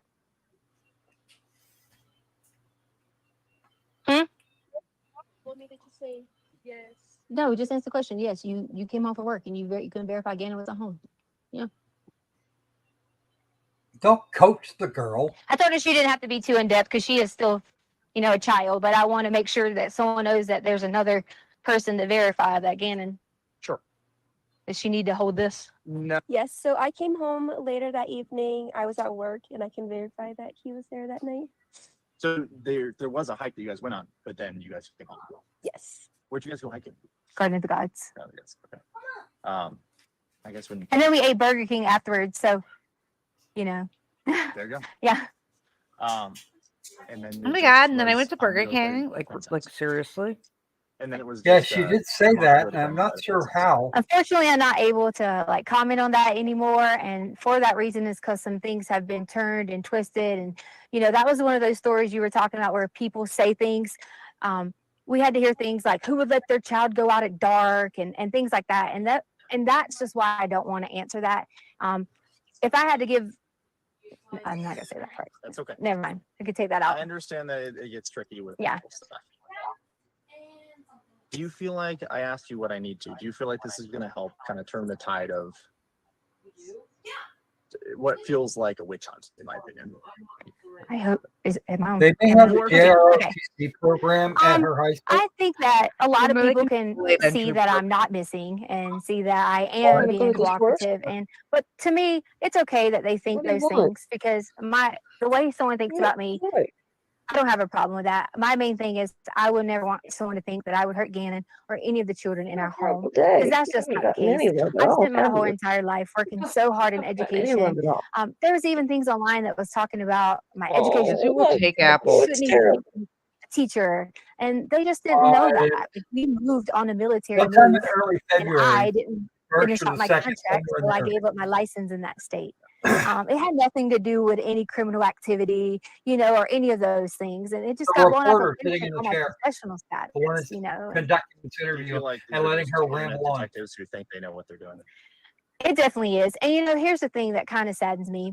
It's like if you're going to talk about someone like that and have a witch hunt out for them, why would you even care like about doing those things? Because this Nobody is a cares about child. you. You're telling me that you're just as mean, you're just as hateful to talk about someone else like that. That's how I feel. Like we just should not. We should all come together and wait until the end and see what happens because Gannon's going to come home. You already done dumped his ass. You know he ain't coming The home. message for Gannon I have is, Gannon, when you get here, you'll be able to truly tell what happened. And then I really hope I get a sincere apology from everyone who has made all those things. I love how especially her from my biggest husband. concern is getting an We just wanted apology. to add a message to Gannon from my family is that we love you and miss you. And we hope that you come home soon. And Gannon, I can't wait till you can come home and let everyone know that you're okay. We Oh, love you. that would be Letecia fake crying. And the one on the stand is the Mr. Wilson, reporter. it's probably fairly obvious, but the person that you were interviewing there, is she here in the courtroom? She is. Will you please point around and describe what she's wearing for the jury? Pink shirt. You're pointing over to the right-hand side of the courtroom? That's correct. Female at defense table? That's correct. All right, ask that the record reflect to identify the defendant. The record will so reflect. Mr. Wilson, did the defendant appear to be of sound mind to you while you were with her? Yeah. No, he can give his opinion regarding what he thought about her mental state at the time. Yes. Did she seem to be able to answer questions to you logically and give coherent answers? Yes. You mentioned that, to your memory, that she was driving the passenger vehicle? Yes. Did she seem to be following the rules of the road? Yes. Could she stop when she was supposed to stop? Yes. Was she driving on the right side of the road as opposed to the left? That's correct. During that interview, do you remember, is there a point in time where she's referring to Gannon in the present sense Yeah. and then she changes it to the past tense? Yes. Okay, now? Do you remember when that was? We just watched it. Okay. No, sorry. If we can queue up 5 minutes and 50 seconds, please. We're going to just replay that portion, Judge, because it happens fairly quickly.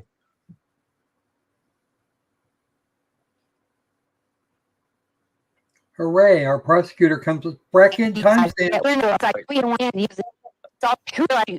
About approach me, hi, I'm Widow, out of the way. My boss said, that's when we take For that child and shame. You know, I'm just ready for Gannon to come home. Most importantly, for him to see his family. Gannon to come home. Most importantly, for him to see his family. But second, I am. Just so that we're tracking. So it's paused right now at 5 minutes and 33 seconds. And then we'll get to that 5 minutes and 50 seconds section. Go ahead and play it, please. Going to be so ecstatic when I'm able to say to people that I hope they have a really sincere apology for all these theories that have came out online, for all the things they biggest said thing that you I want have is done or people have done. to say, "I told just you want so," everyone to and know have that people apologize we're going to to you. find That's your Gannon, and I love concern. him so much. I've helped taking care of him for so long. Can you talk to me a little bit about him? I don't know him. Very Gannon strange. is so kind, and I he will loves have to to- play I video just wanna games. be That's one of his favorite things. vindicated. He loves Sonic and Mario, and you know he's always helpful. And he was always so helpful with the dogs around the house. Was. And we have two little There cute went- dogs. And he was why are always we like the using person the I could say, past Gannon, can you go tense? do? Was that significant to you that it changed in mid-statement from present sense to past tense? I'm asking his impression of it. Mid-sentence. I think the jury can draw their own conclusions about it. I'm not sure that his opinion about it adds any extra relevance. Okay. The objection sustained. Okay. What about when this interview ended? Did she get back into the driver's side, driver's seat of that passenger vehicle and drive away? Yes. She again appeared to be driving and following the rules of the road. That's correct. Thank you. That's all I have. Cross-examination. One of the reasons. Oh, I'm sorry. That she expressed she didn't want her face to be seen and she had concerns for her safety. Correct. No further questions. Because she hasn't been Redirect. all over the news anyways. Do any of the jurors have any questions for Mr. Wilson? Okay, just write it down. And looks like just the one. And counsel approach, please.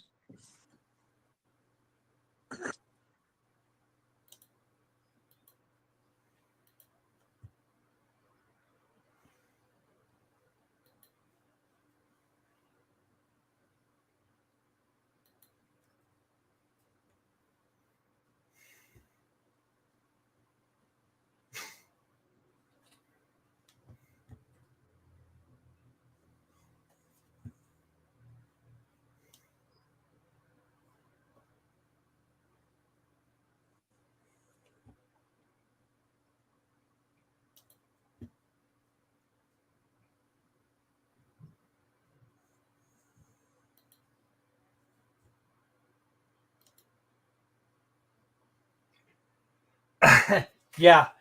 Yes, hot coffee. I noticed that. It gets worse because she didn't even bother to conceal what she didn't even bother to go and get the girl and then have him ask her the question. And then poor Harley just regurgitated.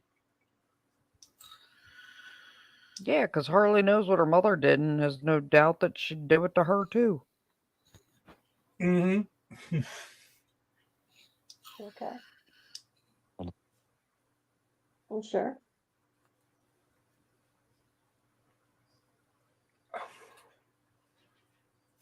Mr. Wilson, did the defendant stop crying immediately following the interview?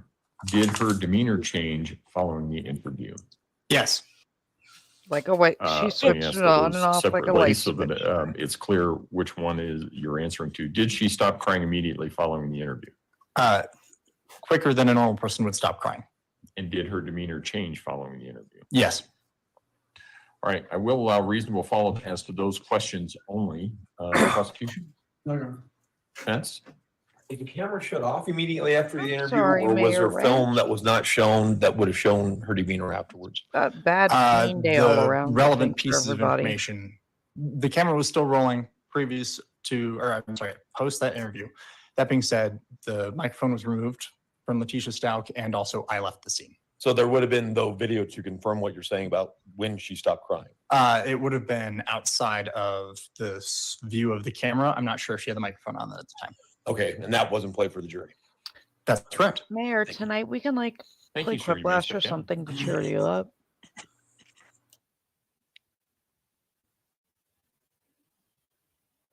What will All make right, a ladies and McGnome gentlemen, we happy? will take our evening recess.